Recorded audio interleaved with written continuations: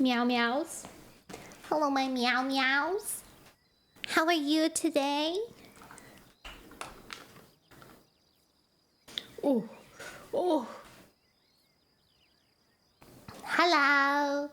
I decided I would just keep reading with my poach model because my poach model is very soft, you know? It's very soft. Hi, Van. Hi, Joshy. Hi, Juice. Hi, Peachy. So, right, you didn't watch what happened last time. It's been like 2 weeks. This is the struggle. This is why I wanted to... Oh, the heck, my mouse is in view. Blasphemy. Luckily, I think I only actually read 2 chapters. I think I only read 2 chapters last stream because I had a headache or something. I can't remember what it was. Oh.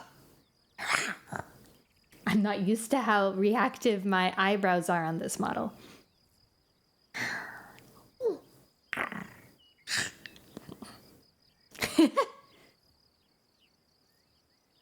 I'm too expressive because I was trying to make the other model look more expressive, so then I got even more expressive.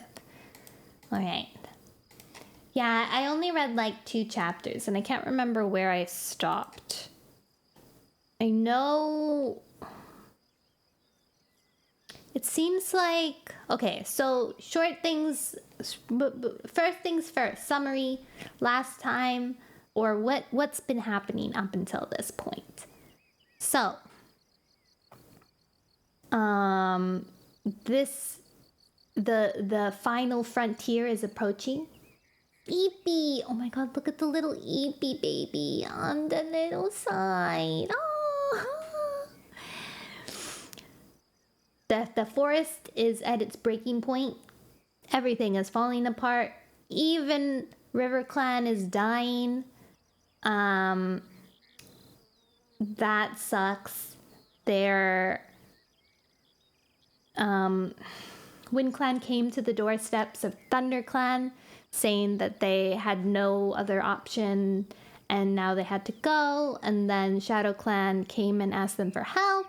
And then all the clans joined together to help Shadow Clan escape from their camp, which was being bulldozed through. And then they all kind of like hung out at Thunder Clan's area.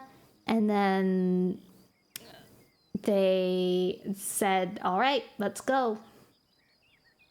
Some of the elders are staying behind.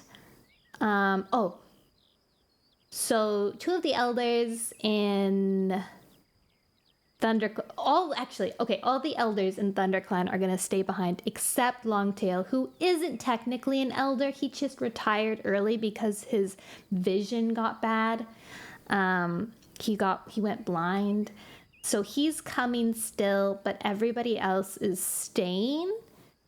And they're going to stay on the island in River Clan, where they just went because Runny Nose is alive still. But I think he's going to stay. I can't remember. Oh yeah, Ven, Runny Nose isn't dead. That was one of the things that happened. We assumed that Runny Nose was dead because the little cloud was now the medicine cat in Shadow Clan, but actually he was just retired. So I had to remove him from our death toll. I know, right? Except he might be dying now. It's hard to tell. I think I'll have to write off all of the elders once they leave. Because they're technically dead at that point. Yeah, sad. Big sad. So we left. Yeah, Runny Nose is alive. That was the big surprise we got. Mudfur is dead though. So we brought back, that's what happened. We were like, oh, Runny Nose is alive. We'd take him off of the death toll, and then Mudfur died. And so we added another to the death toll. So in the end, nothing really changed except our memories. Yeah. So what we read last chapter, I feel like, is Runny Nose just not Runny Nose. Mudford just died. I don't know where I ended though. I might have to look it up actually. Hold on 1 second, guys. Oh, I can't remember exactly where I ended. We rereading. You're okay with that's because you missed it. But people who are watching the VOD, they don't. They know the secrets. Let's see. Where's my studio? I didn't publish it, I don't think. Reading Warriors, yes. Oh.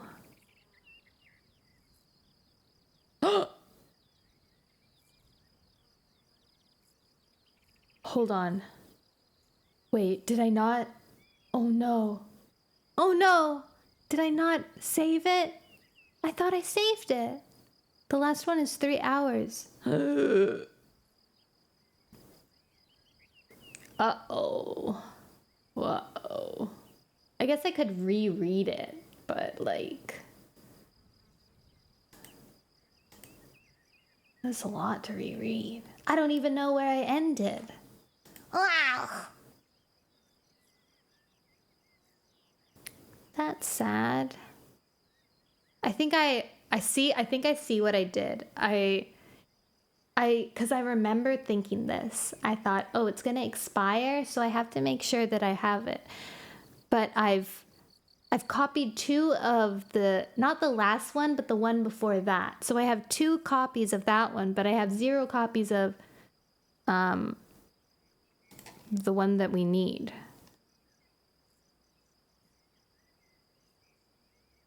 Pourquoi? Also, this isn't the right one. What? Wait. Reading Warriors Moonrise. What? That's wrong. We're reading Warriors Dawn, not Moonrise. I labeled it wrong. Gasp. Gasp. Okay, let me go to my stream stuff. Competent, thank you. I would like to see my videos. Yes. Expiring in 0 days. Do you know why some of the stuff don't expire and others do? It's weird. Okay, well, it's gone. So we don't know. Sorry, any VOD watchers. Here's my summary is that... Okay, I remember... Hi, Naoki! I remember...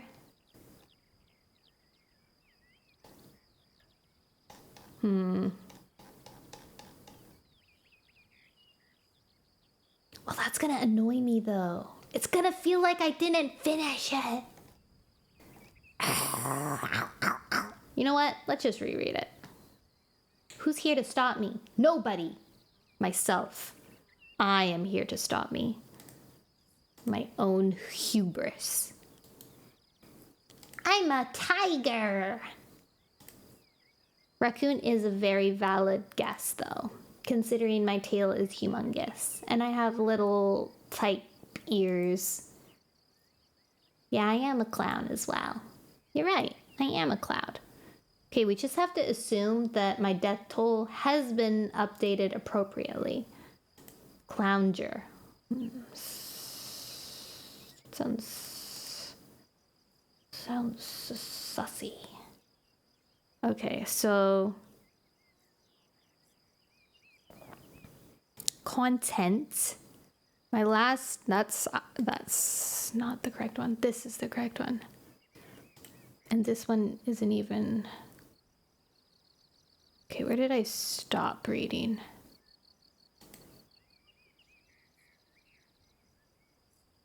Let's go now. We must go now. Hold on, let me mute that sound so you don't have to hear it right now.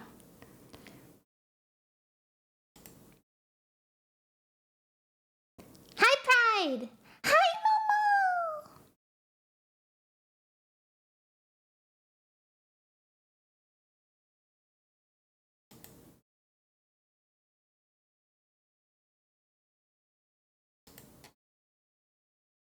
Okay, yeah, I'm pretty sure.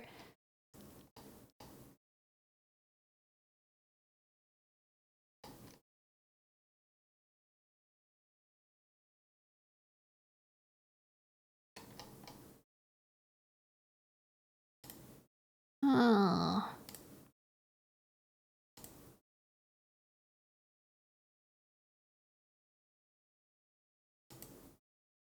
Let's see. Hydrate! I have lemonade today.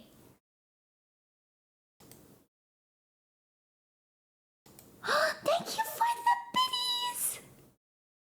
Doing our first affiliate stream. Oh my gosh, happy! Ow, sorry, I clapped too hard. I hit my mic. I hope Abaddon does good. Let's see.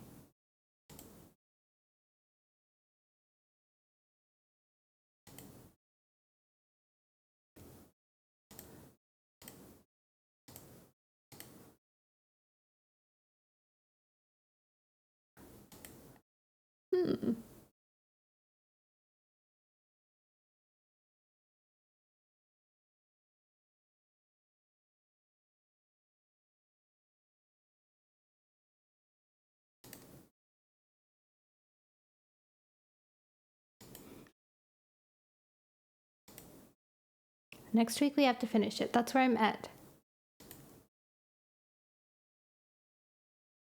Aha, okay, I found it. I found where we ended 2 streams ago. So we have to read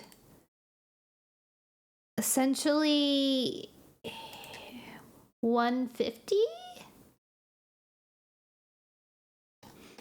I only read for a short while, last time anyways, and I knew it was bad because I wasn't doing it very well because I wasn't feeling well. But then again, I'm still gonna be not doing it well because I'm out of practice.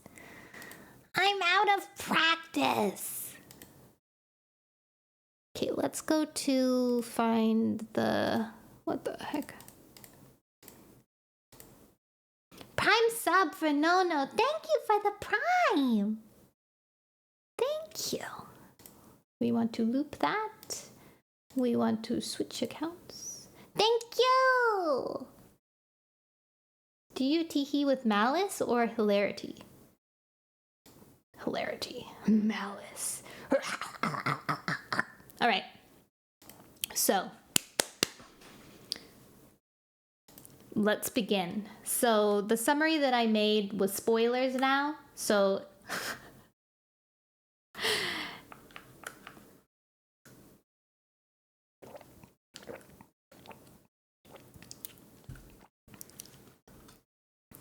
sorry, VOD watchers.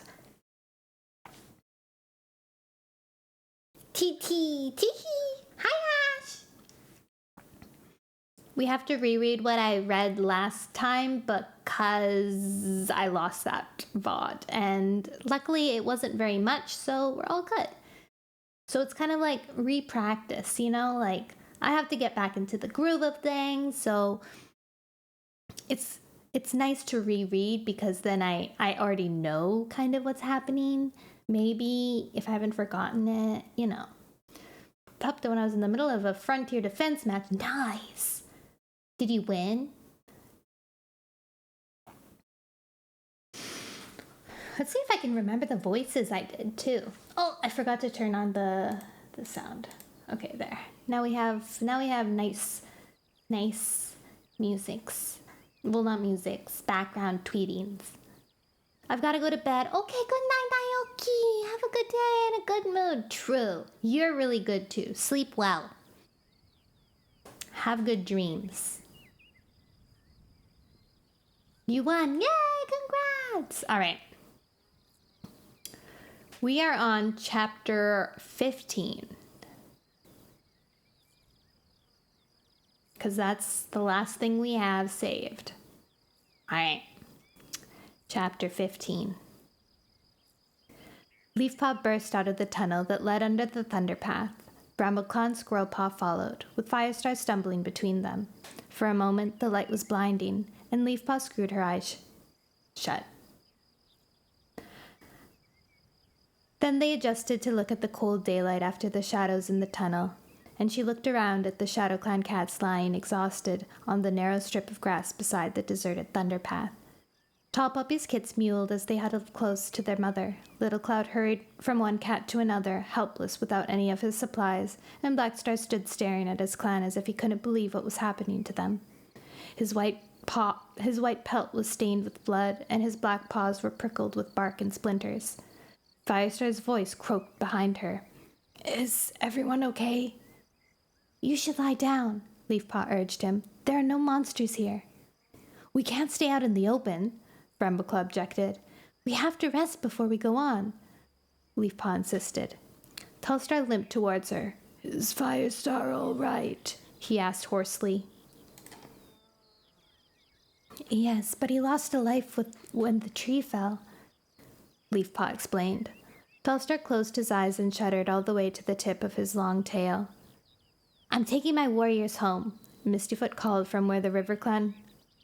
Oh, sorry, that was the wrong cat. Oh well. Had gathered at the edge of the grassy space. "Will you help us get Shadow Clan to Sunning Rocks first?" Firestar asked. "Sunning Rocks?" Blackstar narrowed his eyes. "Why do you want to take us there?"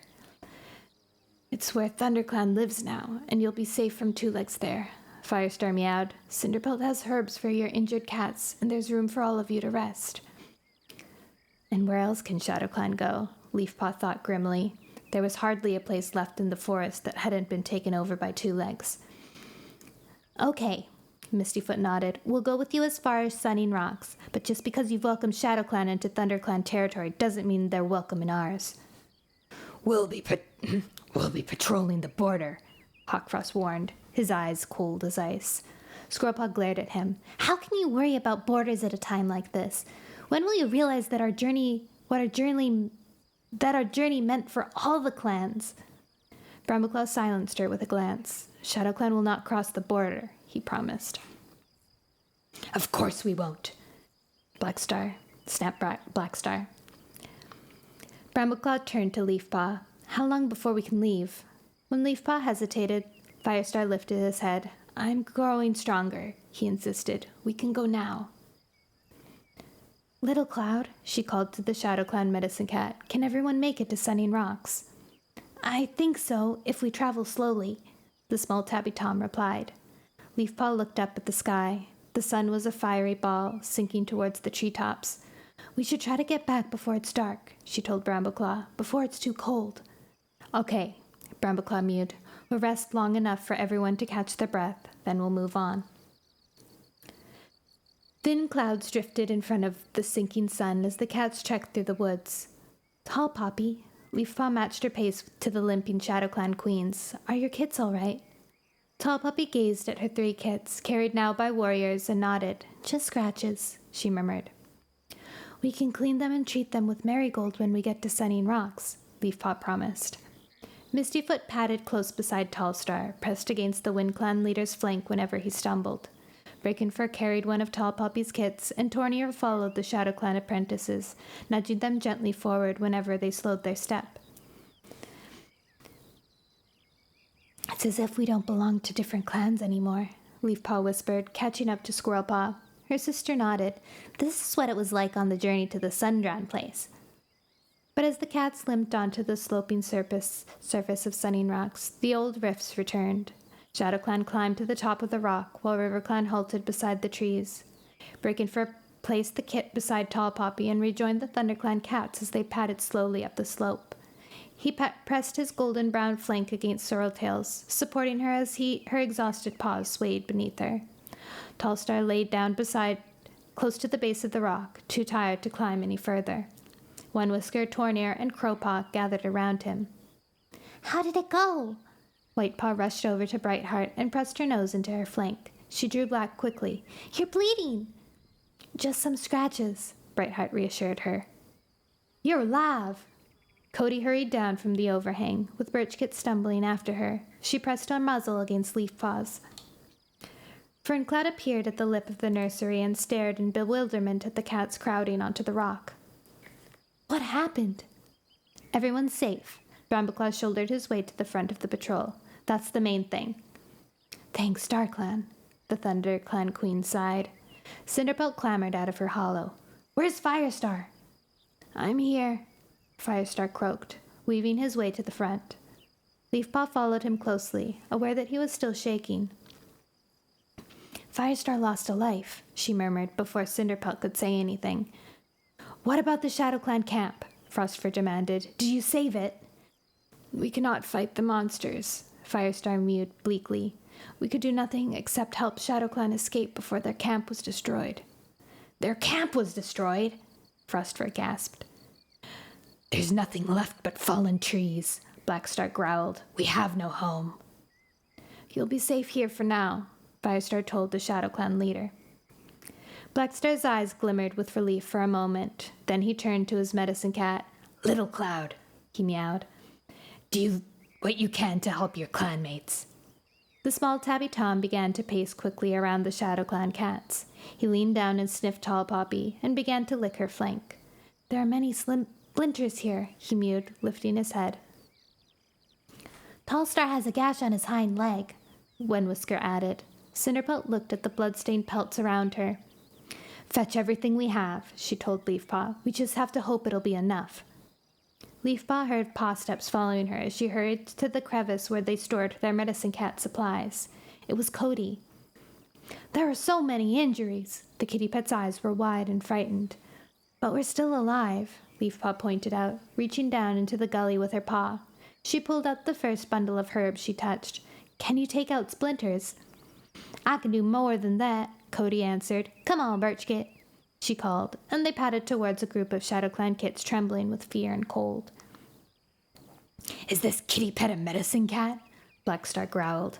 It's okay, Leafpaw called out. She knows what she's doing. Cody soothed each kit with a reassuring lick, then encouraged Birchkit to distract them while she searched their fur for cuts and splinters. Leafpaw pushed her paw back into the crevice. She hoped there was enough berries to make poultices for all the cats who needed one. To her surprise, she found the hiding place was better stocked than she had expected. She pulled out as much marigold as she could find and reached back in for berries. Cinderpelt appeared behind her and nodded when she saw the pile of herbs growing on the rock. I went back to the ravine when you guys were away and brought as much as I could carry, she explained. She paused and looked at the mass of ShadowClan cats milling fretfully at the top of the slope, their faces bewildered and frightened. Help ShadowClan first, she ordered. There are too many for Little Cloud to manage alone, and I can cope with Tallstar and our own wounded. Will Blackstar mind if I help? Leafpaw asked.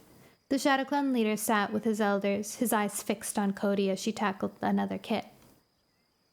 You persuaded him to let Cody help, Cinderpelt reminded her. But she's not a ThunderClan cat, Leafpaw mewed. Cinderpelt gazed at her through narrowed eyes. Blackstar's no fool. He knows his cats need our help. Leafpaw nodded. Summoning up her courage, she padded towards the ShadowClan cats and called to Little Cloud. Can I help? The look on Little Cloud's eyes gave away his relief and great gratitude, but before he could reply, Blackstar rounded on Leafpaw, his eyes as hard as the moonstone. We can take care of our own cats, thank you. But you've already allowed Cody to help, and I have herbs, she offered, forcing herself to sound calm. Little Cloud will manage, Blackstar insisted.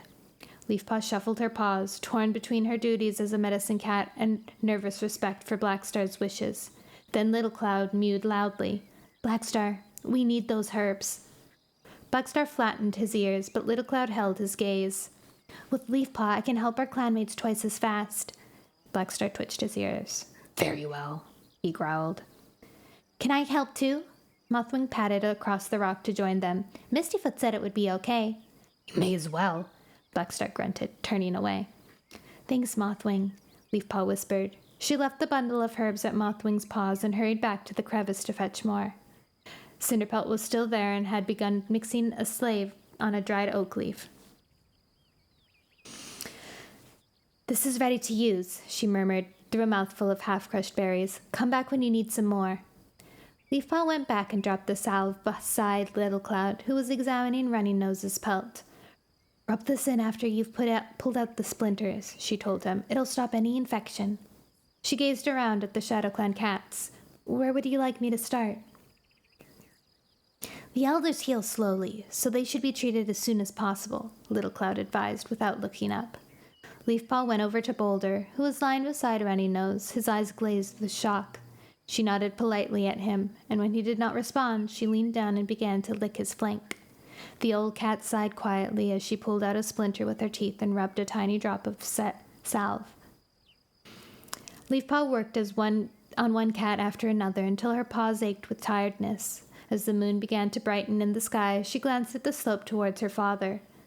"Cody, can you take over here?" she asked. "There are only 1 or 2 apprentices left, and I want to see how Firestar is." "Of course. You go right ahead." Firestar was laying beside Sandstorm, washing dried blood from between his claws. "How are you?" Leafpaw whispered, touching her muzzle into his.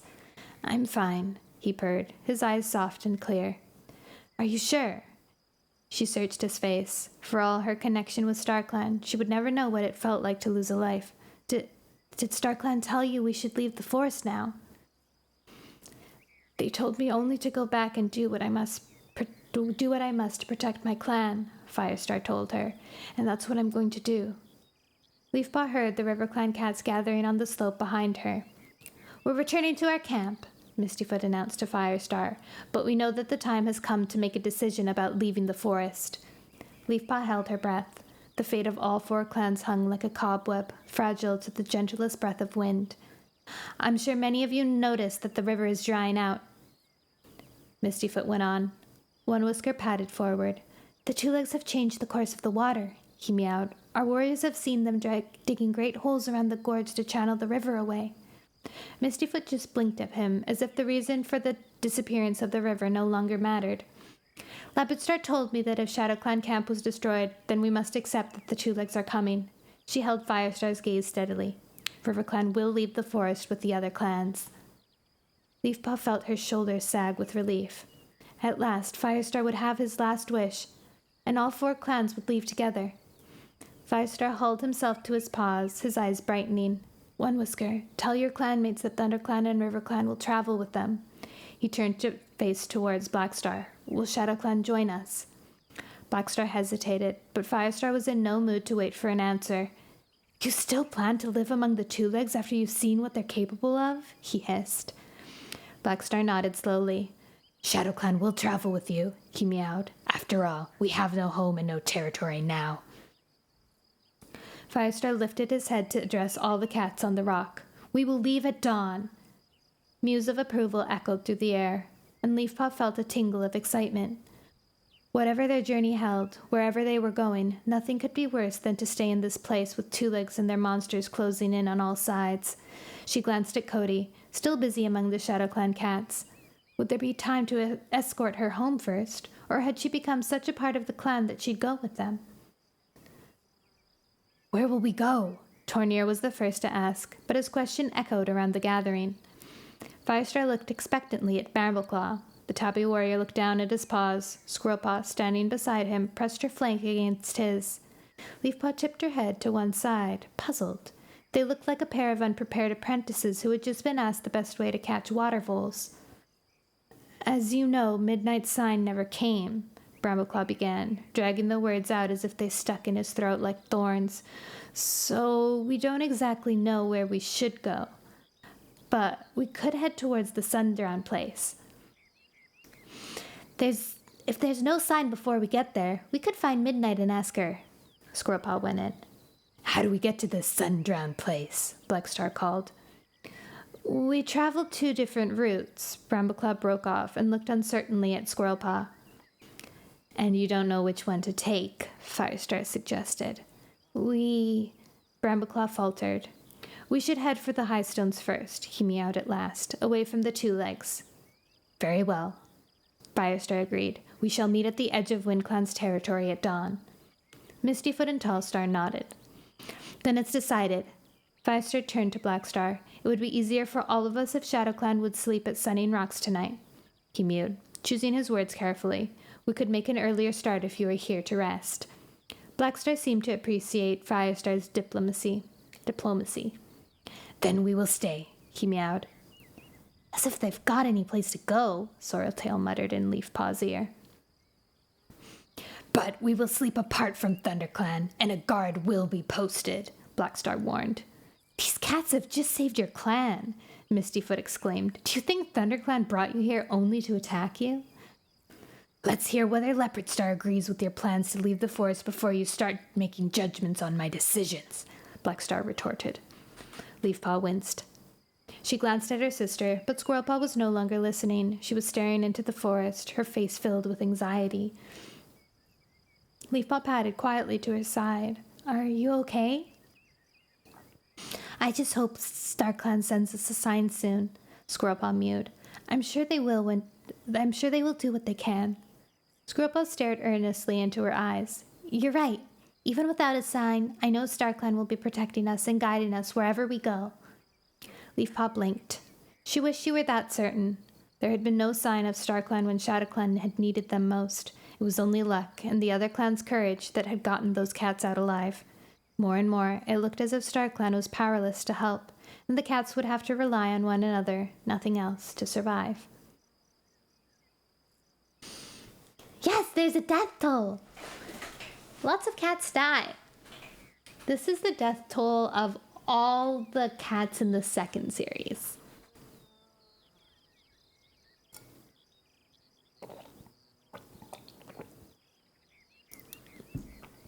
I have lemonade today. I know I said that, but it's delicious. All right, let's keep going. Good pacing. Chapter 16.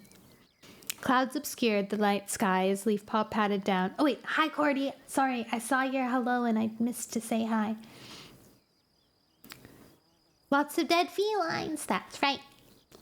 Clouds obscured the night sky as Leafpaw patted down the hard stone slope.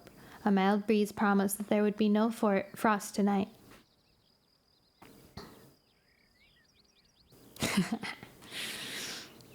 And she could smell rain. Hi, Kenzie! Okay, wait. Okay, let's restart that whole thing. Another life wasted in the pursuit of glory and gold. True that. Chapter 16. Clouds obscured the night sky as Leafpaw patted down the hard stone slope. A mild breeze promised that there would be no frost tonight, and she could smell rain. Most of the clan was sleeping. ShadowClan was huddled near the edge of the stunning rocks, as far from ThunderClan cats as they could be. Exhaustion dragged over Leafpaw's limbs, but her mind teemed with thoughts. Memories of the day's horror mingled with uncertainties about the journey to come. Knowing she would not be able to sleep, she headed for the forest. Even in Leaf Bear, its musty odor and the feeling of earth beneath her paws soothed her. As she neared the trees, she heard Cody's voice calling to her. Leafpaw! The kitty pet was sheltered among some brittle fronds with bracken. Cody, what are you doing out here? There's something I need to tell you. Cody scraped at the ground with her paw. Leafpaw stared at her. What? I'm leaving, Cody mewed simply. I'm going home. Leafpaw fought back the urge to cry. No, please stay. She stepped forward and touched her nose to Cody's ear tip. There's no life in me. This is no life for me. All this death and blood and uncertainty. Cody went on. I'm happy with my housefolk, but they'll be missing me. I never meant to stay this long, but Birchkit needed me and You began to enjoy the freedom. Leafpaw interrupted, suddenly desperate to remind her new friend what she would be giving up if she went back to her two legs. I guess I did, Cody admitted, but today I just saw how fragile your freedom is. You have to fight for everything, for your food, even somewhere to shelter. She shook her head apologetically. I like to know where I'll be sleeping every night, and that there will always be food for me when my belly grows empty. I like my housefolk. Not all two-legs are as bad as the ones destroying your home. Would you like me to show you the way through the forest? Leafpaw offered. Firestar promised you an escort. Cody shook her head. The wood seems quiet enough, she mewed. There won't be any monsters about at night. Anyway, you'll need to rest for your journey. She glanced back towards Sunning Rocks. Tell Firestar thanks for me. Leafpaw pressed her nose sadly against her new friend's cheek. Cody closed her eyes and sighed. Then she straightened up. I've said goodbye to Birchkit. Ferncloud is eating properly again, and he'll be fine with her now. Thanks for taking care of me when we were in the two-leg nest, Leafpaw whispered. I'll miss you. I'll miss you too. And I'll keep an eye out for Greystripe, Cody promised. If I see him, I'll tell him where you've gone and that his clan is waiting for him. Leafpaw felt a warm tongue rasp her ear. Bye, Leafpaw, Cody murmured. Good luck. Goodbye, Cody. With an aching heart, and a half-wishing she could have convinced Cody to stay, Leafpaw watched her friend vanish into the shadows of the forest. A rustle in the bracken made her jump, and Sorreltail slipped out from the trees. Has Cody gone home? She said her two legs would be missing her, Leafpaw explained. I heard. Sorreltail nodded. Are you okay? Of course. She braced herself for Sorreltail to make a sharp comment about how Kitty Pet didn't belong in the wild, but instead Sorreltail just blinked sympathetically. Let's sleep out here tonight, she suggested. It's our last night in the forest, after all. The thought of never spending another night under these trees took Leafpaw's breath away, and for a moment she wanted to lie down and bury her face in the leaf mold and forget that all this was happening. How could they leave if they didn't know where they were going? But she followed Sorreltail into the bracken, and together they flattened a patch into a nest big enough for the two of them. As she settled down, Leafpaw felt Sorreltail's soft tail brush her nose. Your clan is still here, Sorreltail murmured. I know.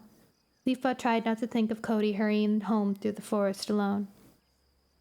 Before she closed her eyes, she looked up at the branches and gave thanks to StarClan for the shelter they had given ThunderClan in the past moons.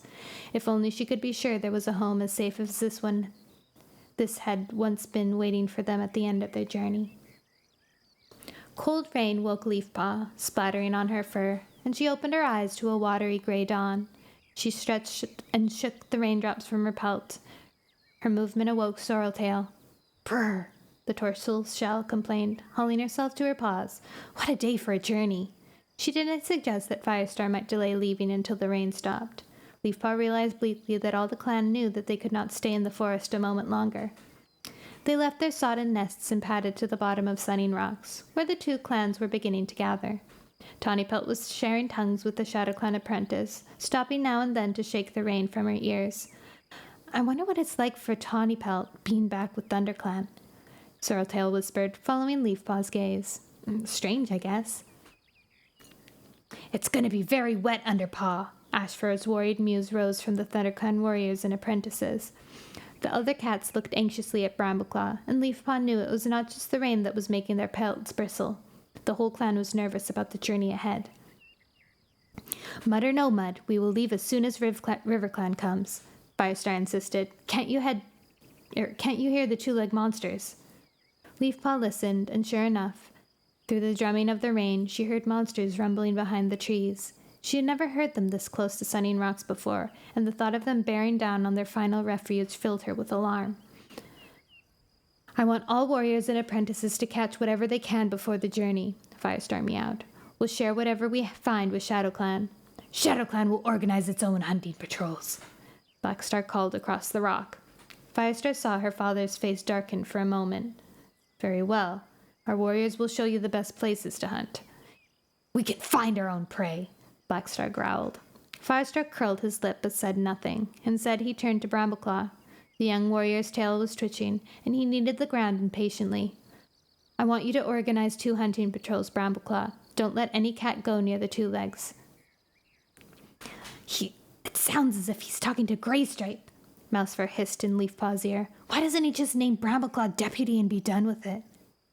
Because that would be like admitting Graystripe is dead, Dustpelt growled back, overhearing. Firestar flicked the rain from his whiskers and turned to Cinderpelt. Prepare traveling herbs for everyone, he ordered. Will you have enough?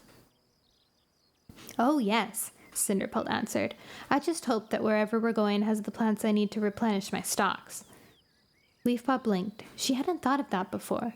Would their new home have marigold, yarrow, comfrey, and all the other precious plants she had learned to cure with? Her paws trembled at the thought of having to look after the clan without them, and she took a steadying breath before hurrying over to help mix the herbs they would need for the journey. Brambleclaw led a hunting patrol into the dripping woods, and Mousefur followed with another. Blackstar watched them disappear into the forest before muttering something to his deputy, Russetfur. A moment later, the dark she-cat, her pelt plastered against her thin body, headed down the slope with several ShadowClan warriors. Cinderpelt shook her head. ShadowClan should have joined the ThunderClan patrols, she murmured. They'll have no idea of the best places to hunt, and with prey so scarce, they'll need all the help they can get. Why is Blackstar being so stubborn? Leafpaw mewed. ShadowClan have always been proud, Cinderpelt stated. Cinderpelt started to take supply out of the cleft in the rock. Now that they've been driven out of their home, pride is all they have left. But surely it would be wiser to combine our strengths, Leafpaw protested. We have a long, difficult journey ahead. The boundaries between clans run deep, Cinderpelt reminded her. Traditions are all we have to cling to. Then you agree with Blackstar? Leafpaw asked in disbelief. Oh, of course not. But I understand him, Cinderpelt replied. Although it is frustrating, she added. I offered to check on their injured cats when I woke, but Blackstar sent me away. He told me that ThunderClan had done enough for ShadowClan yesterday, and he didn't intend to make his clan's debt any greater than it was. How can he talk about debts? Leafpaw exclaimed. Yesterday, the 4 clans faced the 2 legs together, and were all as powerless as StarClan to stop them.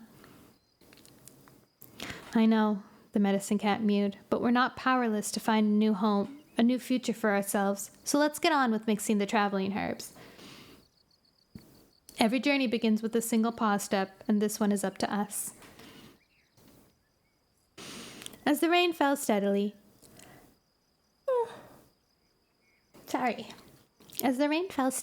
they began to combine the bitter herbs that would give the cat strength for the journey. Half starved for so long, they needed this ancient mixture, handed down from medicine cat to apprentice for countless moons, more than ever before.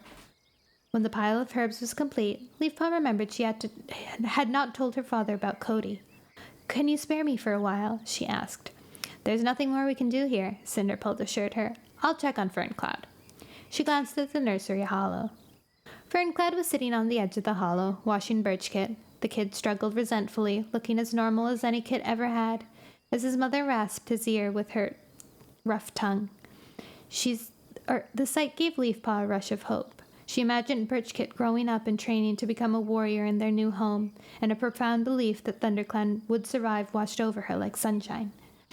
She quickly covered the traveling herbs with leaves to protect them from the rain and hurried up the slope towards her father. He was staring across the tree tops that stretched beyond sunning rocks. He sat up straight, despite the pounding rain, with his tail curled over his paws and his ears pricked, scenting the air almost as though he welcomed the prospect of the journey ahead. It was hard to believe he had lost a life only yesterday. Thank you for the hydrate, Mika.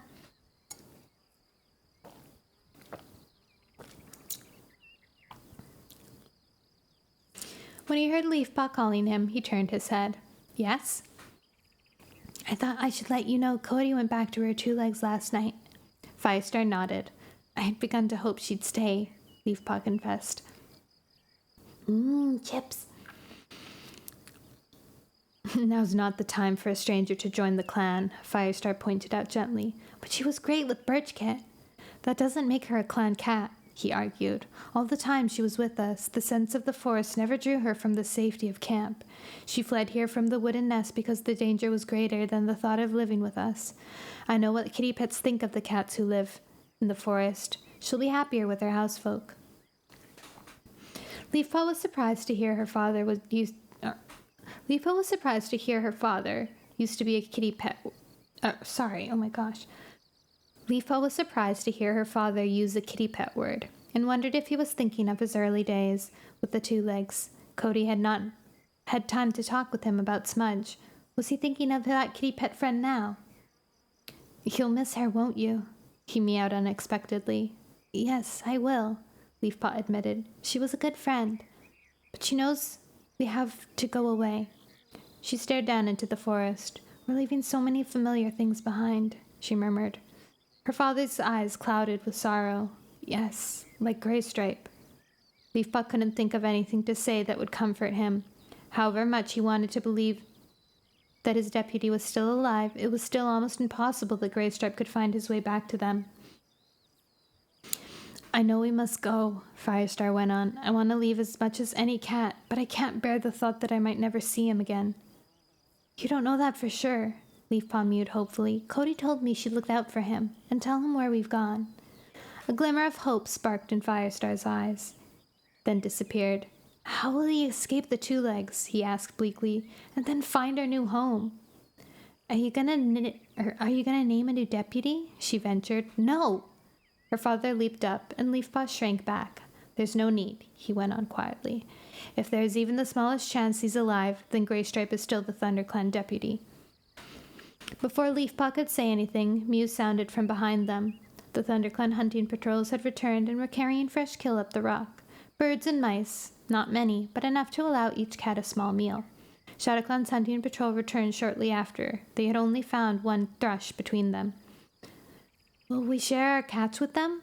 Leafpaw mewed to her father. Blackstar would be insulted by the offer, Firestar replied. I suppose they can hunt while we travel, Leafpaw suggested. Hopefully we can. There must be more prey out there than here. Firestar shook himself. Go and get something to eat, he ordered. Hervaclan will be here soon. Okay. Leafpaw hurried down to where Brambleclaw and Squirrelpaw were sharing a chaffinch. They looked drenched, their pelts wet, their pelts stark and soddened. Want some? Squirrelpaw offered. Yes, please. Leafpaw's belly felt hollow, and the scent of fresh kill made her mouth water. Squirrelpaw and Brambleclaw sat back and let her take a bite. Do you want to give some to your sister? Leafpaw asked Brambleclaw. The ShadowClan cats were laboriously passing their meager catch around. Each cat took only a small mouthful before pushing it on to the next. Brambleclaw shook his head. I wouldn't waste my time. Leafpaw was startled by the bitterness in his voice. We met Tawny Pelt while we were out hunting, and Brambleclaw asked if... Oh, sorry. We met Tawny Pelt while we were out hunting, and Brambleclaw asked if she wanted to hunt with us, Squirrelpaw explained. She told us she was a ShadowClan warrior and would never hunt for another clan. I don't know why she was so superior about it, Brambleclaw growled. It's as if she'd forgotten that she was born a ThunderClan cat, or that we just journeyed to the Sundawn place together. It must be difficult for her, being among ThunderClan again, Leafpaw ventured. She probably feels as if she has to prove her loyalty to ShadowClan more than ever. Leafpaw's right, Squirrelpaw meowed. Don't take it personally, Brambleclaw. It wasn't long ago that you were telling me that your first loyalty is to ThunderClan, not your kin. Allow Tawny Pelt to have the same feelings for ShadowClan. I suppose so, Brambleclaw agreed grudgingly. I just wanted to hunt with my sister again. Leafpaw heard the sadness in his voice and thought how hard it must be having a littermate in another clan. She glanced at Squirrelpaw, grateful that she and her sister shared the same home wherever it was. Leafpaw, Cinderpelt was calling from her den. Come and help me. Leafpaw bounded up the slope. Will you take these herbs to the Queen and Elders? What about Birchkit? Just give him half a dose. Leafpaw glanced warily at Blackstar. Are we sharing with ShadowClan? We'll have some left over, Cinderpelt mewed, her eyes glittering. I'll offer them to Little Cloud and tell them we have no need for them. Blackstar can take them or leave them as he wants. Leafpaw admired her mentor's kind-heartedness as well as her craftiness. This was an offer Blackstar could accept without losing face. She picked up a bundle of herbs and carried it to Ferncloud. Then the she-cat accepted the bitter herbs gratefully, though Birchkit wasn't so thankful. Just tastes like crow food, he complained. You've never eaten crow food, Ferncloud pointed out. Now just swallow it. Leafpaw purred with amusement and carried her bundle to where Frostfur, Longtail, and Speckletail lay, sheltered by the overhang. As she put the herbs down, Frostfur shook her head. Don't waste those on us, she murmured. We're not going with the clan. Leafpaw blinked. Not going? Why? Firestar trotted over. What's the matter? Frostfur says they aren't coming with us. We're too old to make such a journey, Speckletail rasped. We'd only hold you back. Longtail flicked his tail. And what use would I be? I can't even see where I'm putting my paws. The clan would help you, Firestar assured him gently. He looked up at the elder she-cats, just as they would help all of you. I know they would, Frostfur meowed. But Speckletail and I are too old for so much change. We'd rather die here beneath Silverpelt, knowing StarClan waits for us. Leafpaw flinched. Surely StarClan would go wherever they did. Firestar nodded gravely. I cannot force you to come with us, Frostfur, he murmured. I know your paws are wary, Speckletail's too, and you already hear StarClan whispering to you. But Longtail, I won't leave you behind. When the tabby warrior opened his mouth to argue, Firestar went on. Yesterday, you heard the WindClan cats coming before any other cat. You may have lost your eyes, but your ears and your senses of smell is as good as any warrior's. Please come with us. Longtail closed his sightless eyes and took a deep, shuddering breath. Then he opened them again and turned his face towards Firestar, as if he were looking straight at him. "Thank you," he meowed. "I'll come." Stormfur bounded up the rocks. "Firestar!" Oh, how did I do his voice? "Firestar, there's a problem. RiverClan cannot leave today." Firestar's ears twitched with alarm. Why not? "Mudfur is dying. We can't leave him alone." Frostra stepped forward. "We'll stay with him." "We can look after him until StarClan is ready to take him," Speckletail agreed. Stormfur looked at them in surprise. "But he's not one of your clan." "It doesn't matter," Frostfur told him. "We are staying behind anyway. We might as well do what we can for Mudfur." "The RiverClan camp is a lot more sheltered than this place," Leafpaw mewed. "You will be safe from Two Legs if you keep within the reeds." "That's true," meowed Firestar. "We'll bring Frostfur and Speckletail to the RiverClan camp, and if Leopardstar agrees, we'll leave them with Mudfur while RiverClan joins us on our journey." "What's happening?" Blackstar had approached the group. "Mudfur is dying," Firestar explained. "We must go to RiverClan camp before we can travel to WindClan territory." Blackstar curled his lip. "We'll go ahead and wait for you at the edge of the forest." A croaking voice sounded from behind him, and Leafpaw recognized Running Nose's gray pelt. "I would like to say goodbye to Mudfur," mewed the elderly cat. "I've known him since I was an apprentice." Blackstar looked at the old Tom, and for the first time, Leafpaw saw respect in his eyes. "Of course, Running Nose," he meowed. "You go with ThunderClan. We will see you again at the edge of the forest." Firestar scanned the rock. "Has everyone had their traveling herbs?" "Yep," Cinderbelt replied. "In fact, there's some left. ShadowClan may as well have them. It's not worth carrying them with us." Her casual tone gave away nothing. Leafpaw glanced at Little Cloud, whose tail twitched with excitement. "May we use them, Blackstar?" pleaded the young medicine cat. "No point letting them go to waste," Blackstar growled, and Little Cloud began handing out the bundles at once. The ShadowClan leader looked at Longtail, narrowing his eyes. Leafpaw braced herself, expecting him to say that they couldn't take a blind cat on such a long and dangerous journey. But Blackstar only meowed. "The blind warrior can travel with us while you go to RiverClan. There's no point taking him across the river and back again. I have warriors who can lead him through the forest." Firestar blinked gratefully at ShadowClan leader. "Thank you." He touched Longtail with the tip of his tail. "Is that all right with you?" Longtail nodded and followed Blackstar down the slope to the waiting ShadowClan cats. "Is every cat ready?" Firestar called to his own clan. Mews of assent sounded from across the rock, and the cats fell in behind Firestar as he led them down to the shore. The river was hardly more than a trickle, in spite of the ceaseless rain. "Cinderpelt, Leafpaw, come with me," Firestar ordered, halting beside the river.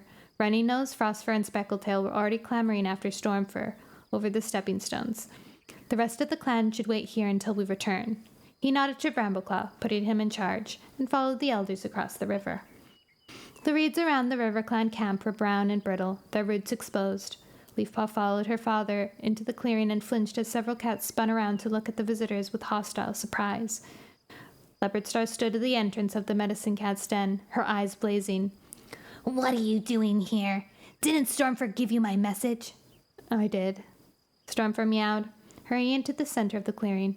"But Firestar has come to suggest something." "Frostfur and Speckletail are staying behind," Firestar explained. "They have offered to care for Mudfur." Leopardstar dipped her head. "That's kind of them," she mewed. "But it won't be necessary. Mudfur is nearly with StarClan." Leafpaw jumped out of the way as Running Nose wheezed in shock and daggered towards the medicine cat clearing. Cinderpelt followed, and Leafpaw padded quickly after them, glancing at the RiverClan leader as she went past, but Leopardstar let them go without a word. Mothwing looked up as they entered the clearing. Her eyes were clouded with grief. "There's nothing more any cat can do," she told Cinderpelt. "He's not in pain. I've made sure of that." Mudfur lay in the middle of the clearing. Rain dripped through the branches into his matted flank, but he made no attempt to move into a more sheltered spot. Shadepelt, an elderly RiverClan she-cat, sat beside Mothwing, sadly watching the dying cat.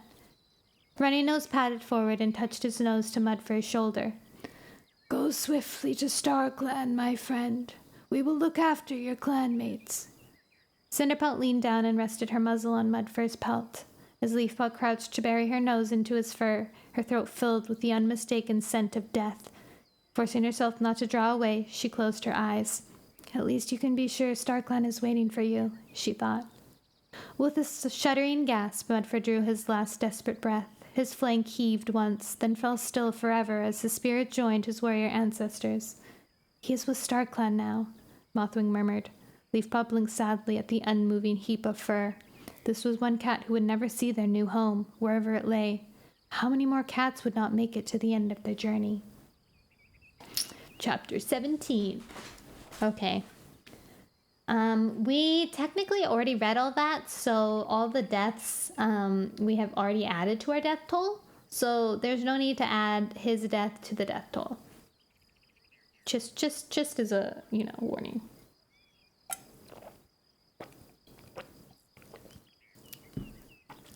Lemonade is so yummy. All right. Chapter 17. How will I manage without him? Gasped Mothwing, her eyes huge and scared.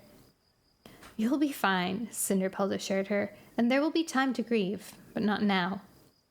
Mothwing looked at her for a moment, then nodded and left the medicine clearing to tell her clan that Mudfur was dead. Leafpaw waited until the River Clan cats began to pad through the tunnel to pay their final respects, then hurried into the main clearing. Mothwing was sitting in the rain with her head bowed, water streaming from her whiskers. I can't believe he's gone, she mewed. He hasn't gone far, Leafpaw comforted her. He's with StarClan. I hope so, Mothwing murmured. Leopardstar emerged from the medicine-clad clearing and padded over to Firestar. Shadepelt and Loudbelly will remain here with your elders, she meowed. They are too old to travel and wish to sit in vigil for Mudfur. Quack. Firestar nodded. We will wait until RiverClan is ready to travel, he murmured. Hawkfrost and Stormfur padded towards Leafpaw and Mothwing. For once, Hawkfrost's gaze was gentle as he rested his... I could stay like this forever? Oh. Sorry. That was my autoplay. Alright, now it's looped, for sure.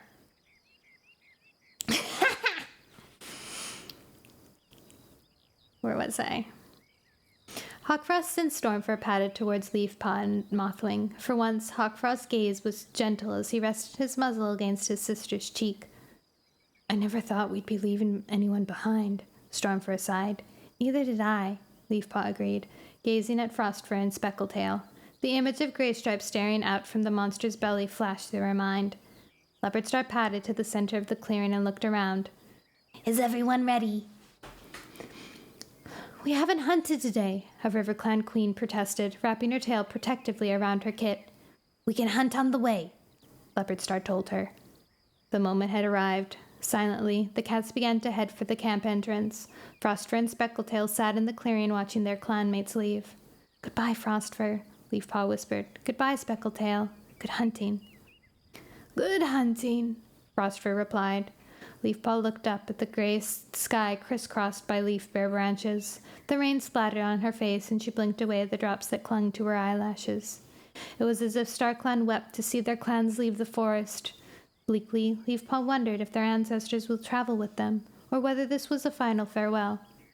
Come on, Firestar's voice sounded softly in her ear. The clan will be waiting for us. Okay, wait. We have to add them to the list.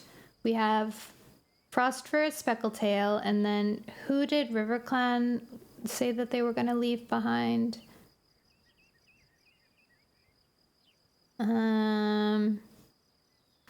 Shadepelt and Loudbelly. So 4.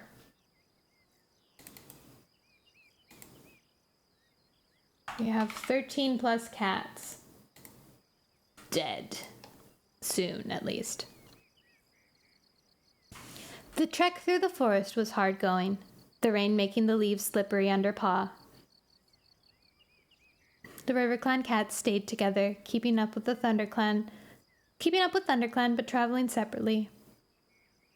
Swirltail fell into step beside Leafpaw and nudged her each time she stumbled.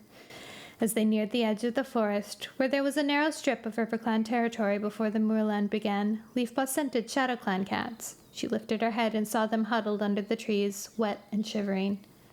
We thought you'd never get here, Blackstar complained, shaking the water from his coat. The Shadow Clan cats paced impatiently around him. They were not comfortable under the trees that had once belonged to ThunderClan. Even Tawnypelt looked eager to leave. But Leafpaw longed to linger here, suddenly unable to bear the thought of saying goodbye to the forest for the last time. Firestar gazed at his clan. We must say goodbye to all we have known, he meowed. Leafpaw felt Sorreltail's pelt pressed against hers, and she noticed Squirrelpaw draw closer to Brambleclaw. I want to go home. One of Tall Poppy's kits mewed up at her mother with eyes stretched wide. We are going home, Tall Poppy promised, her eyes twitching. Our new home. As she spoke, a tawny-colored cat emerged from the trees a little ways off. Even though the rain masked her scent, Leafpaw recognized the stranger at once. It was Sasha. Mothwing recognized her too, because she bounded over and rolled on her belly like a kit. Hawkfrost patted after his sister more slowly, the tip of his tail flicking from side to side. The RiverClan cats watched them go with patient acceptance, but Leafpaw saw bewilderment in the eyes of ThunderClan cats who did not know who Sasha was, and open hostility from the ShadowClan cats. What is she doing here? Squirrelpaw whispered. Perhaps she knows we're leaving? Leafpaw guessed. But why did she come? Sasha finished greeting her kits and padded towards the watching cats. Ashfur hissed threateningly, but Firestar silenced him with a look. I didn't think we'd see you again, Leopardstar meowed, dripping her head to Sasha. Nor you I, Sasha admitted. I've come to ask Hawkfrost and Mothwing to leave ShadowClan and come with me. I've seen what the Two Legs are doing to your homes. It is no longer safe for them to stay with you. Mothwing looked down at her paws, and Leafpaw's heart skipped a beat. Could she really be thinking about leaving? She brushed past Sasha and faced the RiverClan medicine cat. I know things have been tough lately, but you wouldn't really go, would you? Mothwing blinked. I don't know. Your clan needs you, Leafpaw protested. She rounded on Hawkfrost. You wouldn't abandon your clanmates, would you? The decision is theirs. Firestar's voice rose above the sound of the falling rain, but I agree they should remain with their clan. Sasha narrowed her eyes. You want them to stay? Suddenly the wind dropped, and every cat seemed to hold their breath as she went on. In spite of the fact that Tigerstar was their father? Oh, snap. She dropped it. Leafpaw scanned the shocked faces of the RiverClan cats. They obviously didn't know that Tigerstar was Hawkfrost and Mothwing's father, even though his kits had been raised in their clan. There was a long pause while Firestar held Sasha's gaze. I want them to stay because Tigerstar was their father, he meowed. Brambleclaw sank his claws into the mud, and Squirrelpaw's eyes stretched wider than ever. Tigerstar was a great warrior, and these cats have proven they have inherited his courage, Firestar went on. Their clan needs them now more than ever. He turned his gaze on Brambleclaw and Tawnypelt.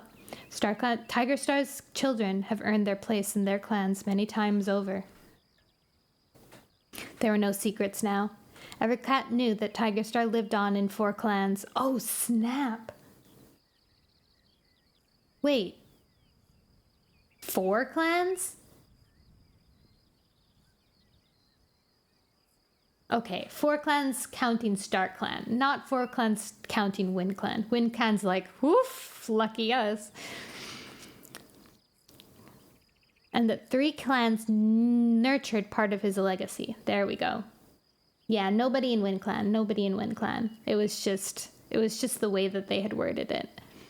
Mothwing lifted her gaze, searching the faces of her clanmates. Hawkfrost raised his chin as if he didn't care what they thought. Leopardstar nodded. Firestar's right. RiverClan needs all our warriors, and we certainly need our medicine cat. But they're Tigerstar's kits! Dawnflower hissed, startled Leafpaw. The RiverClan queen was staring at Leopardstar as if she'd just invited a fox to join them. Squirrelpaw's eyes blazed. So what? That doesn't mean they can't be loyal. And Hawkfrost is one of our best warriors, Stormfur added. He looked around at his clanmates. Have any of you ever doubted his loyalty? Never, Mistyfoot murmured. Leopardstar looked at Hawkfrost and Mothwing. Will you stay? Of course, Hawkfrost answered at once. I would never desert my clan. He was staring at his clanmates, his eyes glittering defiantly. Leafpaw felt her tail quiver. Was it ambition or loyalty that fueled his decision? She glanced at Brambleclaw. How could two warriors with the same father be so different? Mothwing glanced at her mother, her ears twitching. I have to stay with my clan too, she mewed. I'm their medicine cat now. They need me. Sasha nodded. Very well. She swept her gaze over them. Firestar's right, she murmured. I see your father in both of you. Leafpaw heard a low growl come from Dawnflower. Sasha turned to the River Clan Queen. Tigerstar never knew about these kits, but he would have been proud of them. She glanced around at the river-clad cats. You're lucky to have them. She patted back to Hawkfrost and Mothwing, brushing her pelt against theirs. I wish you well on your journey, she meowed, and she turned and padded into the forest. The ferns quivered where she had disappeared, and the clan cats stared after her in silence. Chapter 18. Look! Rainwhisker yowled, making the cats jump. At the top of the rise that marked the beginning of WindClan territory, silhouetted against the gray sky, stood WindClan. They lined the crest of the hill like stones, waiting. Let's go, Blackstar ordered. He plunged out of the shelter of the trees and hurried up the muddy slope, followed by his clanmates. Squirrelpaw stared sadly at the forest, sinking her claws into the familiar rain-softened earth. All the RiverClan and ThunderClan cats lingered at the edge of the trees, as though leaving was harder than they had ever imagined. This is no longer our home, Firestar reminded them gently. Home is waiting for us at the end of our journey. He began to pad away, lowering his head against the driving rain. Squirrelpaw joined the other cats as they poured slowly out of the forest after him. Beside her, Breakinfur arched his back against the breaking fronds, brushing his scent on the dripping tips one last time. We thought you changed your mind, Mudclaw growled as the three clans neared the top of the slope. Mudfur was dying. Mudfur was dying, Leopardstar explained. We waited until he had joined StarClan. Tarlstar sat shivering beside his warriors. His ribs stuck out like gnarled twigs. As the clans reached the top of the rise, he stood up, wincing at the stiffness of his limbs. I'm sorry to hear about Mudfur, he meowed. At least he died beneath Silverpelt, which is more than we will, muttered Blackstar. His words sent a shiver of unease down Squirrelpaw's spine. We saw Silverpelt at the Sundrown place, she objected. StarClan will be waiting for us when we arrive. Mudclaw's tail twitched. You saw stars? But were they our warrior ancestors or someone else's? Squirrelpaw blinked, thinking of the tribe of endless hunting who watched over the mountains. What if Mudclaw was right, and they were leaving StarClan behind as well as their homes? Blackstar clawed the muddy ground. Are we going or not? We're ready, Tallstar replied. The moorland that stretched ahead of them was unrecognizable. All the grass swept away to reveal bare, rutted earth. Leopardstar stared across the broken ground. Are there many monsters? Too many, Tigerstar growled. As the cat scrambled over the first stretch of exposed ground, Squirrelpaw soon began to struggle. The mud sucked at her paws, and her legs felt stone-heavy with exhaustion. Brambleclaw clawed his way back to join her. Come on, you can make it. It's okay, she snapped. I can manage. Tigerstar? Tallstar, sorry. Tallstar.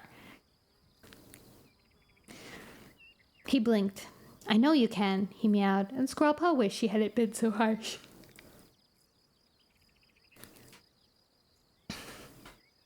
Dustpelt was behind them, carrying Birchkit in his jaws. Cloudtail struggled to his side. His pelt was streaked with mud, only his back kept white by the relentless rain. I'll take the kit, he offered. He took Birchkit from Dustpelt's jaws, trying not to let the swaying bundle drag in the mud. Dustpelt nodded his thanks and plunged down a muddy ridge to help Ferncloud, who was fighting to stay on her paws. Crowpaw was carrying a kit too. He looked on the verge of collapse, but his paws kept moving, his eyes fixed on the ground in front of them. Squirrelpaw heard the rumble of two-legged monsters ahead, and their stench reached her even through the rain. She lifted her face, raindrops stinging her eyes, and saw two legs cluttering the horizon. How will we get past? She gasped. Can we go around? Firestar yowled to Mudclaw. They're everywhere on the moor, One Whisker called back. This is the quietest place to cross, I promise. A monster with huge, round paws and gleaming teeth roared across the landscape, while another churned up the earth in its wake. Just beyond them, a small rocky outcrop rose from the mud. "If we can make it that far, we'll be safe for a while," Mudclaw advised. "The two-legged monsters can't climb those." "But they can crush them if they want," Squirrelpaw thought, remembering the great rock. "You're right. It could be our only chance. Let's wait for those two monsters to pass and make a run for it." Firestar glanced at the other leader, who each nodded their approval.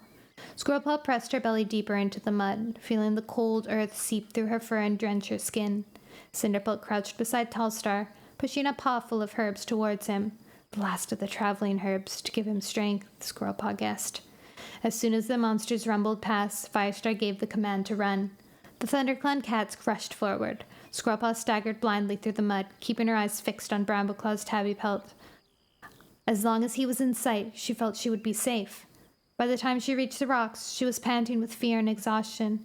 Brambleclaw reached down and hauled her onto the ledge, where the others had already gathered. Firestar weaved among them, his orange fur turned brown by the mud. His eyes were fixed on the cats still struggling towards the outcrop. "Hi, John." Crowpaw reached the rock and held up the kit for One Whisker to take before scrambling after it. Squirrelpaw heard a two-leg shouting and turned to see it running unsteadily across the mud, waving its arms. It had seen the cats still heading for the rocks. Tawnypelt was among them, trying to drag a RiverClan apprentice out of the mud. "Blackstar and Leopardstar must have hesitated before giving an order to run," Squirrelpaw hissed. The monsters were turning now, steering their paws towards the straggling cats. "They'll never make it to the rocks in time," Brambleclaw gasped. "We must go back and help them," Firestar yowled. Desperation drove every scrap of tiredness from Squirrelpaw's body. She leaped back and down into the mud. Firestar flashed ahead of her. She felt Brambleclaw's pelt brush hers, and she spotted Crowpaw pelting towards the RiverClan cats. The monster's roar made Squirrelpaw's ears ring. She hurled herself among the RiverClan cats, reaching for an apprentice who was desperately trying to free himself from the mud. She plunged her teeth into his scruff and hauled him out, and he raced towards the rock. "Thanks!" Squirrelpaw looked up to see Stormfur watching her. He blinked gratefully and turned to yank another apprentice to its paws. "My kit!" Dawnflower's screech made Squirrelpaw spin around. One kit lay at the RiverClan Queen's paws. Another was racing, panic-stricken, straight towards the monster, too scared to see where he was going. "I'll get him!" Crowpaw lunged forward and grasped the kit in his jaw. Mud sprayed from his paws as he skidded back towards the outcrop. Squirrelpaw scooped up another kit and gave Dawnflower a fierce nudge. "Quick!" she hissed. She reached the rock and bounded up, finding a shadowy crevice out of sight of the two legs. She fled along the gully with the kit swinging in her jaws until she emerged out the other side. Dawnflower shot out behind her, followed by Firestar and a stream of RiverClan cats, and finally Crowpaw emerged with the other kit. Dawnflower raced over and gratefully took the kit from him. Squirrelpaw placed another kit down at her paws and looked around for her sister. "Leafpaw!" she called. She was crouched beside Tallstar. The WindClan leader's flanks heaved and his eyes looked wild with fear. "Hunted in my own territory," he wheezed. Leafpaw looked up when she heard Squirrelpaw's call. "Can you look at these kits?" Squirrelpaw asked. Leafpaw glanced uncertainly at Tallstar, but Cinderpelt appeared beside her. "I'll look after him." Leafpaw hurried over and sniffed each kit. She pressed her ear against the chest of one and then another. "They're just scared and tired," she concluded. "They'll be fine." "Of course I'm fine," squeaked one of the kits, a dark gray female. "That monster was never gonna catch us." "Hush, Willowkit," soothed Dawnflower. As she bent to wash the mud from her kits' faces, the ShadowClan cats emerged from the gully. "Is every cat with you?" Firestar called to Blackstar. Blackstar nodded, too breathless to speak. The rest of the clans rested on the rocks for a moment, but another swath of churned-up moorland still lay between them and the grassy slope that led down the meadows, and the two-legs would be looking out for them by now. It wasn't safe to linger too long near the monsters. "We should stay closer together," Firestar suggested. "Travel like a single clan." "And who will give the orders?" Leopardstar demanded. "You?" Firestar shook his head. "That's not important. I only meant it would be less dangerous if we were to stick together." "You have no idea where we're going," Blackstar argued. "We have to trust the cats who've made this journey already, and each clan has one of those. We can travel separately. But you fell behind just now, Firestar pointed out. River Clan too. We must stick closer together, at least while we're near the two legs. Blackstar narrowed his eyes. Closer together, yes, he conceded, but each clan should follow its own leader's orders.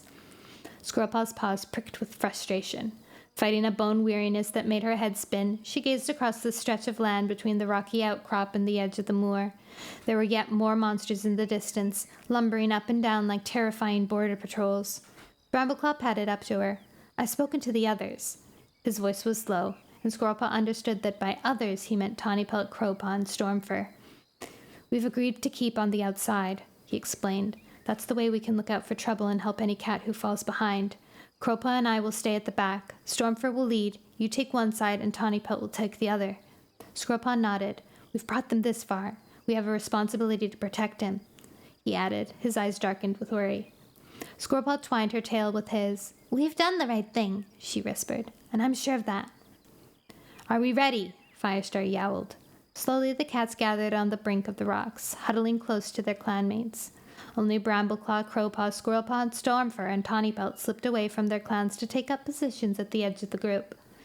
Blackstar gave the order to move first, but Leopardstar, Firestar, and Mudclaw quickly followed, and cats began to leap down from the reassuringly hard surface to the outcrop and back into the slippery mud. They crept towards the monsters that guarded the edge of the Wind Clan territory, keeping low and quiet. Squirrelpaw skirted the one edge of the group, keeping her ears pricked for any unexpected two-leg activity, as well as looking out for any cats falling behind. Leafpaw fell in beside her. Is everything okay? I think so, Squirrelpaw murmured. I meant, are you okay? Leafpaw persisted. You don't have to protect all of us, you know. We made our own decision to come on this journey. Squirrelpaw blinked gratefully at her. I know. As the clan neared the monsters, they slowed down, crouching so low that Squirrelpaw felt as though she had almost turned into a lump of mud. At least with the cats this filthy, they blended into the earth around them. The monsters were far away to one side and showed no sign of straying back here yet. There's mud in my eye, Birchkit squealed. Hush, snapped Ferncloud, and Birchkit fell silent. Squirrelpaw's heart pounded. Only a few more foxlings and they would reach the crest of the slope that would take them away from this mud and the monsters. Suddenly she heard a sound that turned her blood to ice. A dog howled from somewhere near the monsters, and when she lifted her head to look, she saw it pelting towards them, its ears flapping and its giant's paws leaping over the mud. Dog! Yowled Leopardstar. Run! Run! Blackstar commanded. Squirrelpaw stared around in panic. There was no way the kits and elders could outrun a dog. As the other cats pelted forward, Firestar and the other leaders raced among their clans, yowling orders. Pick up the kits, Firestar commanded. Help the elders, hissed Leopardstar. Squirrelpaw looked for Birchkit, but Rainwhisker had already scooped him up and was racing for the top of the slope. Ferncloud hurled after him, but Squirrelpaw could only hear the terrifying howls of the dog getting closer. The huge creature bounded easily over the rutted ground, bearing down on the cats even faster than the monsters had done. Already the elders were falling behind, even though the other cats urged them forward with desperate yowls and nudges. Squirrelpaw glanced back to find out where Brambleclaw was, and with a jolt of horror she watched him spin around and head straight towards the dog. Crowpaw and Tawnypelt raced beside him, hardly recognizable under the slick of mud that clung to their pelts. What were they doing? Stunned, Squirrelpaw watched them charge towards the vicious, snarling dog, and only when they got near did she understand what they were doing. Spreading out on Brambleclaw's hissed command, they surrounded the great black hound. At once the creature slowed down, swinging its massive head from side to side as it figured out which cat to chase. Then it fixed its eyes on Crowpaw and headed straight for the scrawny black warrior. Instantly, Crowpaw swerved towards Tawnypelt, his paws sliding in the mud. Tawnypelt shot past him in the other direction, yowling abuse at the dog as she dodged its snapping jaws. The dog hesitated, snarling, then set off after the ShadowClan warrior. Squirrelpaw's heart pounded with terror as she saw it gaining on her, but Brambleclaw was already racing up behind the dog. He raked his hind legs and swerved nimbly away from the dog as the dog spun and gave chase. The two legs had heard the commotion, and one ran towards the dog, howling as Brambleclaw fled a fox length ahead of the creature's glistened fangs. Crowpaw had turned away and was running for the dog again, hurling past its nose and bringing it into a bewildered halt. The dog gazed around, its eyes gleaming with fury. Crowpaw spun on his hind legs and raced back again. The dog lashed out, its jaws snapping close to Crowpaw's flank. The two-leg howled again and leaned forward, reaching up with one paw. Crowpaw's breath stopped in her throat. "Don't let the two-leg catch you," she silently begged Crowpaw. They couldn't lose another cat this way.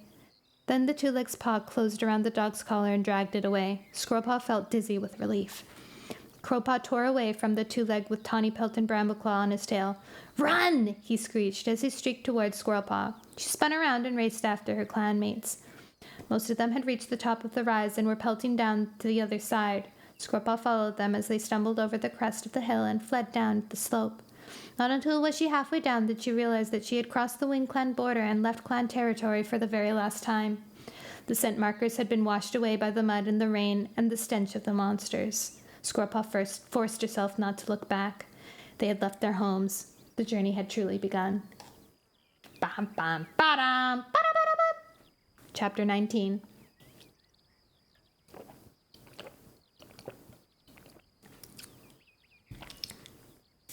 Ooh, my little wrist is itchy. Like cloud shadows drifting over the ground, the clans trekked in silence across a meadow. Squirrelpaw was grateful that Brambleclaw walked close beside her, shielding her from the icy wind.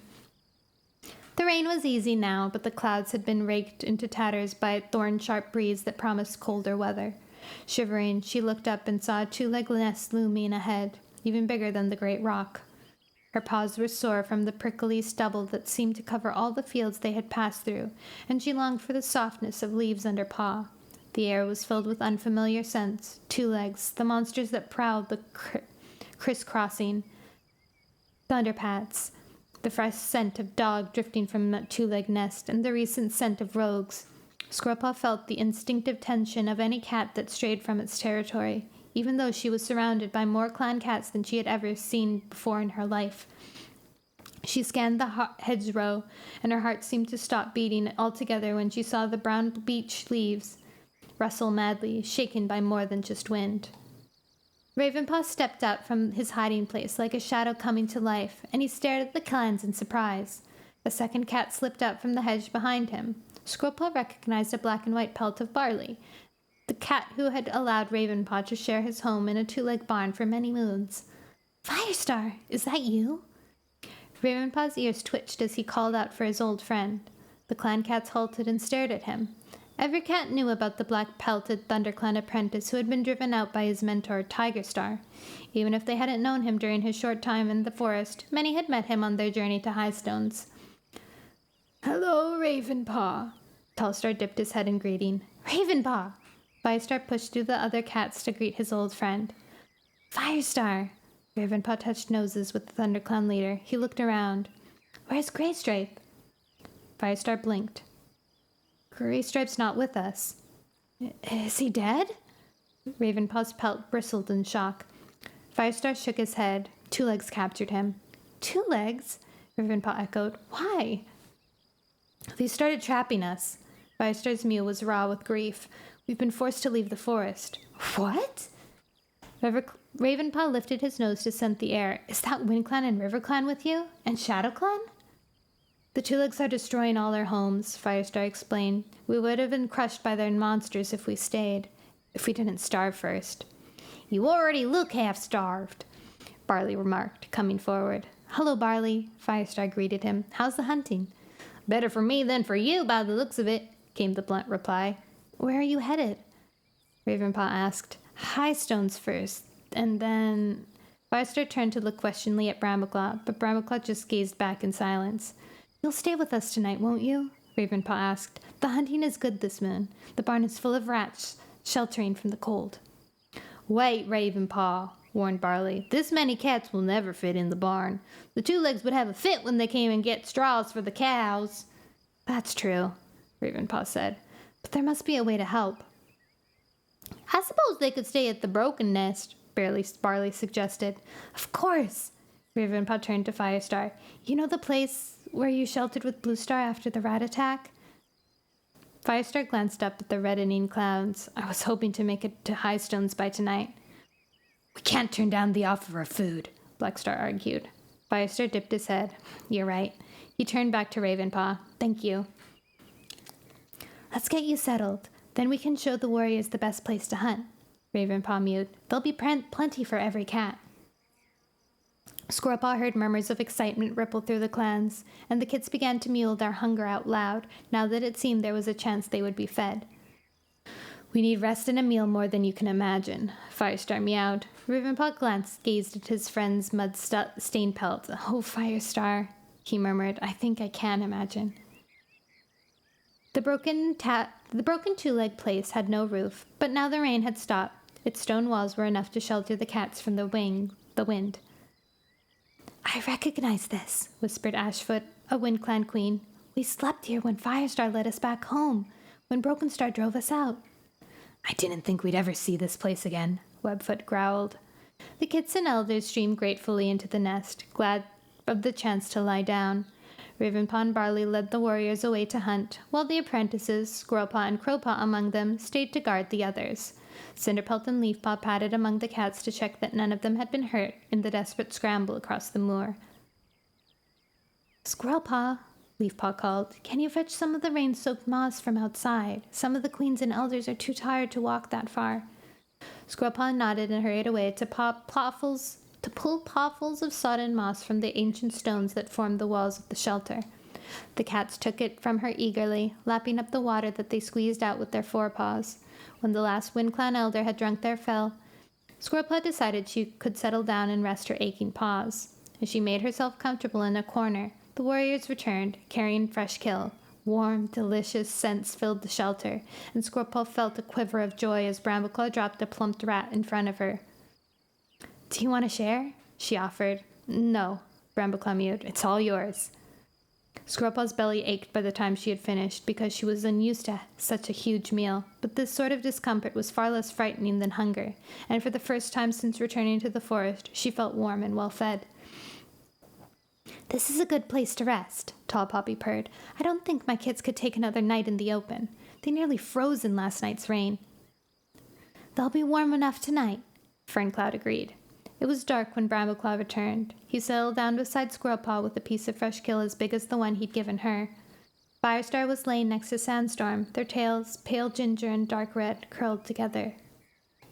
Will you rest with us tonight? He mewed to Ravenpaw, who was watching the cats eat from the entrance to the nest. Yes, I'd like that.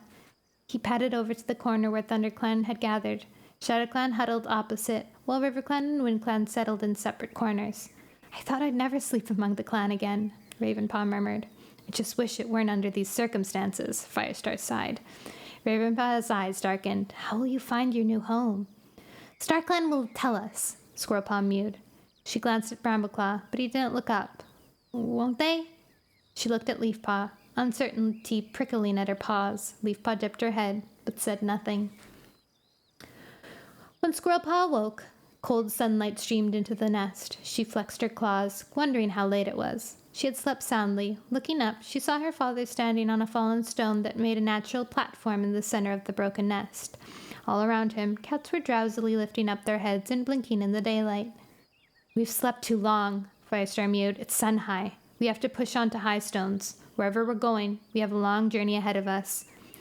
Mudclaw got to his paws, a stubborn expression on his face. Why must we leave a place that has such good huntings? My kids have fed well for the first time in moons, Tall Poppy put in. This is a prey-rich place, Tallstar agreed. The WindClan leader looked tired and drawn despite their long sleep. Ravenpaw only invited us to stay the night, Firestar argued. So? What could he do if we decided to stay longer? Blackstar stared defiantly at Ravenpaw. My clan needs food and shelter, and they will take it by force if necessary. Rude. Brambleclaw stood up. This is not the place for us, he meowed. I don't know exactly where we're going, but I know it's not here. Squirrelpaw nodded. Why would StarClan have made us journey all the way to the Sundrown place if they only meant for us to make homes here? We wouldn't need a sign for that. Crowpaw twitched his ears. We must finish the journey we started, he growled. I agree, meowed Stormfur from the RiverClan corner. Me too, Tawnypelt stretched, arching her back. We must carry on. I think they're right, Leopardstar meowed unexpectedly. There are too many two-legs around here. What if one of the dogs gets loose? We'd be trapped in a place like this. Blackstar narrowed his eyes. Very well, he muttered. Tall Poppy reluctantly got to her paws, nudging her kits awake. Come on, my dears, she whispered. We're leaving. But it's warm here, mewed one. And there's fresh kill, squeaked another. We must go anyways, Tall Poppy told them. Her voice was dull with tiredness, and Squirrelpaw felt a jolt of sympathy for the brave ShadowClan queen. She padded towards the entrance, and her kits followed, their fur sticking up in clumps where they had slept on it. I'll come with you to Highstones, Ravenpaw offered, brushing his tail against Firestar's flank. The cats filed silently away from the shelter, headed for the crags of Highstones that towered in the distance, dark against the clearing sky. Squirrelpaw shivered in the wind ruffling her fur. Sunhigh was already past. If they slowed their pace to match the elders and kits, they would not reach the Highstones until the sun had dipped below the horizon. So, who's the ThunderClan deputy now? She heard Ravenpaw ask Firestar. Squirrelpaw glanced at Brambleclaw, but he kept his eyes fixed straight ahead. Graystripe is, Firestar growled. Ravenpaw stared at his friend in surprise. But he's gone. Firestar rounded on him, his eyes glittering with pain. Isn't it enough that we've had to leave our home? Don't ask me to give up my friend as well. I know he would never give up on me. He started to trudge on again. ThunderClan has a deputy, and there's no need to choose a new one. Aww. Highstone was cast in blue-black shade as the sun sank low in the sky. The cats had seemed to take forever struggling up the steep, stony slope on paws already raw from the day's traveling. Now they lay exhausted outside Mothermouth.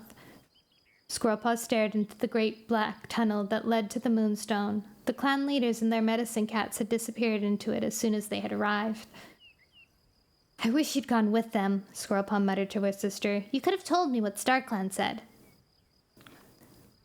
I just want what Graystripe Firestar have. Me too.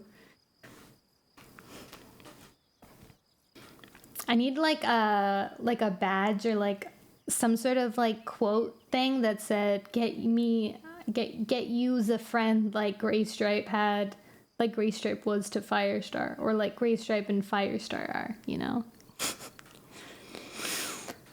Let's see. Leopardstar said this wasn't a time for apprentices, and Firestar agreed. Oh, sorry. Leopardstar said that this wasn't a time for apprentices, and Firestar agreed with her. Leafpaw mewed. Do you think StarClan will tell them anything? Who knows? Murmured Leafpaw.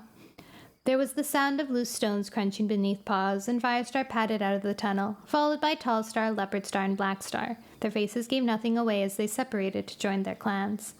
I want to know what happened, Squirrelpaw fretted. They can't tell us anything about the ceremony, Leafpaw reminded her. Squirrelpaw felt a prickle of frustration. It was all right for Leafpaw. She had her own special connection with StarClan. Couldn't she help out the cats who didn't? Squirrelpaw, Brambleclaw called. The tabby warrior weaved his way towards her. We're meeting up there, he whispered. He nodded to the crest of the ridge. We have to decide where we're going next. Squirrelpaw put her head to one side. I thought we were going to the sundown place to find Midnight. This is our last chance to be sure it's the right thing to do, Brambleclaw replied. After this, we'll be taking our clanmates into territory they've never been before. Come on. Squirrelpaw followed him up the steep slope, away from the rest of the clans. She could see Stormfur hurrying to the top of the ridge from RiverClan cats, his gray pelt glowing in the moonlight. Tawnypelt and Crowpaw already sat on the top of the jagged spine of rocks, silhouetted against the star-clad indigo sky. The shadowy world stretched away on one side of the Highstones, a huge black expanse that made Squirrelpaw's breath catch in her throat. Out there were snow-capped mountains, strange cats, dangerous creatures, and the sun-drowned place, that endless stretch of water where Midnight lived. Squirrelpaw shivered. Oh, StarClan, what are we doing? Does everyone agree we should head for the sun-drowned place to find Midnight? Brambleclaw asked. Tawnypelt's eyes were round with worry. I can't think of what else we should do. But what if she's not there anymore? It's a long and dangerous journey, Stormfur agreed. I was so sure we were going to lead them to a safe new home, Squirrelpaw meowed, remembering her excitement as she carried Midnight's message back from the sun-drowned place. We were going to save them. And instead we might be leaving them into unnecessary danger, Brambleclaw murmured. Why couldn't StarClan have chosen different cats to carry this message? Stormfur sighed. Thanks, Stormfur, you didn't even get a message. Squirrelpaw's heart ached for him. He had lost so much. Okay, to be fair, yeah, he had lost a lot. He lost his dad and his mom and his sister. Poor Stormfur. He must feel very lonely. Especially because on top of it, he left Brooke, who he had like a massive crush on and almost wanted to like, you know, be her mate, right? So he left everything. His sister had died on their first journey, and now Two Legs had taken his father. She moved closer to him, pressing her flank against his. Do you think our ancestors have abandoned us all? Tawny felt mewed, voicing the fear that nagged all of them. Well, they haven't sent the message. They haven't sent the sign Midnight promised, Brambleclaw admitted. Have any of you seen a dying warrior? Perhaps it was Mudfur, Stormfur suggested. He was a medicine cat, Squirrelpaw pointed out. Would Midnight know the difference? Murmured Tawny Pelt. But the cats looked at one another in silence. But Mudfur died on RiverClan territory. A sickening pang of doubt suddenly twisted Squirrelpaw's belly. If Mudfur's death was the sign, then we've come the wrong way. The 5 cats stared at one another, their eyes filled with dread as they imagined telling their leaders they had taken the clans all the way back to the heart of the forest to face the monsters once again. Oh, StarClan, have we gotten it all wrong? Squirrelpaw lifted her face to the sky and closed her eyes. When she opened them again, a flash of movement caught her eyes. She gasped, and the other cats followed her gaze. Above them, a falling star blazed a silvering trail before disappearing in a flash of light. The dying warrior! Squirrelpaw breathed. It was the sign they had been waiting for. One of StarClan's own warriors scorching into nothingness to show them the way to go. Faint as a cobweb, the star's fiery trail hung in the sky, stretching towards the horizon where the jagged peaks of the mountains jutted into the sky. Now we know which way to go, Brambleclaw murmured. Over the mountains, meowed Squirrelpaw. Nice. Graystripe and Firestar are my OTP too. You're right. You're correct. Chapter 20. Leafpaw pushed closer against Cinderpelt as the chill of dawn dragged her awake. The stone beneath her seemed to have soaked all the warmth from her body, and the air was so cold that when she opened her eyes she could see her breath billowing in small clouds. She stood up and stretched, the rocks glittering with the frost in the pale dawn light, and a scent drifted up towards her so delicious it made her mouth water. Ravenpaw was padding up the slope with a freshly killed rabbit dangling from his jaws. The other ThunderClan cats were still sleeping, clustered in a dip of the rock several fox lengths away, where each of the other clans had settled for the night. Oh, I did see that, but I was really confused because it looked like Princess, like they said, like Smudge and Princess. Is it like why would they use the name Princess if Princess is Firestar's sister that he finds later? It was really confusing. I didn't understand that. Especially when they had everything else that was so to the book. They rearranged the plot a little. Oh, interesting. Did you know that that Warriors graphic novel is actually made by 2 lesbians? And they're a couple. Do you know that? It's really good. I feel like that's what Warrior Cats needs. Go lesbians! So true. So true, Ash. Guys, guess what I'm eating right now?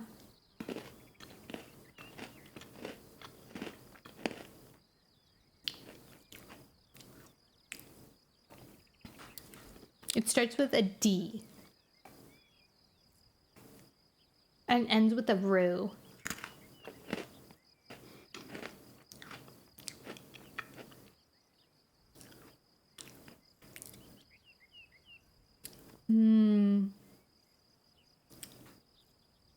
Dunkaroo. Not drinkaroo. Dunkaroos. Scrumptious. Dirtroo? Ew.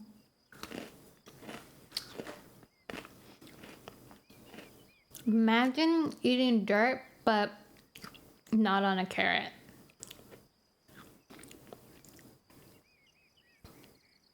Dunkaroos? It's like a very American thing. They were really popular when in the early 2000s, and then for some reason they like disappeared. Like it seemed like they ran out of business. Like they just weren't selling anywhere. You could only get them at like specialty shops. But now they're back again, and they're selling at normal places. So that's quite exciting.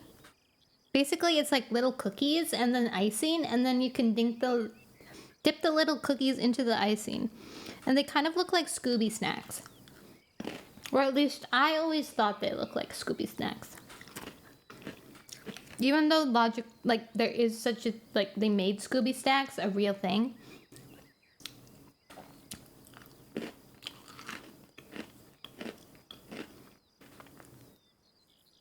Do you think Scooby snacks are called Scooby snacks? I feel like in my head, I heard something once that Shaggy invented Scooby snacks so that he could eat them as well as Scooby. Like an edible dog treat that both of them could enjoy together. And that's why he called them Scooby snacks.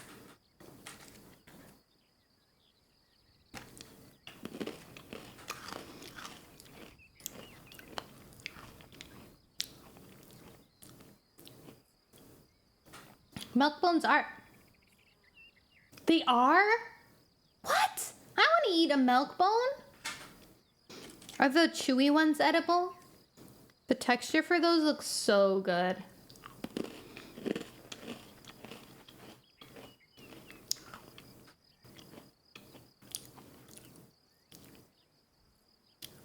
They taste like nothing. Just like baby food, probably.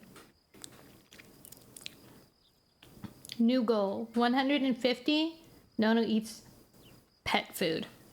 Pet treats.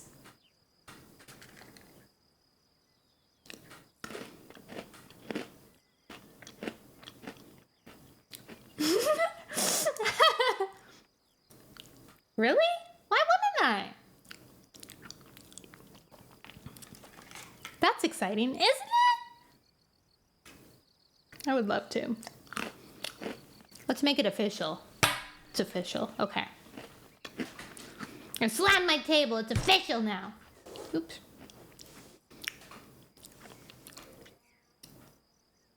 Okay. Snack break's over.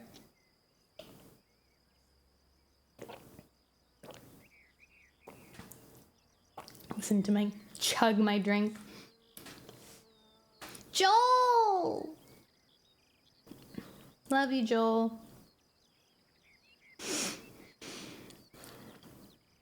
Where were we? The other ThunderClan cats were still sleeping, clustered in a dip in the rocks, several fox lengths away from where each of the other clans had settled for the night. But the scent of the rabbit woke them, and they began to raise their heads as Ravenpaw weaved among them. Firestar was already stretching, Sandstorm at his side, when Ravenpaw dropped the fresh kill at the ThunderClan's leader's paws. A parting gift, he mewed. Firestar stared at him. I'd wish you'd come with us, he meowed. I've lost Greystripe, and I don't want to leave another friend behind. Ravenpaw shook his head. My home is here, but I'll never forget you, I promise. I'll be waiting for you always.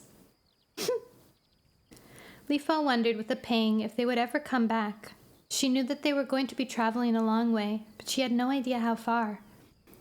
We've been through so much together, Firestar murmured, his eyes gleaming as he remembered. We've seen the death of Blue Star, the defeat of Tiger Star. He sighed. So much has happened, like a water flowing past in a river. More water will flow before we join StarClan, Ravenpaw assured him. This is not an end. It's a beginning. You will need the courage of a lion to face this journey. It's hard to find courage when I've lost so much. Firestar's eyes clouded. I never thought I'd leave the forest. Even when Blood Clan came, I would have died to save my home. Ravenpaw drew his tail gently along Firestar's flank. If I see Greystripe, I'll tell him which way you've gone, he promised. He dipped his head formally. Goodbye, Firestar, and good luck. Goodbye, Ravenpaw. As the black loner bounded away down the slope, Leafpaw's heart ached for her father. He was leaving behind his two oldest and closest friends, without even knowing if one of them was still alive. She watched Sandstorm press her cheek against his, as if to remind him he was not alone. Cinderbelt stretched her forelegs one after the other. We should check the cats and make sure they're all ready for the journey ahead, she meowed to Leafpaw. Leafpaw nodded. She thought back to the night before, when Squirrelpaw had returned with the others from the top of the ridge. Their eyes had been shining. We've seen the dying warrior! Brambleclaw's mew had been breathless with excitement. You've had the sign? Firestar leaped to his paws from where he had been dozing beside Sandstorm. How can you be sure? Cinderpelt asked. A star blazed through the sky, then vanished, Squirrelpaw explained. It fell behind the mountains. Blackstar ran over from where ShadowClan huddled on the rock. He looked puzzled. Is this the sign we waited for at the Great Rock? Tawnypet stared at him as if something had only just dawned on her. Of course. This must be the Great Rock Midnight meant. High stones, not the rock at 4 trees. Stormfur nodded. She'd never been to the forest. What she saw obviously looked like a great rock, even though to us it meant something completely different. Leopardar shouldered her way in front of the others. So what lies behind the mountains? Mountains? Ferncloud drew Birchcliff closer to her. Last time we crossed them, we found the Sundrown place, Brambleclaw explained, but this time the stars seemed to fall further along. Hawkfrost narrowed his eyes. So we'll have to find a new route? Not exactly, Brambleclaw told him. It'll be safer if we cross the mountains the same way as we did last time, Tawnypelt mewed. Otherwise we risk getting lost, and the snow might come at any time. We can head towards where the star fell once we're over them, Squirrelpaw put in. Leafpaw saw her sister's whiskers twitch, and Brambleclaw flexed his claws on the rock as if he were bracing himself for the journey. But there was a haunted look in their eyes as well. They were frightened of what lay ahead, because they knew what the journey might hold. With a twinge of alarm, Leafpaw wondered why StarClan had chosen a dying warrior to show them the way. It seemed a dark omen on which to fix the hopes of the clan. Come on, Leafpaw. Cinderpelt's voice jolted her back to the frosty morning. Cinderpelt, Leafpaw meowed hesitantly. Do you think the sign from StarClan means they're coming with us? The gray medicine cat gave her a long, thoughtful look. I hope so. But you're not sure, Leafpaw guessed. Cinderpelt glanced around. No cat was near. When we went to Moonstone yesterday, I could hardly hear StarClan, she admitted. But did they say anything? Leafpaw asked, alarmed. Cinderpelt narrowed her eyes. I know they spoke to me, but I couldn't tell what they were saying, as if their voices were drowned out by the roaring of great wind. You couldn't make out anything? Nothing. Cinderpelt closed her eyes for a moment, but they were there. They must be suffering as much as we are, Leafpaw murmured. It must be terrible to watch the forest being destroyed, and to be too powerless to stop it. After all, it was once their home, too. Cinderpelt nodded. You're right. But like us, they will recover, as long as all 5 clans remain. But will they find us in our new home? Leafpaw fretted. Will they know where to look for us? These are questions we cannot answer, Cinderpelt straightened up, and her voice became brisk. Come on, our clanmates need us. Leafpaw padded to where Ravenpaw had left the rabbit. It lay untouched beside her father. A patrol of warriors had already left to find more. May I take this to Ferncloud and Birchkit? She asked, but Firestar seemed lost in thought. Of course, meowed Sandstorm. Leafpaw glanced anxiously up at her mother. Will you be okay? Firestar turned to face her. Of course I will, he meowed. Go ahead and take that to Ferncloud.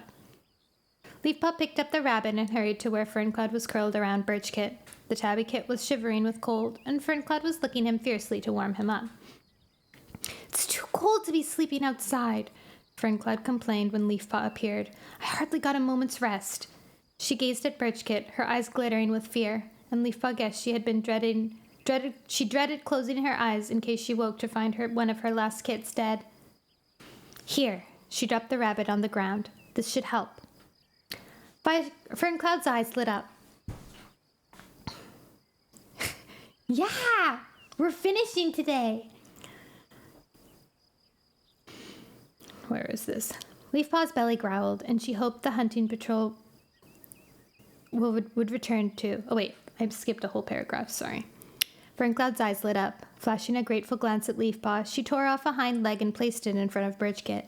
Try this, she urged him. We used to eat rabbit all the time, but we haven't tasted it in moons. Make sure you've had some too, Leafpaw advised Ferncloud. I will, Ferncloud promised. Leafpaw's belly growled, and she hoped the hunting patrol would return soon. She looked around to see if any of the other cats looked as though they needed help, but most of them were moving around quite cheerfully, shaking the stiffness from their limbs and padding up to the rock to lap water from the tiny hollows. Several cats, Brambleclaw and Squirrelpaw among them, were sitting near the top of the ridge, the gray stone turned rosy by the sunrise. Leafpaw heard Whitepaw pestering Brambleclaw. Tell us what it was like, please! Brambleclaw glanced over his shoulder to the far side of the ridge. You'll find out soon enough. But if you told us, we'd be ready for anything. Oh, sorry. Different voice. But if you told us, we'd be ready for anything, Spiderpup pointed out. He's right, Whitepaw mewed. Well, you've got to prepare us. Brambleclaw drew his tail over his paws with a resigned sigh. Well, there's lots of sheep, which are fluffy white woolly things that look a bit like clouds on legs. They're harmless, but you'll need to watch out for dogs when you see them, because the two legs use them to control the sheep. And thunderpaths, of course. They're mostly small, but there are many to cross. And then there are the mountains. His voice trailed away, and Leafpaw felt the cold wind pierce her fur. What was it about the mountains that frightened these cats so much? How would they get kits and elders through such a place? Oh, StarClan, where are you? If only she could believe StarClan was traveling with them. Perhaps she wouldn't feel so afraid. Leafpaw had never guessed such a vast world existed beyond Highstones. Field after field stretched before them, dotted with sheep looking exactly like clouds as Brambleclaw had described. Squirrelpaw padded beside her, her breath billowing in the frosty air. Do you remember this? Leafpaw asked. A bit, Squirrelpaw mewed. So, we're going the right way? Yep. Leafpaw wondered why her sister seemed so reluctant to talk. She watched her exchange an anxious glance with Brambleclaw. He had been weaving among the cats all morning, flanking first one side, then the other, as if he was afraid of losing one. Leafpaw felt the air tremble, and a rumble in the distance made her pause. It sounded as if a storm was coming, but the clear sky told her there couldn't be. She lifted her nose and sniffed the air. A thunderpath. It's a big one, Squirrelpaw warned. As they drew nearer, the rumbling grew to a roar, and the stench began to burn Leafpaw's throat. The cats in front slowed down, jostling together but still keeping closer to their clanmates than the other cats. Squirrelpaw pushed forward, and Leafpaw followed until they reached a ditch with steeply sloping sides. Beyond it lay the thunderpath. We should get the kits across first. Firestar led the way into the narrow gully. Leafpaw jumped down beside Sorreltail, her paws slipping on the greasy grass. Monsters roared past in both directions, and she flinched as the earth shook beneath her paws. Each clan should take its own chances, Mudclaw insisted. River Clan will cross first, Hawkfrost declared. Not all the warriors are as strong as River Clans, Leopardstar pointed out. Firestar is right. We should help the weaker clans. My clan doesn't need your help, hissed Mudclaw. Besides, it would be chaos. No cat would know whose orders to follow. Then why don't you command us all? Firestar spat. No cat commands Shadow Clan warriors except for me, Blackstar growled. Brambleclaw pushed through the crowd to stand beside Firestar. Leafpaw was close enough to scent the fear in him. Cats will get killed while you're all bickering. Surely it doesn't matter who's in charge if every cat's safety is on the other side. Until every cat is safely on the other side. Blackstar flattened his ears and Hawkfrost lashed his tail. Let him continue, Firestar warned. I'll lead ThunderClan. Brambleclaw meowed. Crowpaw can lead Wind Clan, Tawnypelt can lead Shadow Clan, and Stormfur, you glide River Clan. Crowpaw can't lead Wind Clan, Mudclaw argued. He's only an apprentice. Have you crossed this path before? Brambleclaw demanded. No, Mudclaw spat, but I've commanded my clan before. Crowpaw will lead, Brambleclaw hissed. Ignoring them both, Stormfur flicked his tail and led his clanmates to the edge of the thunder path, where he crouched, waiting to give the signal. A monster roared past, its pelts glinting in the sunlight. As soon as it had gone, Stormfur yowled and the River Clan cat surged up and over the thunder path. Leafpaw searched for Dawnflower, quickly spotting her paid gray coat and feeling a rush of relief when she saw the two River Clan warriors were helping her carry her kits. As the cats bundled onto the verge of the other side, Leafpaw heard the menacing rumble of another monsters. Thanking StarClan that RiverClan had made it all safely, she looked up to see how far away it was. Her heart flipped over. Mudclaw had told his clan to start crossing without waiting for Crowpaw to give the command. Crowpaw stared panic-stricken as the monsters screamed towards them. Hurry! Oh my god, poor Crowpaw. Jesus Christ.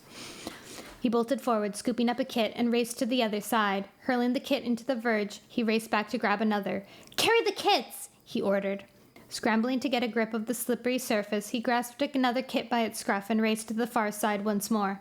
The warriors and apprentices seized the last of the kits and raced after him, with the queens at their heels. But Morningflower, a Wind Clan elder, fell behind. No! Run! Leafpaw yowled. Above her, Firestar crouched at the edge of the thunder path. His gaze flicked at the incoming monster, judging whether he could reach Morningflower in time. Stay where you are! Brambleclaw screeched at him. Firestar crouched lower and flattened his ears. Keep going! You'll make it! He called to the Wind Clan she-cat. The monster bore down like a whirlwind and suddenly veered across the thunder path, straight towards Firestar. Leafpaw felt a wave of terror and shut her eyes, waiting for the sickening crunch of fur and bone. It never came. She opened her eyes, a tiny slit, to see the monster sweep past Firestar so close that the wind tugged his fur. It roared away without slowing down. Leafpaw opened her eyes fully. Morningflower was limping determinedly across the thunder path, watched by her clanmates from the other side. Firestar backed away from the edge, his flanks heaving. It's okay. He's safe. Sorrowtail touched her nose to Leafpaw's shoulder. I thought he was going to be killed, she whispered. Your father's brave, Sorreltail murmured, but he's no fool. Leafpaw turned back to watch ShadowClan waiting to cross. She hoped that Blackstar had learned caution from Mudclaw's recklessness. The ShadowClan leader was watching Tawnypelt. An apprentice started forward. Get back! Tawnypelt hissed. Her tone stopped the apprentice in his tracks, and he darted back to join the other cats. We go together, she insisted, glancing at Blackstar. He nodded. There were no monsters in sight. Cautiously, Blackstar padded forward, lifting a nose to scent the air. Now! He called, and the ShadowClan cats leaped up the side of the ditch and spilled into the thunder path. Tall Puppy's kits were carried safely by warriors, and Tall Puppy herself was swept along by her clan, like a fish swimming downstream. Leafpaw sighed with relief as all the cats reached the other side before a monster set the earth trembling once more. We'll go after this one, Brambleclaw called. Suddenly, a tiny cry came from the far side. Leafpaw stiffened.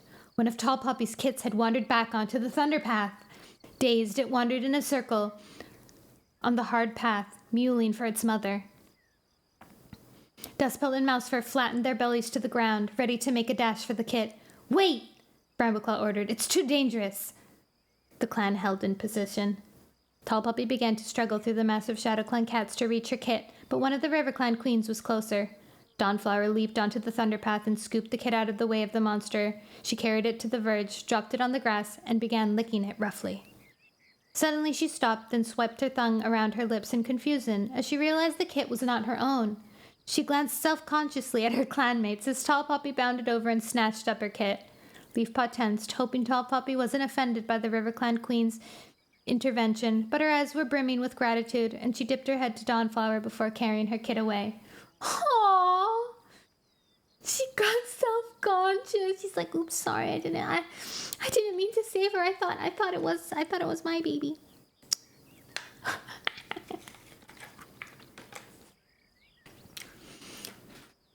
That's worth Feathertail rescued me from the fence stuff. Squirrelpaw pointed with her nose to the shiny prickly thread that hung between the wooden posts. The thunderpath was behind them now, and Leafpaw's paws had finally stopped shaking. She was grateful to her sister for distracting her with stories of the first journey here. While the others were busy arguing about what to do, Squirrelpaw went on, Feathertail rubbed my fur with some chewed up dock leaves and I slipped out like a fish. You left half your pelt behind, though. You left half your pelt behind, though, Stormfur reminded her, and Squirrelpaw swatted him playfully with her forepaw in reply. There seemed to be no danger here. No fresh scents of two legs or dogs, just lots of sheep that grazed noisily, paying little attention to the cats. The cats spread out across the meadow, each clan keeping to itself. Only Crowpaw, Tawnypelt, Brambleclaw, Squirrelpaw, and Stormfur broke away from their clanmates, taking turns hurrying up and down the line, watching for stragglers.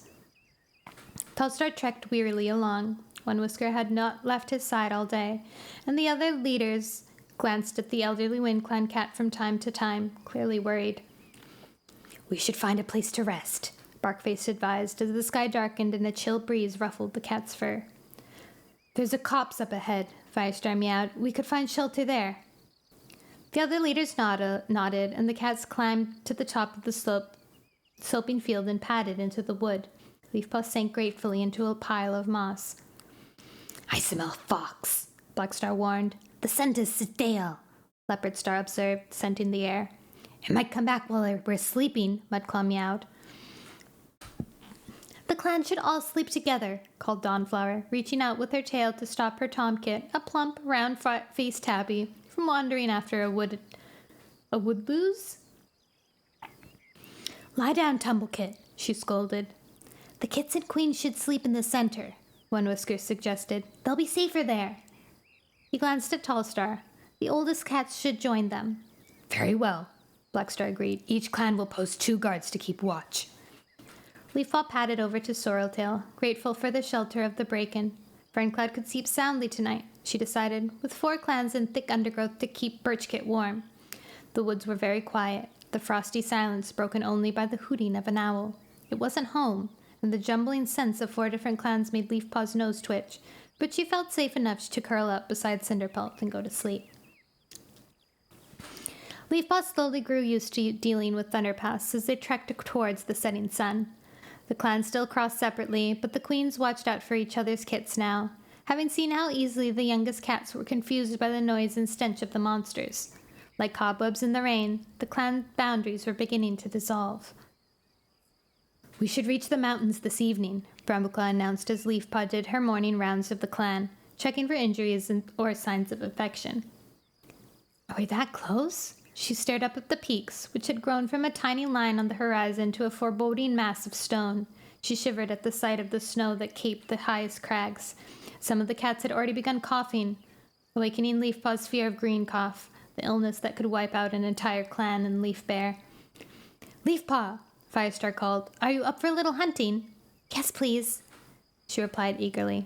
She had been so busy tending to the clan, patting cuts and cobwebs, soothing scratches with Doc, trying to make the best of what herbs she and Cinderpelt had found along the way, that she had not hunted in days. Go with Brambleclaw and Squirrelpaw, then, Firestar ordered. See if you can bring back a mouse or 2. Squirrelpaw bounded to her side. Which way shall we go? There should be plenty of mice in that field over there. Brambleclaw pointed with his tail to an open meadow beyond the hedgerow. Come on, then, Squirrelpaw urged. Brambleclaw charged after her, and Leafpaw followed, wiggling through the hedge to find herself in a broad, grassy space. While Brambleclaw and Squirrelpaw ranged around the edge of the field, she headed into the long grass battered down by the leaf-bare winds and rain. Almost at once she smelled mouse. After the long, hungry moons in the prey-scarce forests they had left behind, Leafpaw could not believe her luck. Crouching down, she prowled through the grass until she found the freshest trail. A moment later, she spotted a twitch of brown scrabbling deep in the grass and pounced. The mouse darted away before her paws hit the ground, and she only flattened the tusk rock where it had been sitting a heartbeat before. I see you're more accustomed to forest hunting. Hawkfrost's condescending mew made Leafpaw jump. She spun around to find RiverClan warrior calmly watching her, his tail curled over his paws. Haven't you got anything better to do? She challenged him, like hunt for your own clan. I've already caught 3 mice and a thrush, he meowed. I think I have earned a rest. As Leafpaw searched for a sharp reply, Hawkfrost lifted his nose and scented the air. Dog, he hissed, headed this way. Leafpaw could hear the heavy paw steps now, pounding through the grass. She stared around in terror, wondering which way to run. Get back to the hedge, Hawkfrost commanded. Leafpaw began to run, but an angry snarl made her freeze. Glancing over her shoulder, she saw Hawkfrost arching his back and snarling at a snarling black and white dog. The RiverClan warrior let out a hiss and leaped back, lashing out to rake his claws across the dog's snout. Brambleclaw, Squirrelpaw, help! Leafpaw yowled. The dog lunged again. Hawkfrost sprang out of the way. But the dog turned in an instant and snapped at the air where Hawkfrost had been. Look out! Brambleclaw burst out of the grass beside Leafpaw and leapt onto the back of the dog. He clung on with piercing claws as it buckled down and howled and struggled to shake him off. Brambleclaw hung on, but the dog twisted its head back and clamped its jaw shut only a mouse length from Brambleclaw's face. Hissing in terror, Brambleclaw let go and was hurled to the ground. In the heartbeat it took him to recover, the dog rounded on him, slavering with rage. Just in time, Hawkfrost threw himself in front of Brambleclaw, aiming a flurry of thorn-sharp swipes at the dog's muzzle. Brambleclaw scrambled to his paws and joined the attack. Leafpaw stood stiff-legged with horror, watching the 2 warriors turn and move the haunch of their massive shoulders as they were a reflection of the other. The dog began to back away with its tail clamped between its legs. Hawkfrost reared up his hind legs and hissed so menacingly the dog yelped and ran for the hedge. Brambleclaw, are you all right?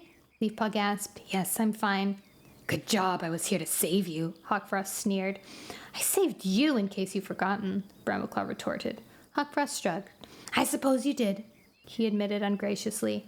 Well, I guess you scared that mud off pretty well, Brambleclaw conceded. They're trying to compliment each other. What's going on? Squirrelpaw hurried out of the long grass. I smell dog. It attacked us. Brambleclaw and Hawkfrost scared it away, Leafpaw reported. You're kidding, gasped Squirrelpaw. I'm going back now, Hawkfrost announced abruptly. Their narrowed eyes didn't seem to have made him any friendlier, and Leafpaw was quite happy to see the RiverClan warrior stalk away. Come on, let's keep hunting, meowed Brambleclaw. He bounced off through the grass. Come on, Leafpaw, Squirrelpaw called over his shoulder. You'll need to eat well before we can head to the mountains. Leafpaw looked up at the snow-dappled peaks. She wished she shared her sister's courage. These cats had struggled enough getting this far. How would the kits and elders cope with rocks and ice and sheer, dizzying cliffs? How would the warriors and apprentices cope, for that matter? She shut her eyes and uttered a silent prayer to Starkland, but she felt hollow with dread as her words came echoing emptily back, as if there were no one there to listen. Chapter 21. I've missed so many streams, been so miengot. Did you read Warrior Cats? Cat.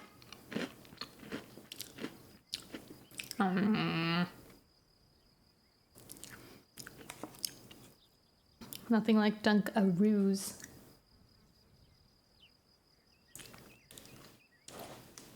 We're about 70 pages from being done.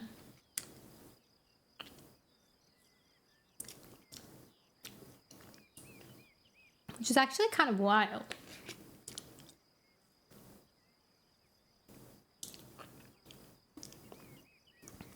Sorry, I'm eating the rest of this icing.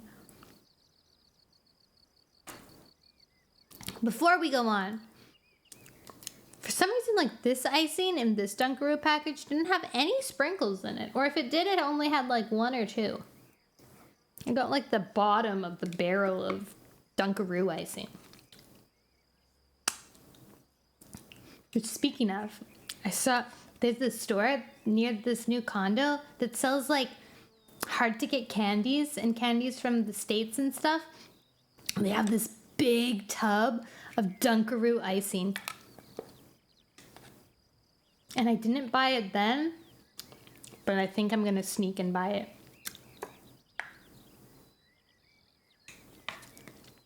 And just eat it with a spoon. Scrumptious.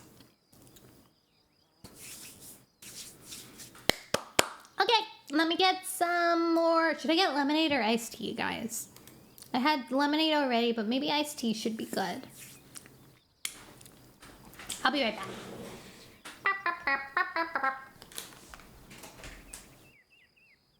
I like iced tea, I like iced tea, I like iced tea. Wait, where's the lid? Oh, there it is.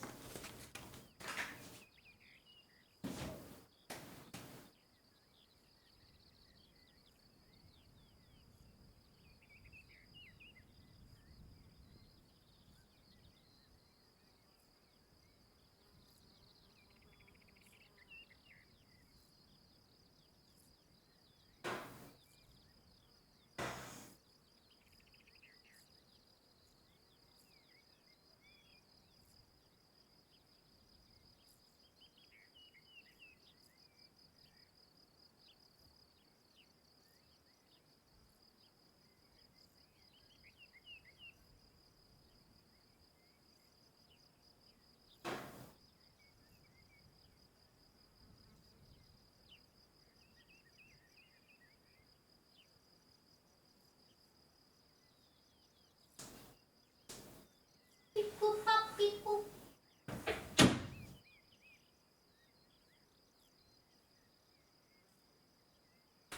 Joel.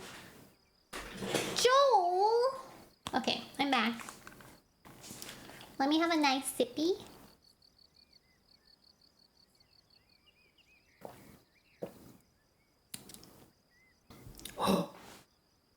This is much less sweet than the lemon juice. I mean the lemonade. But I think it's more refreshing. Because it's like real tea. This tastes like real tea that's been iced. Okie dokie, okie dokie, okie dokie. Let's continue. Chapter 21. A bitter wind blew down from the mountains as the clans joined the trail that led into the towering peaks. Heavy clouds blanketed the sky, and Leafpaw could tell by their yellow tinge that it would soon start snowing. Brambleclaw and Stormfur were leading them along the side of a steep valley. It was as different from the forest as Leafpaw could possibly imagine. There were only a few trees, gnarled and stunted, clinging to the smooth gray stone, with nowhere that prey might live.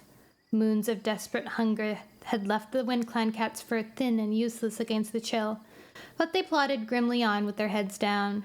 Tallstar looked as brittle as a leaf, often leaning on one whisker, who rarely strayed from his side.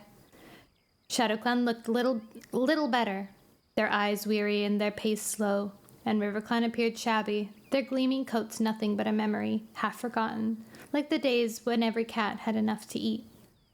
One of Tall Poppy's kits gazed up at the crags with eyes as wide as Howl's. Are we really going up there? Yes, Tall Poppy answered bleakly. Morningflower paused, then stiffly lifted one paw and grazed her tongue across its pad. Are you all right? Leafpaw asked the elderly she-cat. Blood welled between Morningflower's claws. Leafpaw looked further up the line, where Squirrelpaw and Brambleclaw padded side by side. Squirrelpaw! Squirrelpaw turned at once. Can we stop? I need to dress Morningflower's paws. I'll tell Firestar, came the reply. Is there anything you need? Brambleclaw meowed. Cobweb and comfy, please, if possible. Leafpaw gazed at the barren landscape with little hope of finding anything that would help. Breakenfur, in the middle of the stream of cats, lifted his head. We'll find some, he promised. He murmured to the cats around him. Mews rippled through the throng, and warriors of all clans began to range out and search among the rocks. Aw. Leafpaw examined Morningflower's paw. You've kept it clean, she mewed, but you've got it. But if you go on softening it with your tongue, it'll never toughen. Barkface pushed his way forward to join them. What's wrong? It's just raw from walking, Morningflower muttered. Will this do? This is like a gruff gal. Will this do? Russet Fur came over and spat a mouthful of leaves on the ground. Leafpaw sniffed them cautiously. They didn't smell like anything she was used to. She lapped up a leaf, letting the flavor seep into her tongue before she dared bite it. The taste was bitter, but it had a strange flavor that reminded her of marigold. It might do. She glanced at Barkface. Should we try it? Barkface sniffed a leaf. Looks like something we used on the moors. You may as well try, Morningflower offered. If it works, we can use it on others. I'll let you know soon enough if it hurts too much. Leafpaw chewed the leaf and washed its green juices into Morningflower's paws. The old cat winced and Leafpaw drew back. It's okay, Morningflower grunted. Just a sting. Carry on. Mothwing bounded up, one forepaw swathed in sticky web web. Thank you for the follow, Gamer. Great, thanks. Carefully, Leafpaw teased the web from her outstretched paw and wrapped as much as she could around Morningflower's swollen pad. Let me know if it starts to throb. I will. Morningflower pressed her paw gingerly to the ground. Not bad, she mewed. Brambleclaw hurried back to the head of the line, and the cat set off again. Squirrelpaw walked quietly beside Leafpaw, her head down. Is this the way you came home? Leafpaw mewed after a while. I think so, Squirrelpaw mumbled. Leafpaw glanced at her in surprise. They had come this way because Tawnypelt said it would be easier to follow the route they'd used before. She had assumed Squirrelpaw knew the way. She peered ahead where the valley narrowed until it was little more than a cleft between the rock. Doesn't anything look familiar? Squirrelpaw blinked. It looked different coming in this direction. Oh, it looks different coming in this direction. The tribe led us most of the way last time. Leafpaw gulped. She wondered if they would meet any of the tribe cats on their journey. These mud-streaked cats who worshipped strange ancestors and survived in a world of rock and ice. As the cats trekked on, higher and higher, only Stormfur looked comfortable. He leapt from rock to rock so easily it seemed quite unlike a RiverClan cat, and even his fur blended smoothly into the bare gray world. You're on what page? 277.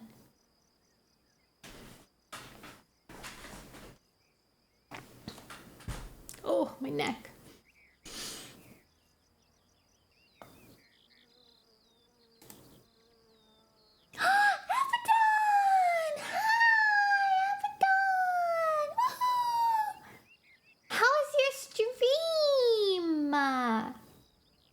Your lovely, your affiliate stream? Was it fun? Bunny Gang, rise up, light side of the moon. Yeah, it was fun. Good, I'm glad. I'm very glad. I'll have to go check it out later. Hold on, let me give you a bit of follow, as they say. A little bit of a follow. There we go. Yay! Okay, I'll check it out later.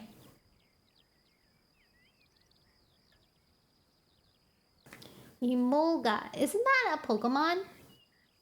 The, squirrel Y?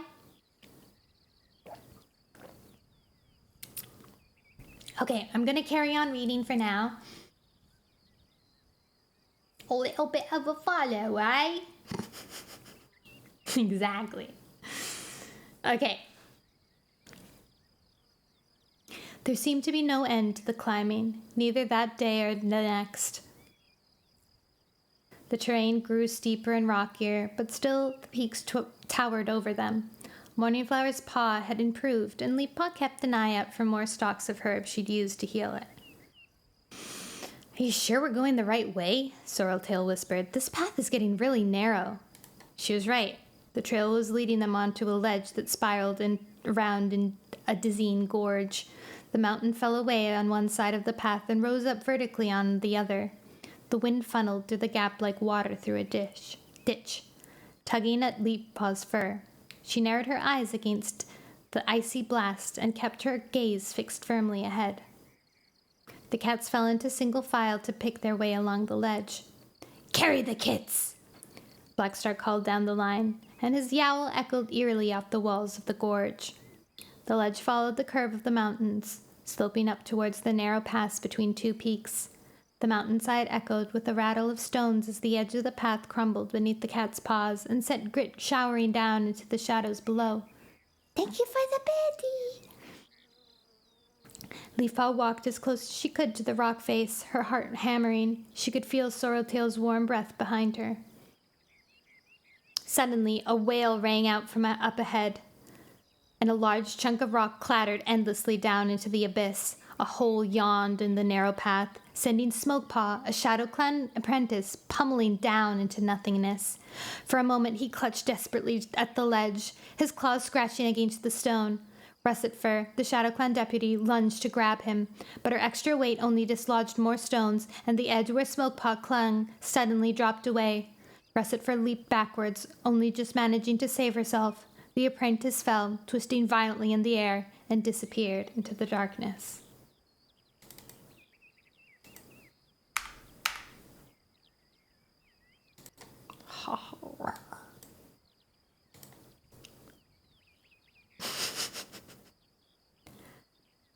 A Shadow Clan queen leaned over the precipice. Smokepaw! Get back! Stormfur yowled. He weaved like a fish back along the ledge and dragged her back. As the cat stared in frozen horror, Leafpaw willed StarClan to take the apprentice quickly. Blackstar peered over the edge. There's nothing we can do, he meowed. Oh, why do I have a random leaf sticking out? Weird. Oh, there we go. We have to keep going. You're gonna leave him? Wailed the queen. He won't have survived that fall, Blackstar told, and we can't reach his body. He touched the queen's flank with his muzzle. I'm sorry, Nightwing. ShadowClan won't forget Smokepaw, I promise. Hollow-eyed with shock and grief, the cat set off once more, pressing so close to the cliff face that it scraped their fur. But Smokepaw's fall had left a gap in the ledge. Fortunately, Longtail was among the cats that had been ahead of the RiverClan apprentice. Leafpaw gulped at the thought of helping the sightless Tom across the gap. He had no way of measuring, but there were still several cats on the wrong side of the terrifying hole. Thank you. Stormfur crouched on the far side, bracing his claws against the rock. Come on, he called to Weaselpaw, a WindClan apprentice. It's safe on this side. You can jump it easily. Weaselpaw stared down at the shadows, his eyes stretched wide. The others will freeze waiting for you, Stormfur growled, losing his patience. Just jump. Weaselpaw looked up and blinked. He crouched, keeping his weight well back on his haunches, and leaped across with his front legs outstretched. Stormfur caught him by the scruff as he landed, grunting with the effort. He gave him a nudge up the path and turned to the next cat. My kids can't jump over that. Tall Poppy shrank back. Can you pass them over? Stormfur meowed. Tall Poppy flattened her ears. It's too far. I'll take them. Crowpaw squeezed carefully past Stormfur and jumped the gap to land in front of Tall Poppy. Dang, bro! He's showing off. She stared at him, her eyes filled with fear. I won't drop them, he promised. He picked up the smallest and patted to the edge of the hole. The kit struggled beneath his chin, its terrified mews echoing around the chasm. Tall Poppy watched, huge eyes, as Crowpaw jumped. Pebbles showered from the ledge as he landed beside Stormfur, but he kept his footing. Leafpaw was amazed by his agility. Make sure he stays put, he meowed, placing the kit gently on the ledge. Then he turned and leaped back for the next. When all three were safely over, Tall Poppy followed, clearing the gap easily with her long legs. Thank you, she breathed. She pressed her muzzle against each of her kits before nudging them gently upwards, up the slope. Let's get the others across, Crowpaw mewed to Stormfur. You stay on this side, I'll go on the other. When it was Leafpaw's turn, her paws trembled so hard she was afraid that they would shake her right over the edge. It's okay, Crowpaw murmured. It's not as hard as it looks. Leafpaw felt his warm breath on her fur and tried to concentrate on that instead of the gaping hole before her. She knew that black home, with nothing but the soft forest floor beneath her. She would leap this far without thinking. But here, the gap seemed to drag her like a black river, pulling her down, down, down. Don't think about it, Stormfur called. Leafpaw screwed up her eyes, feeling the lip of the stone under her paws. StarClan, help me. She crouched down and sprang, landing in a skid that made her paws sting. Well done, Stormfur yowled. Leafpaw shuffled back around and saw Sorreltail waiting to jump. She shrank back as Sorreltail hurled herself and skittered dangerously near the edge. Leafpaw lunged and grabbed her scruff. Thanks, Sorreltail breathed shakily. That's okay, Leafpaw muttered through a mouthful of tortoise shell fur. Hurry up and catch up with the others, Stormfur mewed. We'll make sure the rest get over in one piece. They padded gingerly up the slope. Tall Poppy had already disappeared through the narrow ravine, and Leafpaw followed her, eager to be away from the ledge. The ravine opened onto a sloping valley that fell away towards the other ridge. On one side, a great rock cliff soared towards the sky. On the other, a slope swept more gently upwards to where the heather and grass fought for space among the jutting rocks.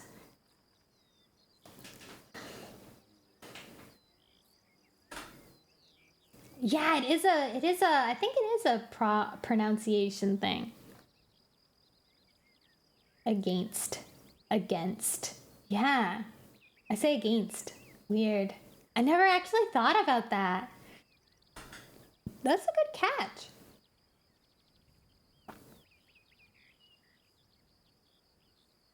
The other cats hovered like shadows among the rocks. Cinderpelt was already weaving among them, checking that everyone was all right.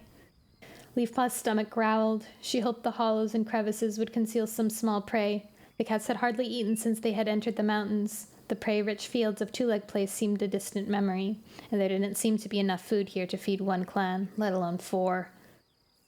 It looks like some of the cats are already hunting, Sorreltail meowed. Tawnypelt was leading a small patrol up one side of the valley.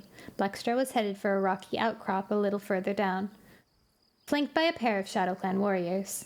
Leafpaw! Sorreltail! Leafpaw heard her father calling and bounded down to him. Brambleclaw is organizing hunting patrols, he meowed. You two can join them.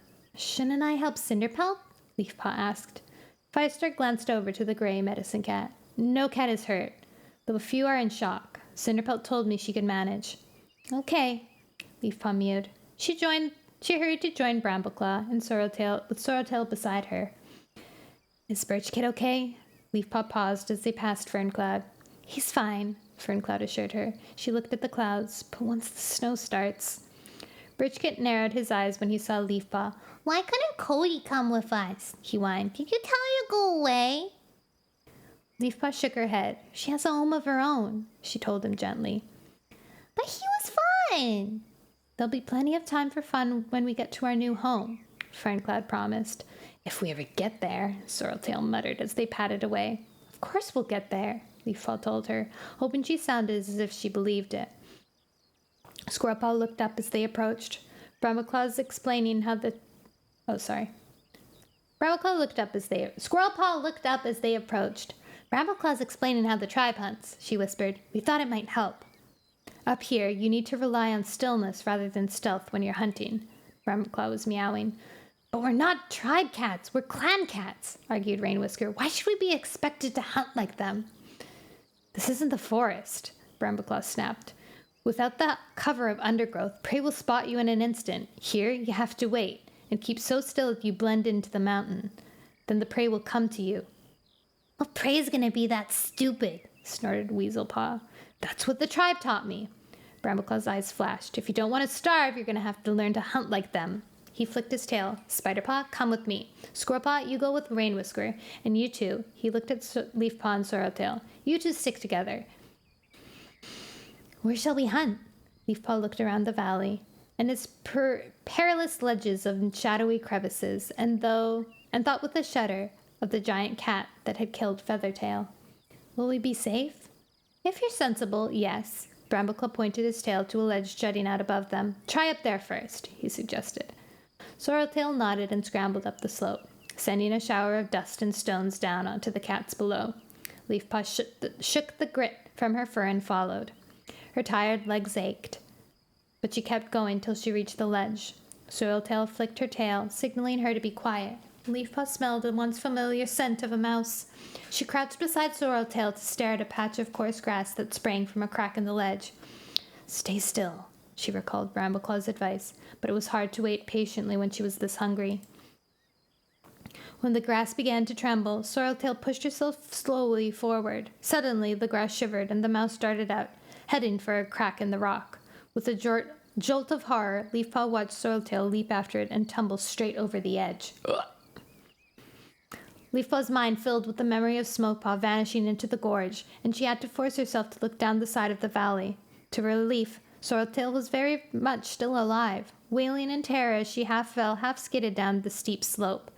She came to a bone-jarring halt against a stunted hawthorn bush and buckled down that buckled and quivered under her weight, but stopped her from sliding any further.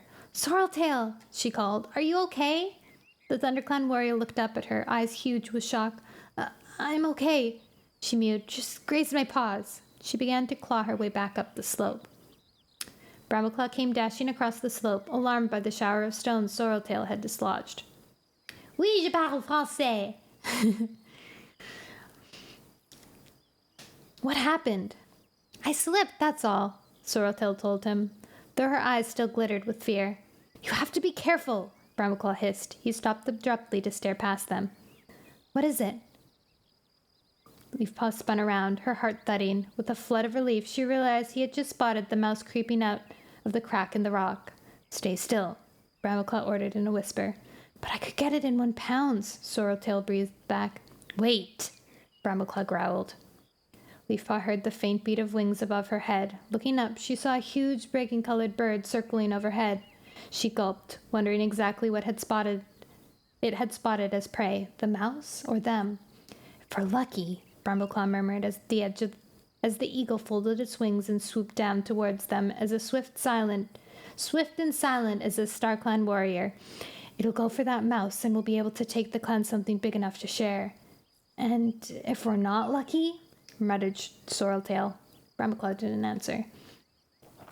Above them, the eagle's wings seemed to stretch wider than the river that had separated ThunderClan from RiverClan. Leafpaw fought the urge to turn tail and run. Closer and closer the bird came, until she could see each feather on its massive wings, and its eyes gleamed like tiny black pebbles. Wait. Brambleclaw breathed through clenched teeth, just when Leafpaw could see the sinews on the bird's yellow talons. It plummeted past them, ignoring the mouse and 3 cats on the ledge. It was headed straight for the clans in the valley below. Brambleclaw sprang to the edge and peered over. "Look out!" he howled. The mass of golden brown feathers seemed to explode among the cats, who screeched in terror as they raced in all directions. Only the warriors held their ground, leaping up on their hind legs and thrashing the air with unsheathed claws as the eagle climbed up once more. Beating its powerful wings. As it began to rise into the sky, Leafpaw saw a small struggling creature grasped in its talons and heard the pitiful mewls of a terrified kit. "No! Marsh Kit!" Tall Puppy shrieked. Suddenly, Brackenfur sprang up into the air and, as though lifted by the wind. With his outstretched claws, he grasped the eagle's talons and a heartbeat before they rose out of reach. Yowling with rage, he clung on. The eagle screeched and shook the golden brown warrior off. Brackenfur collapsed onto the ground, but his attack had been enough to loosen the eagle's grasp, and the kit plummeted down beside him. Leafpaw hurled herself off the ledge and landed clumsily and skidded down the valley.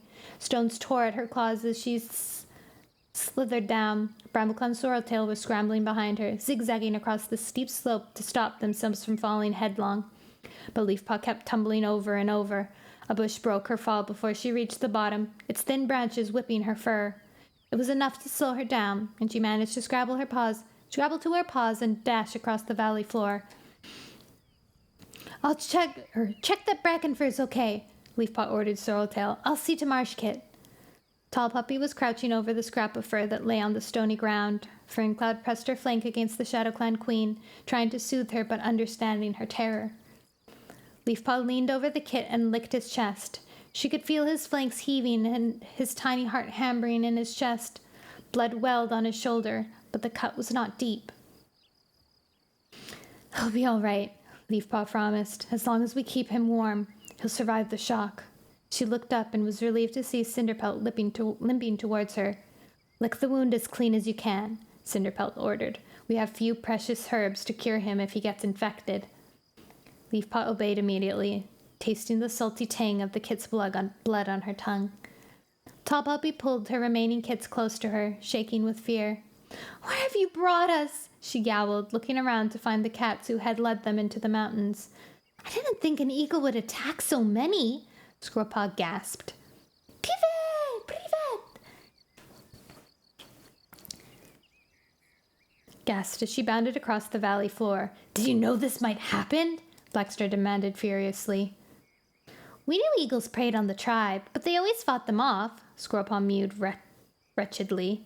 We are not the tribe, Blackstar hissed. We should have warned us so we should have found... should have warned us so we could find shelter. What shelter? Tall Puppy cried. There's nowhere to hide. There's nowhere to hunt. We're the prey here. It's true, Dawnflower mewed, her voice raising in panic. We'll be picked off one by one. Not if we stick together, Dustpelt argued. Yes, Russetfur agreed. Next time we'll be more prepared. If another bird attacks, we'll drive it off before it gets close to the kids. 10 clans couldn't drive off a bird like that, Tall Papa yowled. Maybe not, Leopard Star meowed, but any cat here would die trying for the sake of our kids. Her gaze flicked around the clans, and mews of agreement rose from every warrior and apprentice. Leafpaw blinked. There were no longer 4 clans making this perilous journey. There was just one clan, bound by fear and helplessness. She left Marsh Kit with Tall Poppy. Little Cloud was with them now. Is Breakin'Fur okay? She called, patting to where Sorreltail was sitting beside the Golden Warrior. I'm fine, Breakin'Fur meowed, pushing himself to his paws. I'll keep an eye on him, Sorreltail promised.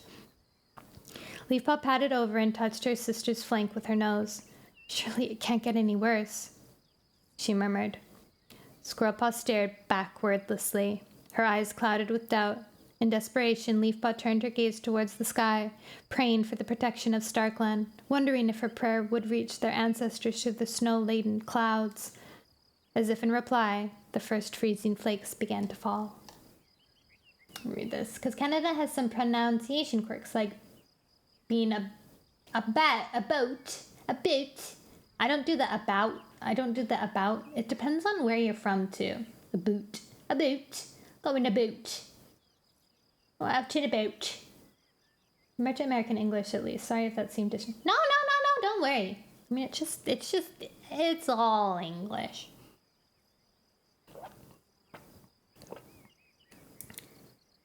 But yes, I do speak French. And hello, and thank you for the hydrate. I had some iced tea. Chapter 22. We are 50 pages away from the end of the book. Did you know Brackenfur? Didn't he try to save that one death kit? Do you remember that? And he missed, and he was really upset about it. But now he saved a different kit. He saved a different kit this time. From a bird. I'm proud of him. Because I feel like he wanted that kit. He wanted to mentor it. He wanted to mentor was it Snow Kit, I feel? Snow Kit? I think he wanted to mentor Snow Kit, so he'd been keeping an eye on it for a while. And he was kind of concerned about it. Yeah. Chapter 22. Squirrelpaw glimpsed movement on the ledge above. She stopped, her paws sinking into the banked snow, and glanced up. A falcon was feasting on a shrew a few tailings up on the rocky outcrop. Squirrelpaw knew her ginger pelt must stand out like a sunset in a pale sky, but she stood motionless, hoping that the falcon hadn't noticed her. The snow felt soothing against her raw pads. She wondered if she had the power to leap up the short distance and catch the falcon. Probably not. The past few days had sapped her strength until she almost couldn't be bothered to hunt at all. The falcon flattened the shrew against the rock and stooped to pull the flesh from it. Squirrelpaw felt a retch of envy as hunger chewed at her belly. Slow as melting ice, she prowled forward, praying the thickly falling snow would camouflage her pelt. She had to catch some prey. The cold would start killing cats faster than any eagle if the clans grew any hungrier. Despite their bold promises to Tall Poppy, the shock of losing Smokepaw and nearly losing Marsh Kit had shaken the confidence of even the strongest warriors. Squirrelpaw felt the flood of regret so strong it stopped her in her tracks. She had helped to lead the clans to their death. She was not even sure she would be able to find her way back to them if she caught the falcon. She knew only that they were somewhere near, huddled in the snow, praying for StarClan for deliverance. If only she could be sure they had reached the place where the tribe hunted, then at least they might get help from the cats they had met before.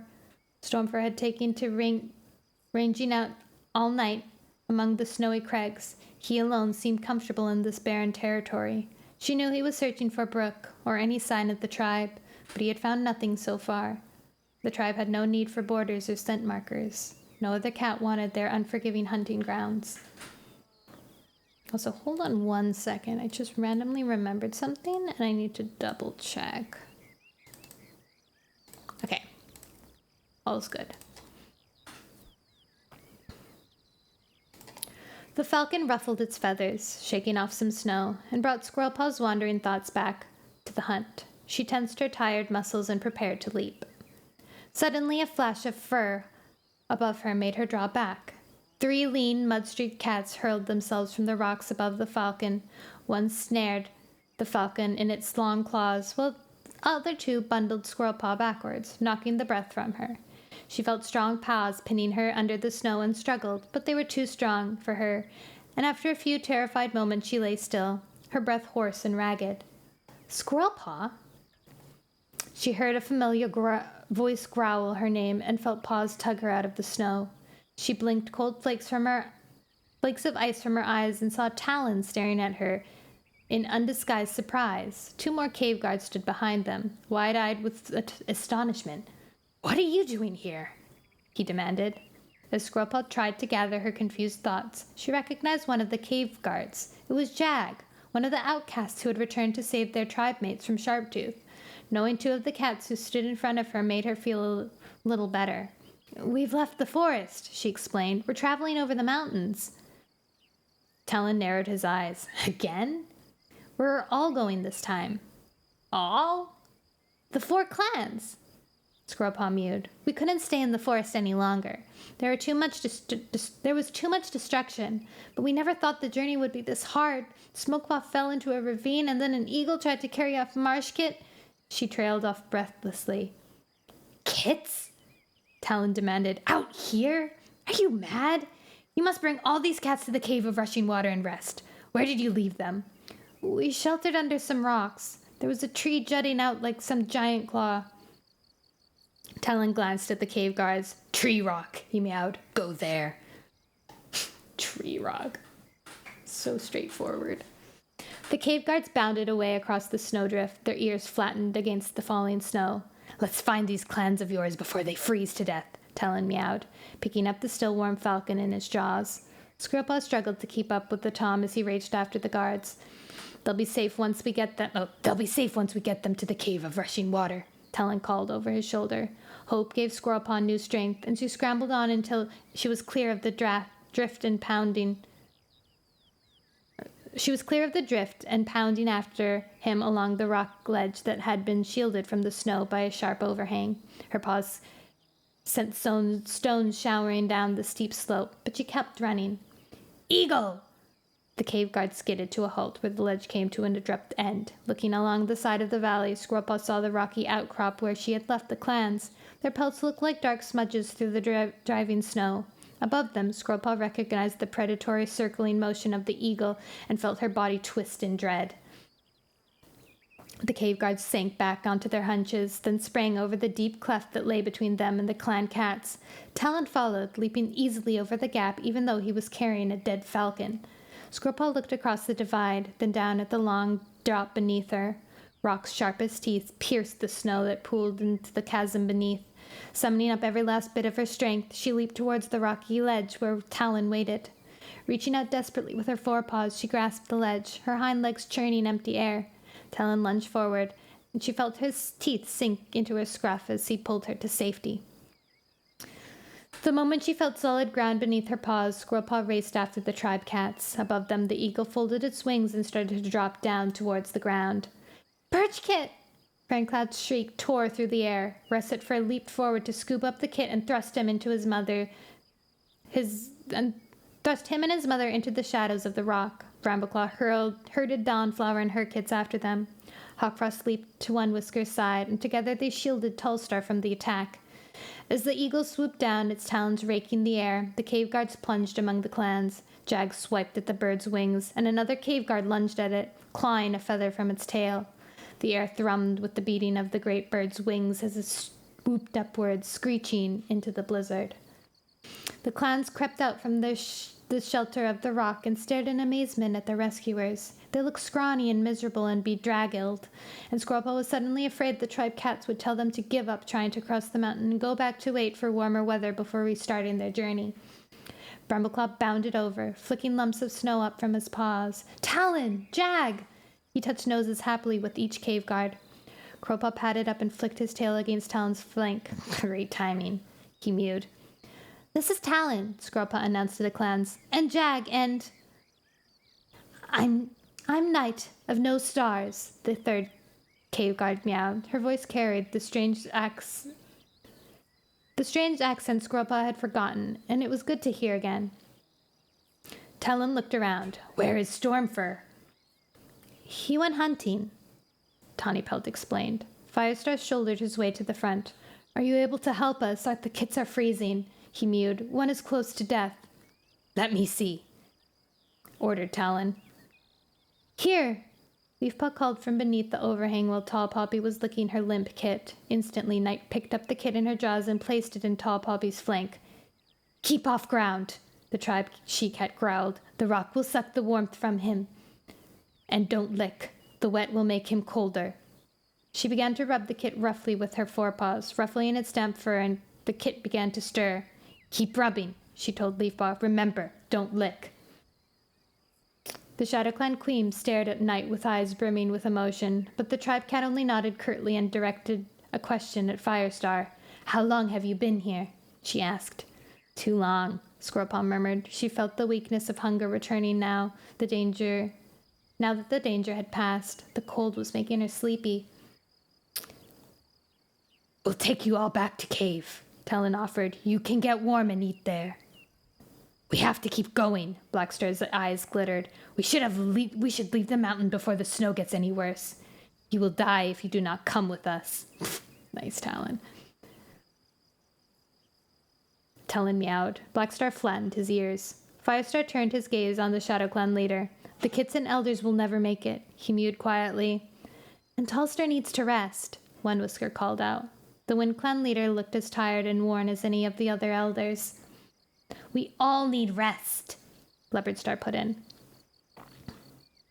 "But Crowpaw has told us there's moorland just beyond the mountain," Mudclaw argued. "We should head for that." Blackstar turned to Little Cloud. "What do you think?" "The elders don't have the strength to go on," the medicine cat mewed, "and the kids will freeze without food." "This one will be dead by sundown if she doesn't get shelter," Leafpaw called. She was rubbing Marshkit, watched closely by his mother, Tall Poppy.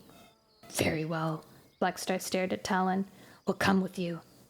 Talon glanced at Mudclaw. Squirrelpaw wondered if he thought Mudclaw was one of the clan leaders, since Tallstar was too frail to speak on behalf of the Wind Clan cats. "We'll come too."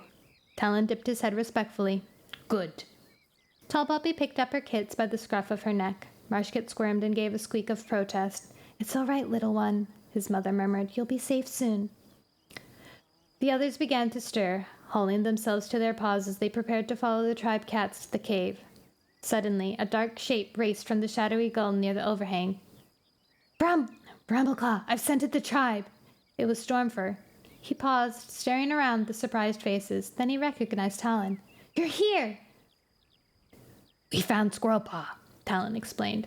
Stormfur padded forward and touched the cave guard's flank with his nose. "How's Brooke?" he asked. "She's fine," Talon replied. "We'd better get on." He glanced up at Jag and Night. "I'll lead the way. You two bring up the rear." Squirrelpaw felt exhaustion dragging at her paws as she helped to guide the clans along the unseen paths that led towards the waterfall. She paused only when they reached the cleft in the mountain where the water thundered over the rocks and pounded, frothing, into the deep pool below. Brambleclaw, Crowpaw, Stormfur, and Tawnypelt stopped beside her. "We're back," Squirrelpaw breathed. Stormfur glanced at the mound of earth that marked his sister's resting place. "I wasn't sure we'd ever see this place again," he murmured. The clans padded past them, following Talon into the narrow edge that led behind the wall of water. "Come on," Stormfur meowed. "The clans will need us. They've never met the tribe before." He hurried forward, Brambleclaw, Squirrelpaw, and Tawnypelt following. Crowpaw stayed behind, staring at Feathertail's grave. The cats filed slowly behind the waterfall. Their fur darkened as the spray soaked their pelts. Stormfur, Brambleclaw, and Tawnypelt weaved among them. Squirrelpaw saw Ashfur stop at the edge of the thundering sheet of water. We have to go behind there? Behind the waterfall, the light wavered on the rock, which glittered and dripped with moisture. Go on, Squirrelpaw urged Ashfur. It's warm inside, I promise. The ThunderClan warriors stepped inside, and Squirrelpaw followed him. ThunderClan warrior stepped inside. Half-forgotten sense washed over her, and, as her eyes adjusted to the gloom, she saw the tribe staring at the visitors in astonishment. One young she-cat, her brown tabby fur just visible beneath the streaks of mud that all the tribe cats wore, was looking around with something close to excitement, even joy. Aw, it was Brook where small fish swim, the prey hunter who had befriended the clan cats on their last visit to the cave. Squirrelpaw saw her desperately searching the sea of faces. She knew she was looking for only one cat. Aww. Squirrelpaw felt fur brush against hers as Stormfur bounded past. He headed straight for Brook, and the two cats touched noses with such tenderness that Squirrelpaw felt a rush of pity. It was all too clear that Stormfur had more heartbreak ahead of him when the time came to leave the tribe she-cat for a second time. Aww. Chapter 23. Leafpaw padded into the cave, blinking at the gloom. The roar of the waterfall made the air tremble, and the light filtering through the sheet of tumbling water quivered on the rocky walls. A stream sparkled like frost as it trickled down the mossy rocks and ran into a pool in the cave floor. 2 tunnels led away into darkness, one at each end of the black wall, and narrow claws of stone hung down from the shadowy roof far above. Leafpaw felt the tribe cat staring at her, their eyes gleaming in the darkness. She padded over to Squirrelpaw. They don't seem frightened of us. Squirrelpaw blinked. Why should they be? We hardly look threatening, as thin as we are. And besides, there are no other cats around here. Now that Sharptooth is dead, the only enemies the tribe knows are eagles. I'd forgotten about Sharptooth, Leafpaw mewed. All this would have been so much worse as if he were still prowling the mountains. Yes, Squirrelpaw agreed, her gaze softening. When Feathertail died, she did more than save the tribe. She helped protect us, too. As her eyes adjusted, Leafpaw began to pick out individual shapes, some lithe, some and sleek, others well-muscled and broad-shouldered. Yet they were all smaller than the clan cats, even WindClan, leaner, with broad heads and slender necks. The kids playing outside the entrance to one of the tunnels stopped and gazed at the clan cats as they filed into the cave, their eyes wide and curious. A gray and white queen padded over to Leafpaw and sniffed her pelt. This is Wing, Squirrelpaw explained. She looked after Tawnypelt last time we were here, when she was sick from the rat bite.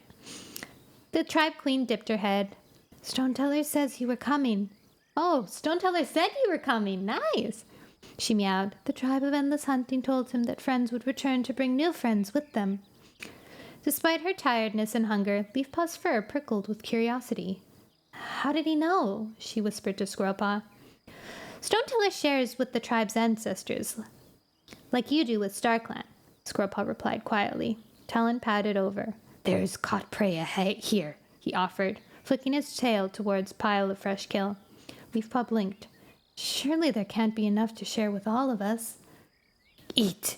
Talon flicked his tail once more to the pile of fresh kill. Craig is organizing hunt. There will soon be enough.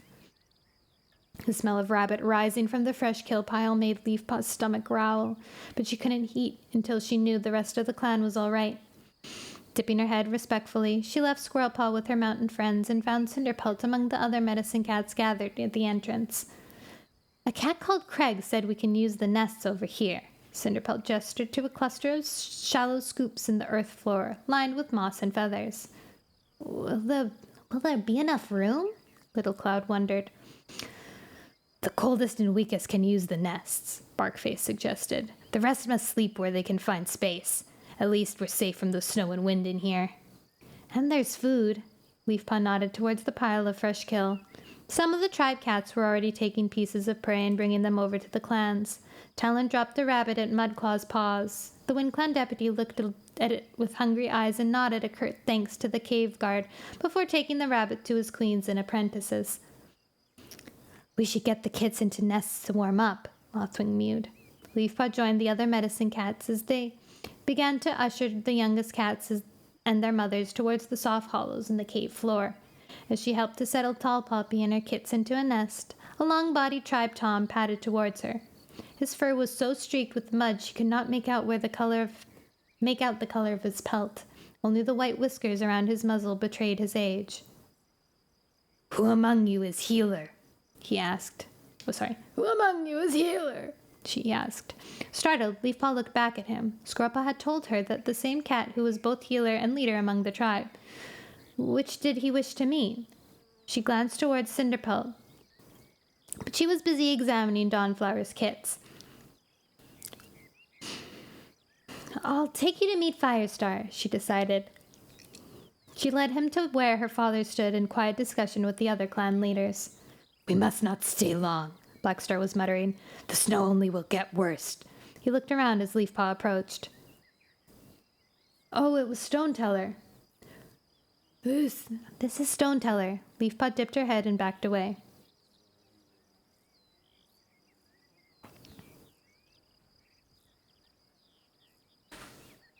"You are healer?" Stoneteller asked Firestar. "I'm the leader of ThunderClan," he replied. "Cinderpelt is our clan healer." He flicked his tail towards Cinderpelt, who was watching them with interest from the other side of the cave.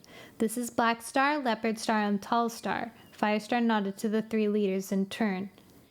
"You are all leaders?" "Yes, we are," Leopardstar meowed. Stoneteller's gaze rested on Tallstar, whose eyes were half closed with exhaustion. "You are not well," he meowed. "We give you herbs."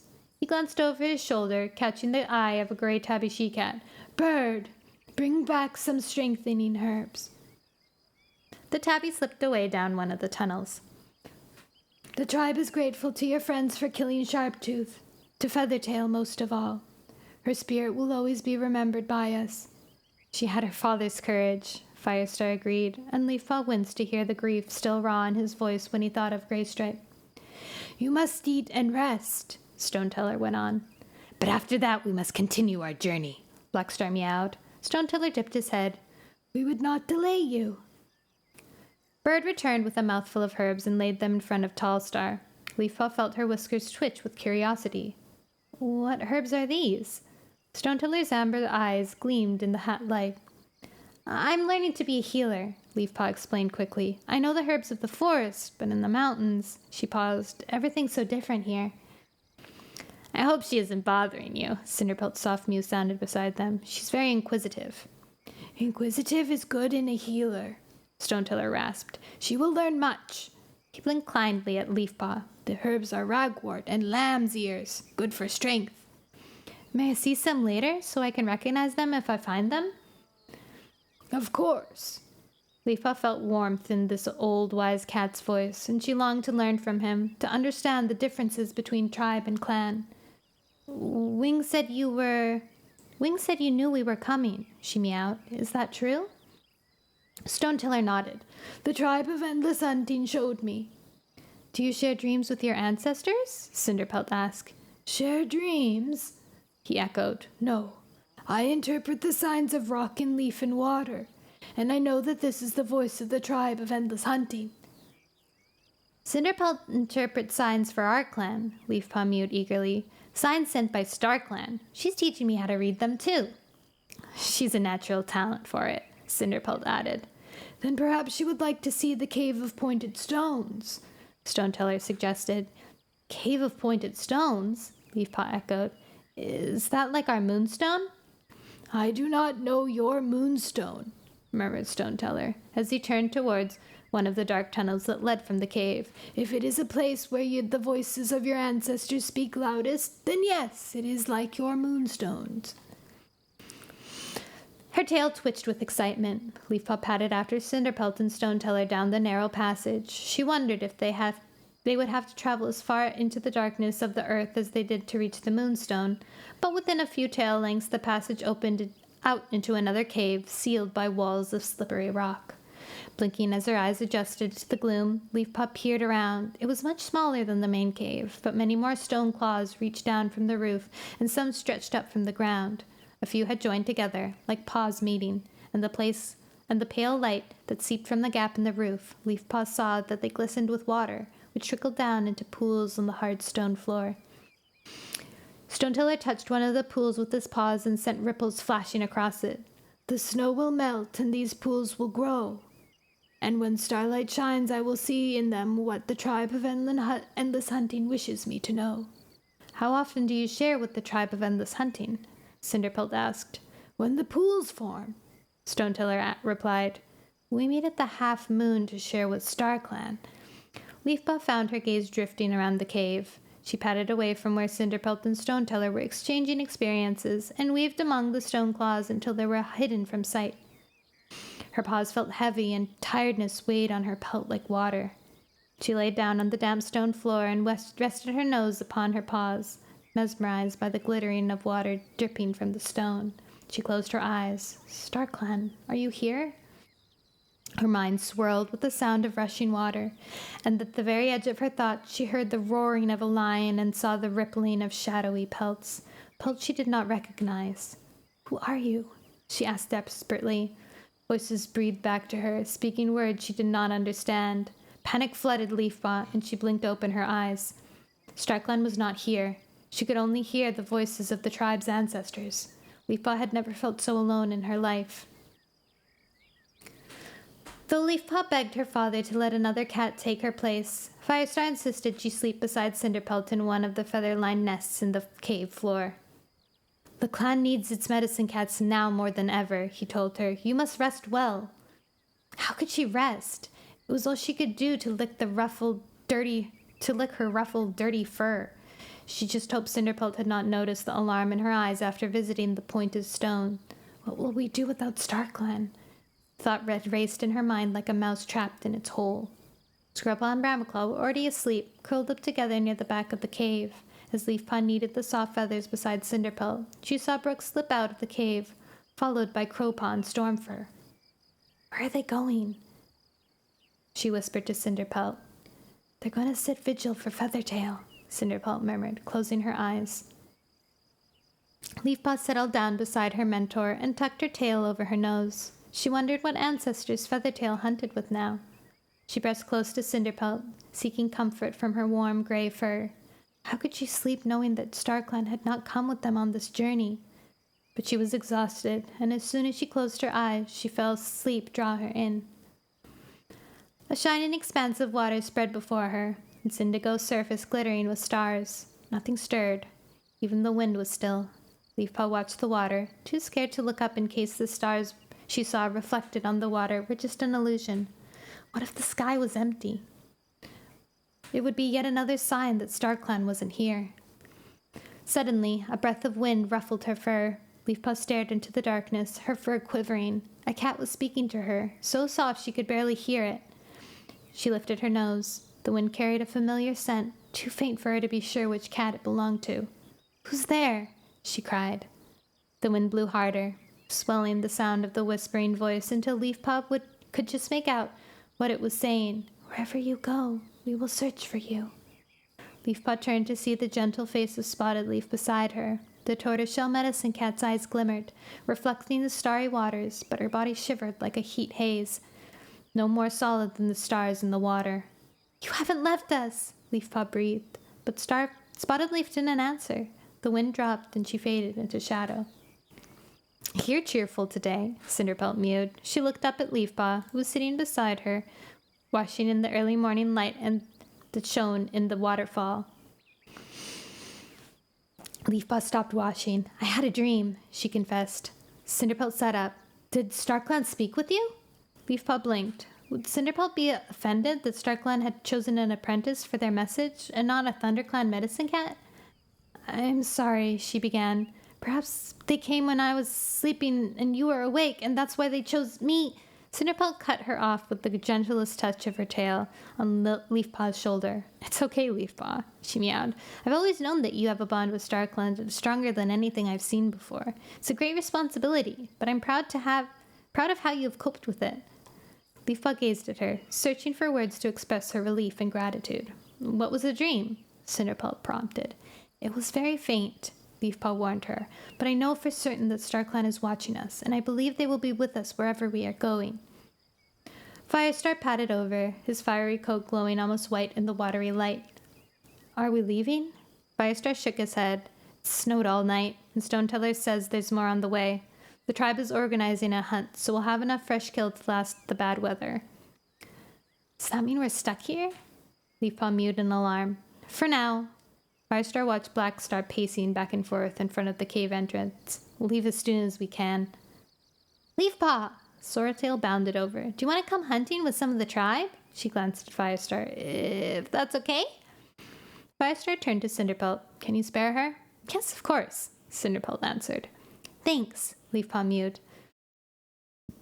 After living in the forest, it felt strange to be cooped up in the gloomy cave, and despite the cold, she welcomed the feeling of fresh air in her fur. She followed Sorreltail over to Talon and Craig. Brooke was with them, with Stormfur at her side. Leafpaw was startled to see how different Stormfur looked.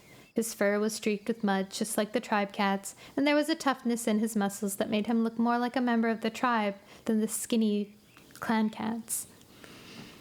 I hope they're not going to slow us down, Craig muttered to Brooke and Talon. We've too many mouths to feed. Of course they won't slow us down, Brooke mewed. Stormfur was becoming a good prey hunter by the time he left. I suppose he wasn't bad, Craig conceded. He glanced at Leafpaw. You're an apprentice, right? What are you hoping to be? A prey hunter or cave guard? Leafpaw stared at him, not understanding. The tribe divides its duties, Stormfur explained. The cave guards protect the tribe, the prey hunters feed them. Brooke is prey hunter and Craig is a cave guard. Then why are you coming hunting? Leafpaw asked Craig hesitantly. Craig let out an unexpected purr of amusement. Who's going to watch the skies while you've got your eyes on the prey? He asked, and Leafpaw remembered with a shudder that the eagle that had attacked the clan. She felt a prickle of resentment at Craig's superior attitude, but resisted the urge to tell him she was an apprentice medicine cat to a tribe cat. That might sound as if she were claiming to be a leader. In the forest, we could scent for danger and hunt at the same time, Sorreltail mewed. Really? Well, how do you scent an eagle flying a mountain's height above your head? Craig retorted. Come on, Brooke mewed impatiently. We're wasting time. She led the way out from behind the waterfall and along the ledge that led up among the peaks. The blizzard had died away, but the thick snow soon froze Leafpaw's feet. The air was so cold it almost hurt to breathe, and her eyes started to scream as soon as they left the warmth of the cave. But there was no way she was going to complain. She wanted to prove to Craig that the forest cats could handle anything the mountain cats could. She stifled a shiver and glanced up. Heavy yellow clouds nested on the mountain tops, promising more snow. Are yellow clouds that are filled with snow a real thing?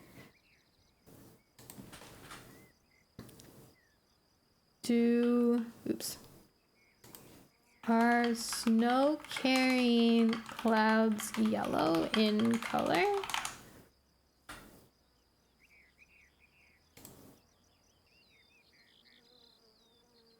What?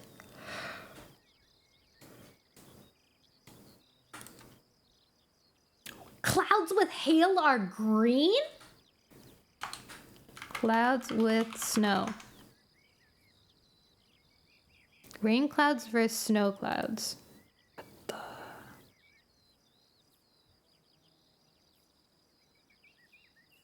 want to see pictures. First hail clouds.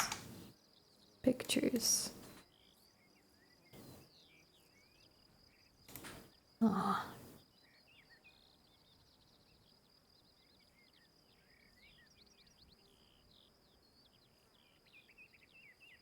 Oh, it does look orange.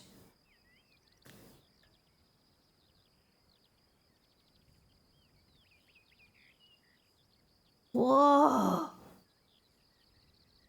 They look like vaguely tinted.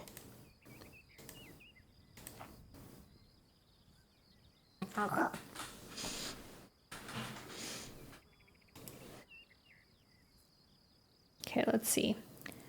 As they neared a stunted thorn bush, its branches weighed down by the fresh snow, Brooke stopped and crouched low. Craig and Stormfur flanked her, ducking down as well. Leafpaw copied them, pressing her belly flat against the snow beside Sorreltail. Brooke stared at the bush, her nose twitching as though she scented prey. Leafpaw sniffed. The smell of rabbit wafted past her on the breeze. Instinctively, she started to creep forward. "Stop!" Stormfur warned her with a hiss. "Wait and watch how Brooke does it." Brooke was still as ice. Only the faintest lift in her mud-streaked flank showed that she was in a rock embedded in the snow. Just when Leafpaw began to think she would turn into an icicle if she stayed still any longer, a young rabbit hopped from under the bush, tasting the air with its quivering nose. It hopped closer, not seeing the cats flat against the snow. Leafpaw opened her mouth. The prey scent was still strong near the bush, which was odd if the rabbit had come out into the open. Perhaps the rabbit had been sheltering there for a long time. Suddenly, Brooke shot forward and lunged at the rabbit. She caught it in its jaws and killed it with a merciful speed. Out of the corner of her eye, Leafpaw noticed the bush tremble. She darted forward, just as the second rabbit fled across the snow.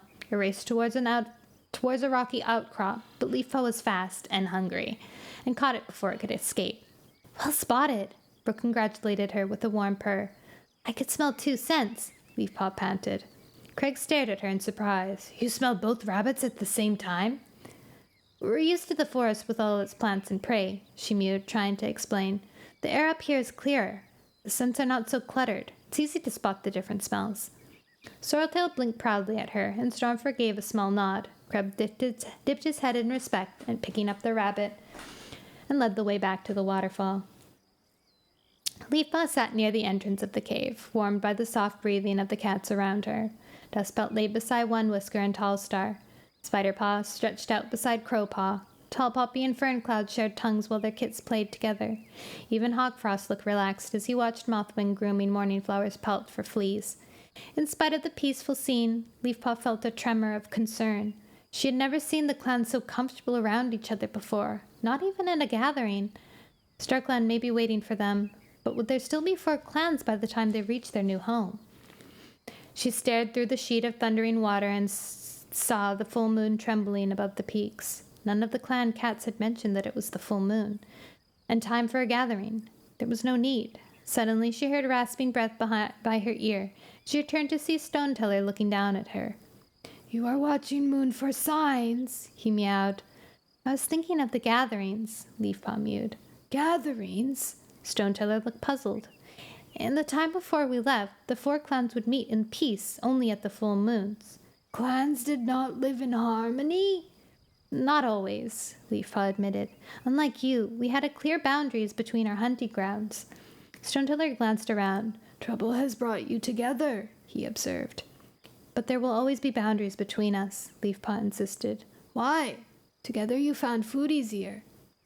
"There have always been 4 clans. Loyalty to our own clan makes us stronger." "But you all share a belief in your Star Clan." "We all become warriors in Star Clan eventually," Leafpaw murmured. She gazed at the moon, a blurred white disk behind the falling water.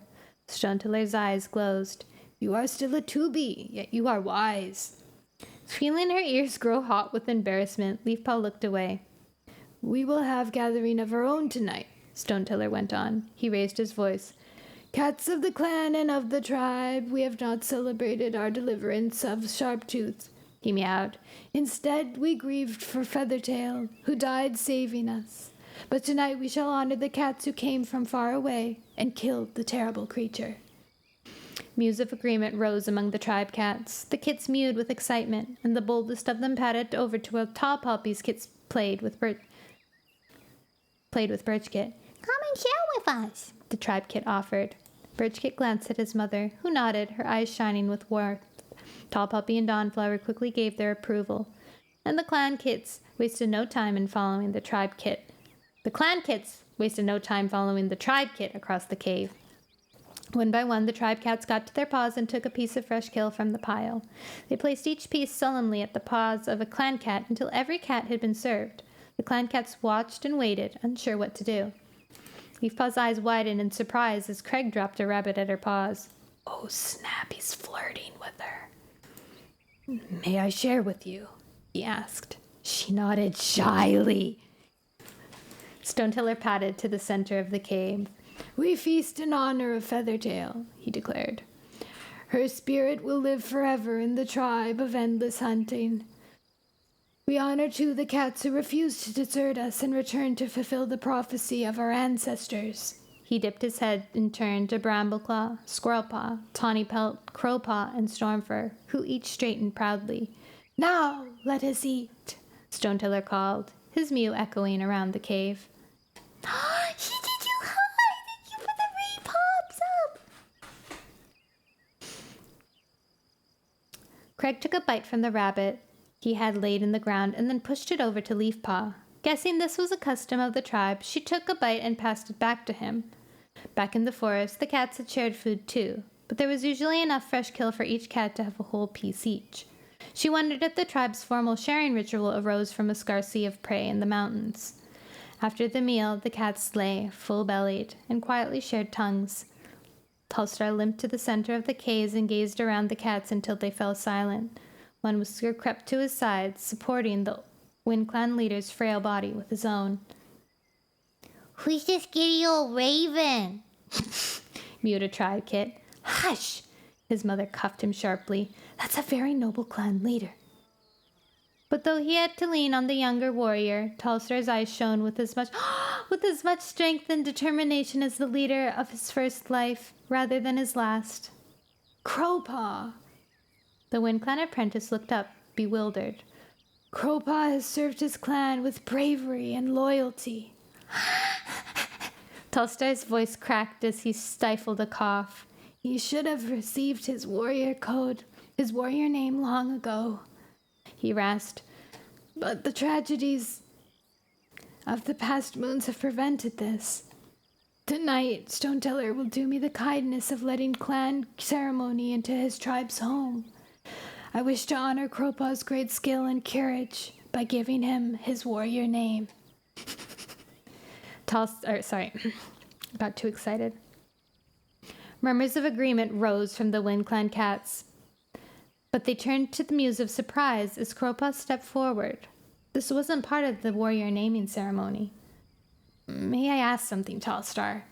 He mewed. Tallstar narrowed his eyes and nodded for him to go on. I would like to choose my own warrior name, if it's all right. I wish to be known as Crowfeather. I didn't remember that he chose it. I thought he had just been named in memory of her.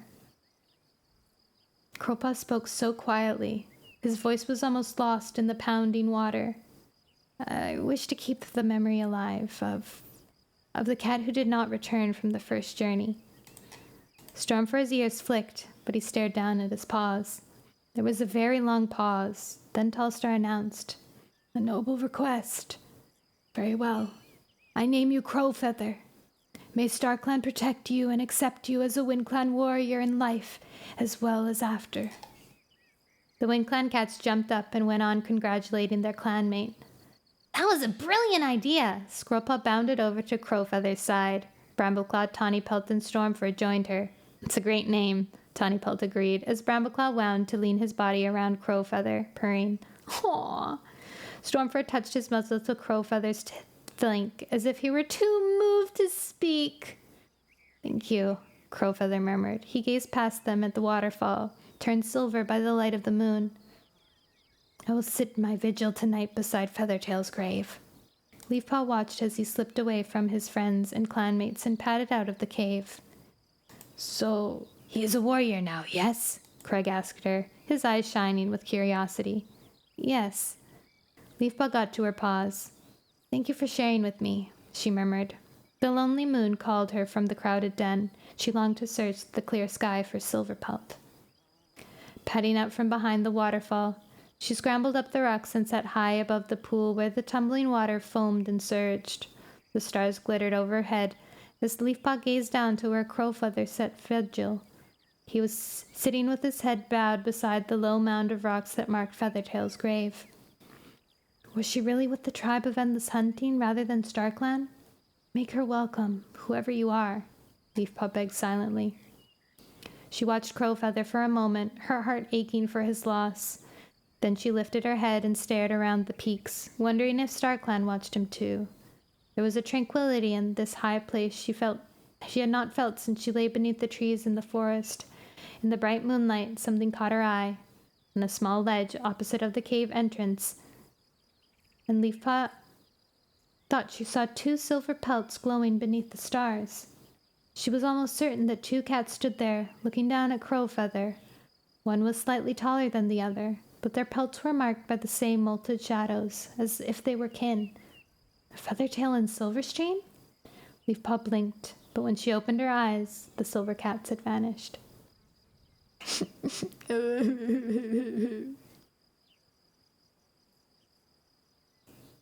Bro, he was deep in love with her. Chapter 24. Squirrelpaw hurried after Stormfur along a rocky trail that only days ago had been buried beneath a tail length of snow. He seemed determined to cross most of the mountain in search of prey. Her mom approved of him. True. The rocks echoed with the drip, drip, drip of melting ice. Even the deepest snowdrifts were thawing. Dark gray rain clouds rolled towards the mountains, carried on a milder wind that was releasing the peaks from the grip of the snow and ice. Not for the first time, Squirrelpaw wondered why the RiverClan warrior had asked her to go hunting when back in the cave the clans were getting ready to leave. They wouldn't be able to carry any fresh kill with them. Perhaps Stormfur wanted to catch some prey to say thank you to the tribe for their hospitality. "Why isn't Brooke coming hunting with us?" she panted. The prey hunter had seemed like Stormfur's shadow in the past few days. Stormfur concentrated on jumping onto a boulder and didn't reply. "Have you had an argument with her?" The RiverClan warrior was clearly troubled by something. His shoulders were hunched and he had hardly spoken since they left the cave. She scrambled awkwardly over the boulder next to him, her mind racing.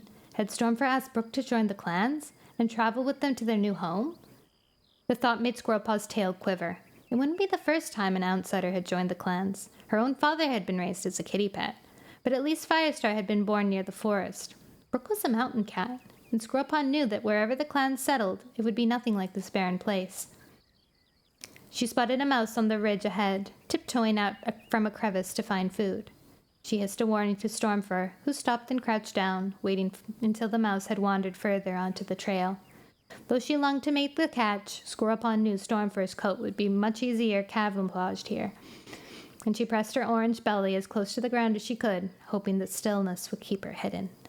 Stormfur held still for another moment, then pounced.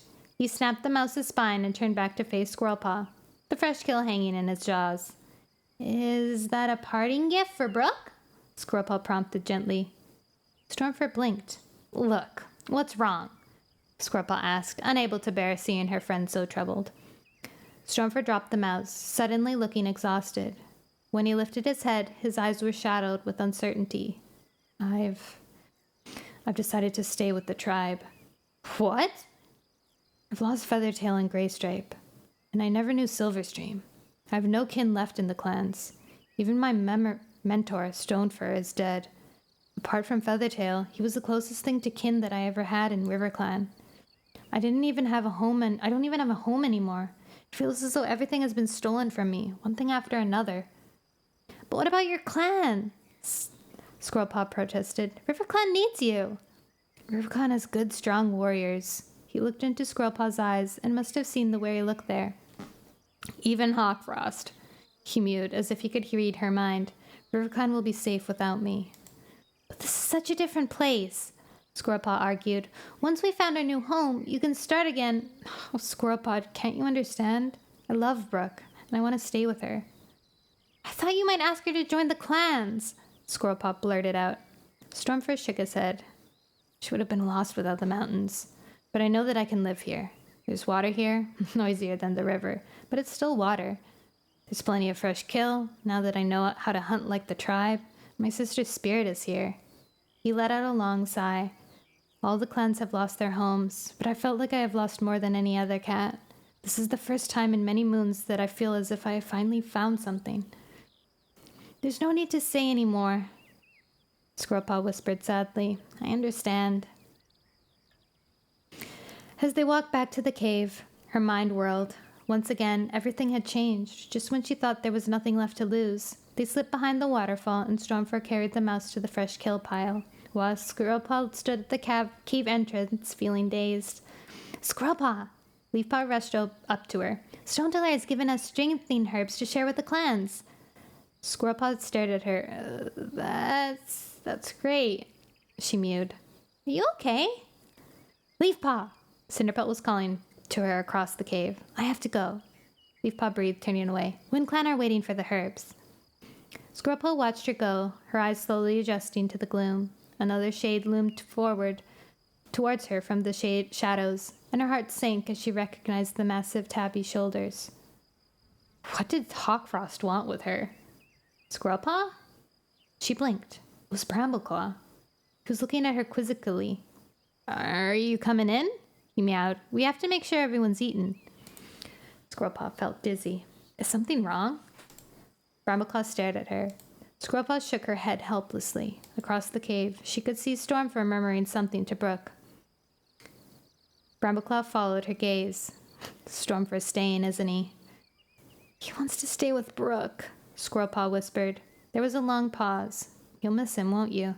Of course I will, Squirrelpaw replied, surprised. She turned to look up at Brambleclaw and saw a flicker of something in his amber eyes. Was he feeling jealous? Oh, Brambleclaw, she breathed. My heart is with ThunderClan. Don't you know that?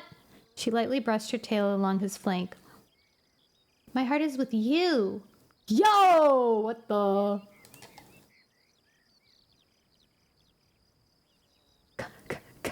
Confession? Confession? What? His eyes closed, and Squirrelpaw suddenly hoped she hadn't said the wrong thing. Then he blinked them open again and looked at her so gently that she felt as if she could have stood there forever. We must follow our hearts, he murmured. Squirrelpaw's fears about what lay ahead seemed to dissolve in an instant, like a mist in Greenleaf. She would lose a friend when Stormfur stayed behind, but she would never be alone. A movement caught her eyes. Stoneteller was padding to the center of the cave. The clans are leaving, he announced to his tribe. I want some of you to go with them to show them the path out of the mountains. They head for Hill Place, not Sunset, so take them along the path that leads towards the Great Star. She lost a friend, gained a lover. Squirrelpaw felt a rush of excitement. Were the tribe cats going to take them straight to where the dying warrior had disappeared behind the mountain range? Stoneteller dipped his head to each of the clan leaders in turn. I wish the cats of Star Clan good hunting. Thank you, Stoneteller. Firestar dipped his head. Your tribe has shown us more kindness than we could have ever dreamed of, and we are sad to leave. But we are expected at another place promised to us by our ancestor warriors. He turned to the other clan leaders. Tallstar, is WindClan ready? The WindClan leader stared at him, his eyes clouded with confusion, then glanced at One Whisker, who was standing next to him. One Whisker nodded back to him encouragingly, but before Tallstar could say anything, Mudclaw raised his head. We're ready, he meowed. That's pretty sussy. What the heck is the drama going on around here? ShadowClan is ready too, Blackstar called. Leopardstar raised her tail. All my clan cats are ready. Not all of them. Stormfur stepped forward. I'm staying here. There was a stunned silence from all the cats. Then Dustpelt spoke. You can't leave your clan now. He is free to choose, murmured Tall Poppy. Her eyes rested on Brook, her gaze gentle and understanding. Ah. Queens are like, love. Sweet love. So cute in the youngins. Graystripe's Kit would not make such a bold... Graystripe's Kit would not make such a decision lightly, Stanstorm put in. Firestar looked thoughtfully at Stormfur. I remember how hard it was for Graystripe to choose Silverstream over his clan, he mewed. But from that difficult choice, you and Feathertail were born. Without you both, everything would have been different for the tribe and for the clans. Feathertail killed Sharptooth, and you finished a difficult journey to bring StarClan's message back to us. No cat can question your loyalty and courage, nor criticize your choice. For as your father proved, great things are coming. Great things come from listening to your heart. Approved murmurs echoed around the cave until Leopardstar silenced the cats with a sharp yowl. Squirrelpaw's pelt prickled. Would Leopardstar let her warrior go? The RiverClan leader stared at Stormfur. Her eyes narrowed. Stormfur, she meowed at last. RiverClan will miss your courage and skill, but so much has changed in our lives that it is not impossible we will meet again, in this life or the next. She dipped her head, accepting Stormfur's decision without anger. I wish you well. Brooke brushed her tail against Stormfur's flank as the clans filed slowly out of the cave. Squirrelpaw looked sadly back at her friend, wishing he could at least be part of the patrol that would accompany them to the edge of the tribe's territory. But Stormfur stayed where he was, his gray pelt glowing in the shimmering light of the waterfall, his eyes betraying the depths of his grief. However much he wanted to live with the tribe, Squirrelpaw knew that watching the clans leave without him must be like losing Silverstream, Feathertail, and Graystripe all over again. Do you think he'll be all right? She asked Brambleclaw. He gave her ear a swift lick. I do. They followed the other cats out of the gorge and up into the peaks, the sun to one side of them as they headed along the mountain range. Do you think they're taking us the right way? She whispered to Brambleclaw. Brambleclaw blinked. I hope so. He craned his neck. It does seem to be the direction we saw the star fall. I just hope they don't lead us too far away, that we miss it. As he spoke, the tribe cats veered their path and headed down and through a winding pass. The ground suddenly fell away and land rolled ahead of them, hill after hill, grassy here, shadowed with woodland there. From where the clan stood on the edge of the mountains, the greenness seemed strange after the endless gray and white of the crags. In the sunshine, Squirrelpaw could see streams glittering among the bare trees like silver birch barks in an oak forest. Is that it? Brambleclaw breathed. Hills, oak woods for shelter, running streams. Squirrelpaw found herself quoting Midnight's prophecy. There's so much of it. Tawnypelt had slipped beside them. How will we know where to stop? Brambleclaw shook his head, and they stayed in silence until a flicker above their heads caught Squirrelpaw's eyes. Something was moving on the crest of the rocks that lined the mountain pass. Her pelt prickled with fear. Was it an eagle? She forced herself to look up and saw that it was not a bird. It was Stormfur and Brooke, racing along the ridge, calling their goodbyes to the departing clans.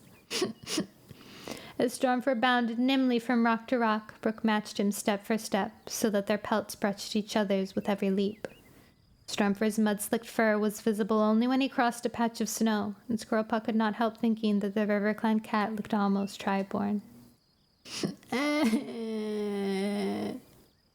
Emotional.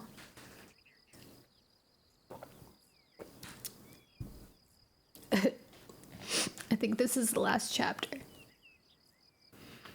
Chapter 25. Leafpaw shook the drizzle from her whiskers and padded after the others up the heather-covered slope. They had trekked all morning, leaving the snow and mountains behind, chased by the rain that rolled down from the mountains after them. Have you noticed Tall Star? Sorreltail whispered, padding beside her. The WindClan leader was walking beside One Whisker through the banks of heather. Despite the rain, he had no longer leaned against One Whisker's flank, but padded confidently, as if he finally believed he was within reach of his clan's new home. He pricked his ears as a rabbit darted from a boulder further ahead. One Whisker glanced at his leader, and, when Tallstar nodded, he darted after the rabbit. Tornier and Webfoot raced up the slope after him. I think the smell of the heather has given WindClan some of their old spirit back, Leafpaw purred. All the cats seemed more relaxed than they had ever been in the mountains. Not just WindClan. Blackstar padded next to Firestar. Dustpelt walked alongside Russetfur. The heather, brushing his striped flank, he talked comfortably to the ShadowClan deputy. I never thought I'd see Dustpelt so comfortable around the other clans, Leafpaw commented. He'll soon be back to his old self, Sorreltail replied matter-of-factly. Once we're settled in our new home and things are back to normal. There will always be 4 clans, Leafpaw murmured, half to herself. But would there really? Looking around, she realized with a shock that it was impossible to tell from the throng of cats where one clan ended and another began. I'm just glad to be out of the mountains, Sorreltail mewed. Stormfur was brave to stay. He had so little left in the clans, Leafpaw murmured. Well, I'd rather be here, Sorreltail decided. Even though we don't know where we're headed? Leafpaw asked, surprised. Look at this place. Sorreltail flicked her tail at the land around them. No sign of monsters churning the earth, and it's good to smell prey again. She striped her tongue around her lips. As she spoke, one whisker came trotting back towards the clans, a rabbit dangling from his jaws. Leafpaw knew she was right. This place felt safer than anywhere they had been for many days and nights, but with no sign from StarClan. Was it really their new home? Leafpaw! Cinderpel's voice shocked her into wakefulness. She blinked open her eyes. It was still dark. Is everything okay? She asked, struggling to her paws and staring around the shadowy copse where the clans had sheltered for the night. A chilly wind whipped between the trees. Firestar wants to set off as early as possible, Cinderpel told her. Why can't we stay here? Leafpaw heard... Oh, sorry. Why can't we stay here? Leafpaw heard Birchkit's fretful mew, and as her eyes became accustomed to the pre-dawn light, she saw him staring up at his mother, crouched between the roots of trees. We can't stop yet. Brambleclaw's deep mew rang out before Ferncloud could reply. StarClan will tell us when we have found our new home. But the sign might come if we wait here, Dustpelt mewed. Wait here? Wait here. Mudclaw glared at the ThunderClan cats. These trees may feel like home to you, but not to us. The streams here aren't wide enough for fish. The streams aren't wide enough here for fish, Leopardstar pointed out. Squirrelpaw nodded. We must keep going. Going where exactly? Hawkfrost growled. Squirrelpaw narrowed her eyes. Do we have to know everything? Brambleclaw flicked his tail to silence her, then glanced at Cinderpelt. Have you any sign from StarClan?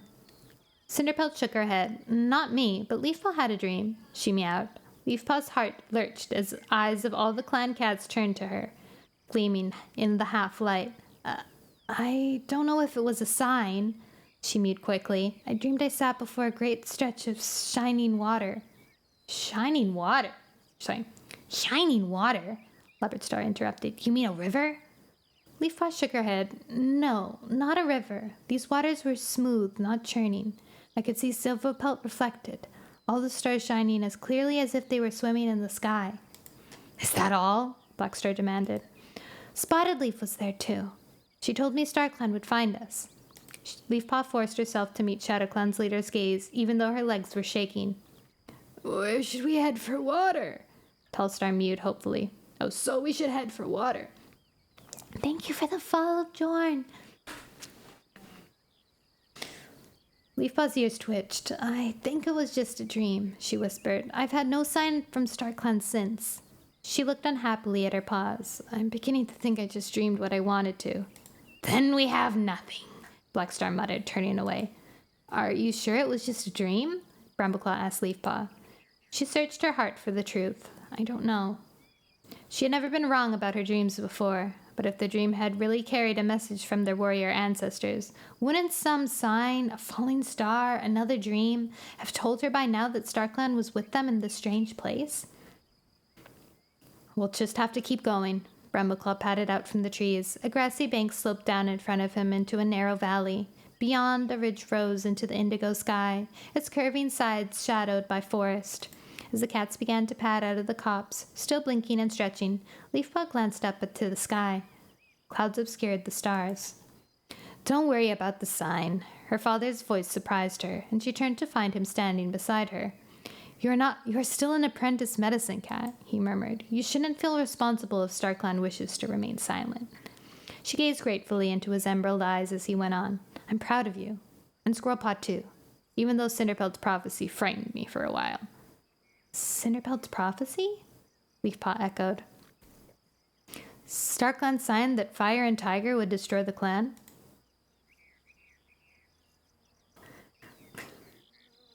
I don't know if you can hear that. That's so funny. Leafpaw blinked. Cinderpelt's ominous warning seemed a lifetime away now. Now I think I understand what it meant. Firestar gazed after Squirrelpaw and Brambleclaw as they led the clans down into the forest.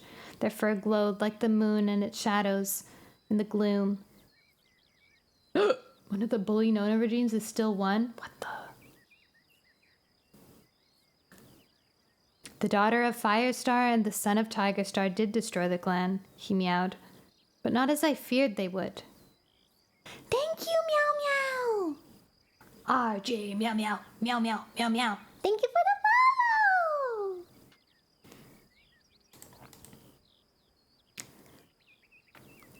Sorry, not that I feared they would. They led us from our old home, away from danger and into the unknown.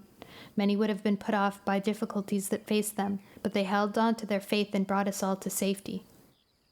He glanced at Tawny Pelt and Crowfeather prowling protectively on either side of the clans, the cats who first crossed the mountains. Whether they are still with us or live among other warriors, will always be honored by every clan for their courage. He flicked his tail, then bounded away to catch up with Sandstorm.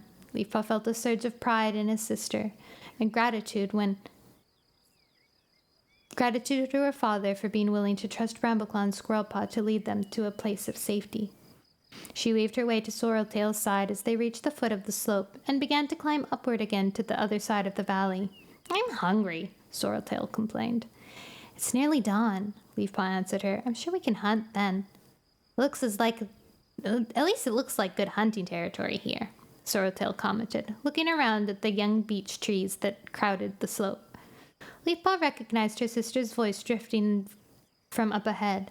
"I can smell prey and leaves and ferns like we had back in the forest." Squirrelpaw bounded back to them. "I hope we can get some sort of sign here." She peered through the trees to where Brambleclaw's pelt flitted through the shadows like a fish. "I hope he's all right. He's hardly spoken today." "He's just worried," Leafpaw reassured her. "What do you think the sign'll be?" Sorreltail fretted. Leafpaw shook her head. "I don't know," she admitted. Beneath the trees, she could hardly see a paw step in front of her, but she followed the scents of her clanmates as they climbed steadily upwards. Thank you for the cheek pat. Oh my god, it disconnected to me. It's attached to my hair. I'll have to fix that.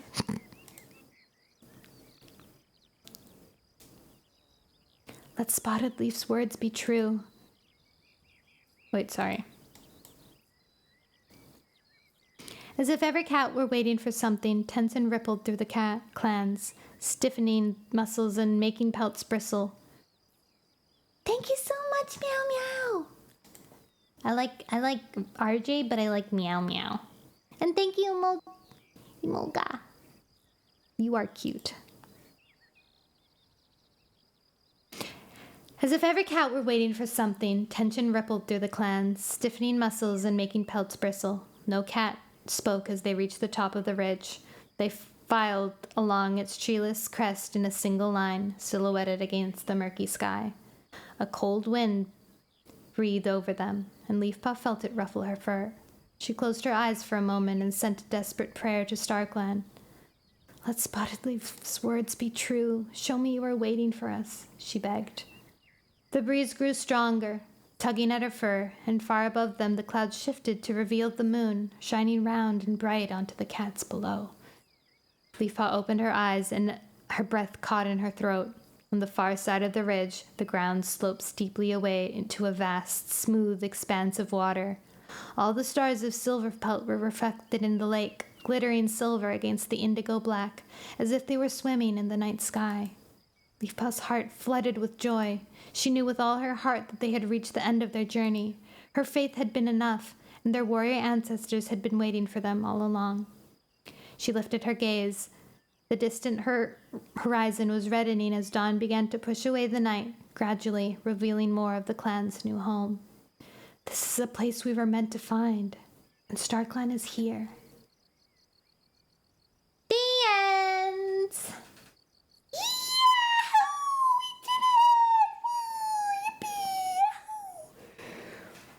No! Phew!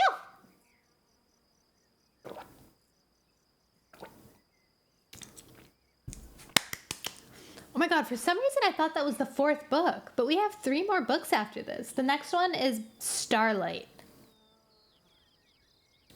And then Twilight and Sunset, which makes sense. It's like the whole range. But yeah, next book is the 4th book.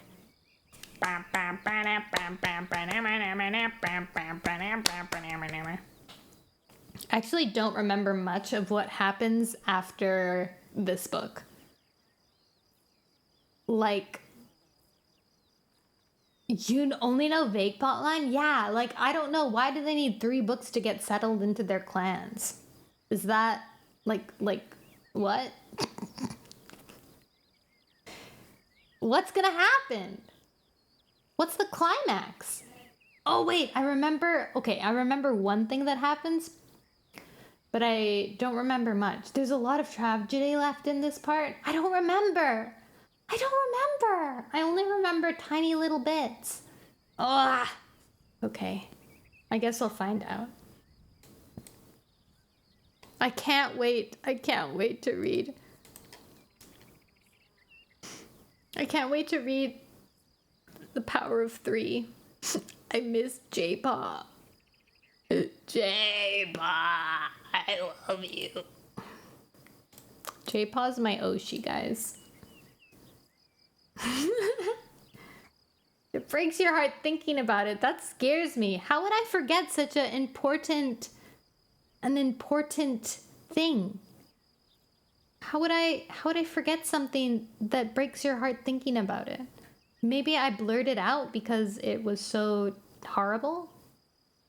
It's so important. Oh my god, what the heck is wrong with me? I remember one thing. About the brothers. That's all what I remember. Yeah, that's literally all I remember. And I know something happens between. It's in Twilight. That's not the next book. That's not even the last book. I guess we'll find out. Stay tuned for next time on Nono Reads Through All the Warrior Books. Okay, let's read the thingy for Starlight.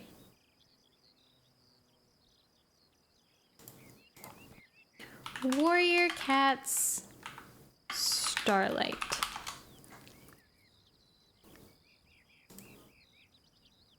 Huh?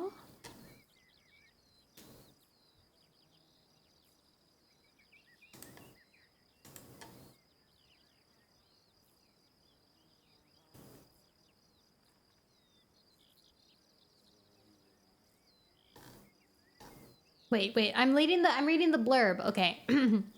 Before there is peace, blood will spill blood. You're regretting some choices.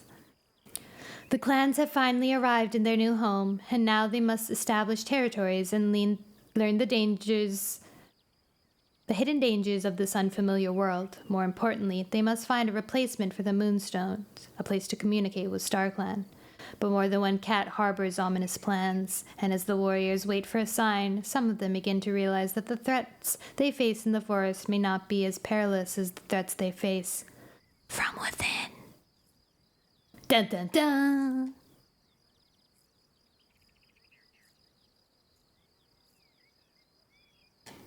This is so funny. Okay, there's like the praise. And there's four praises. Like, you know how there's like quotes like, la la la, this book is great. There's 4 of them, okay? I'll read you 3 of them and then the one outlier.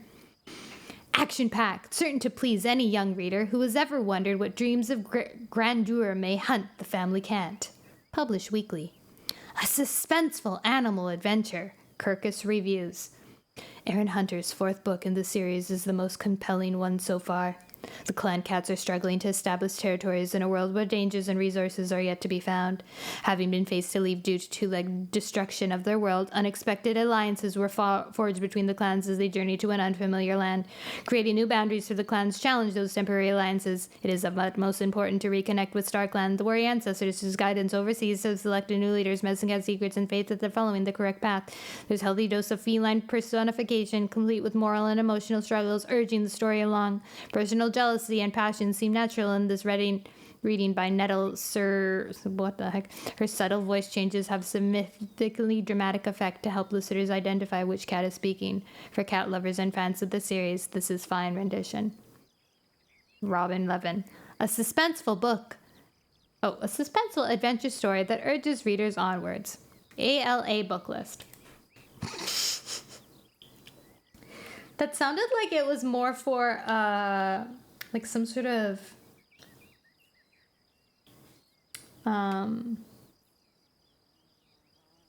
web book. That's like so extensive. It sounds like for not a web book, an ebook. What I'm doing. What am I doing? I'm reading a book. Like that. Audiobook, that's it. It sounds like that was for an audiobook. Her subtle voice changes has significant dramatic effect to help listeners identify which cat is speaking. That's me! This is my rival. Starlight Warrior Cats.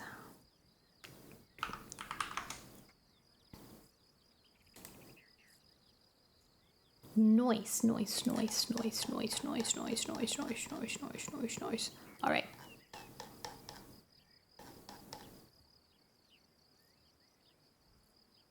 Oh, dang, they have the new map in this book. This is spoilers. Why would they put spoilers at the front of the book? Anyways. All right, guys. Good stream, good progress. 4 hours, very nice. We managed to read the stuff that we lost, which is very nice. It makes me very happy. I'm gonna like immediately put this onto my YouTube so it doesn't get lost into void. And that also reminds me that I have to put this one into not void.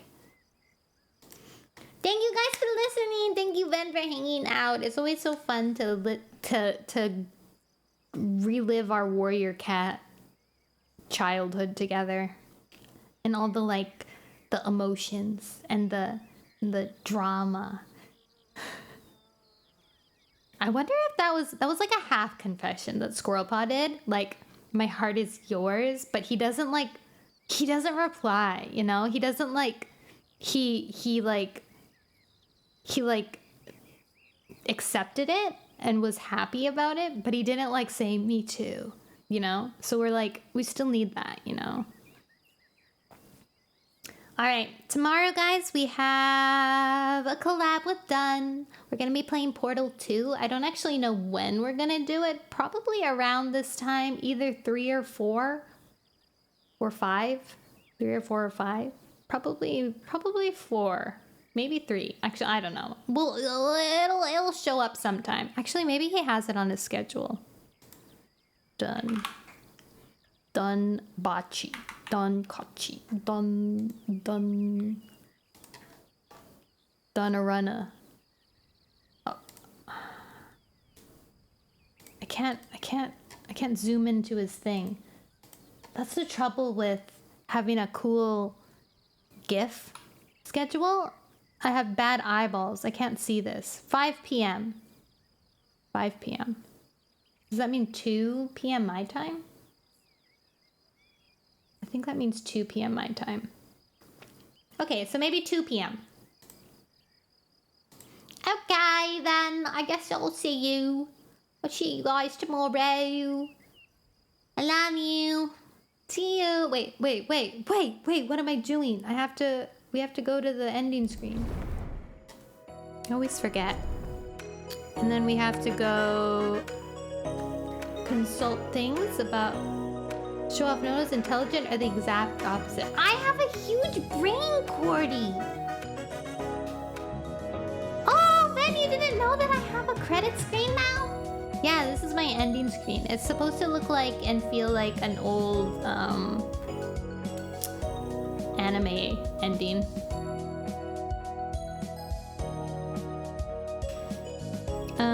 Who is streaming? Well, March is streaming. Let's read March. Yes, let's read March. March made this really cute animation for me once. It was very cute. I miss it. It was like when I was playing Splatoon and I was like I said, fish are friends. You can eat them though. Or something like that. It was so cute. It made me happy. I still think about it. Anyways, go wish March happiness. I'm stuck here until most of the credits are done rolling. My awesome little pop covers. Also, Nostril was here. Nostril didn't say anything in the chat, I don't think, but Nostril did redeem a drink. I know you were here. Shout out to Nostril. And Mika. I don't know if Mika was on that list. I don't think they were. Mika, shout out to Mika, who also redeemed drinking water for me. So kind. Alright guys, bye! I love you! Remember to brush your teeth, put on sunscreen, have a good day, have a good night. Remember, moderation is the key to true happiness. Wait, where's March? Oh, okay, March is still here. Oh my god, I thought I lost her. Anyways, bye guys!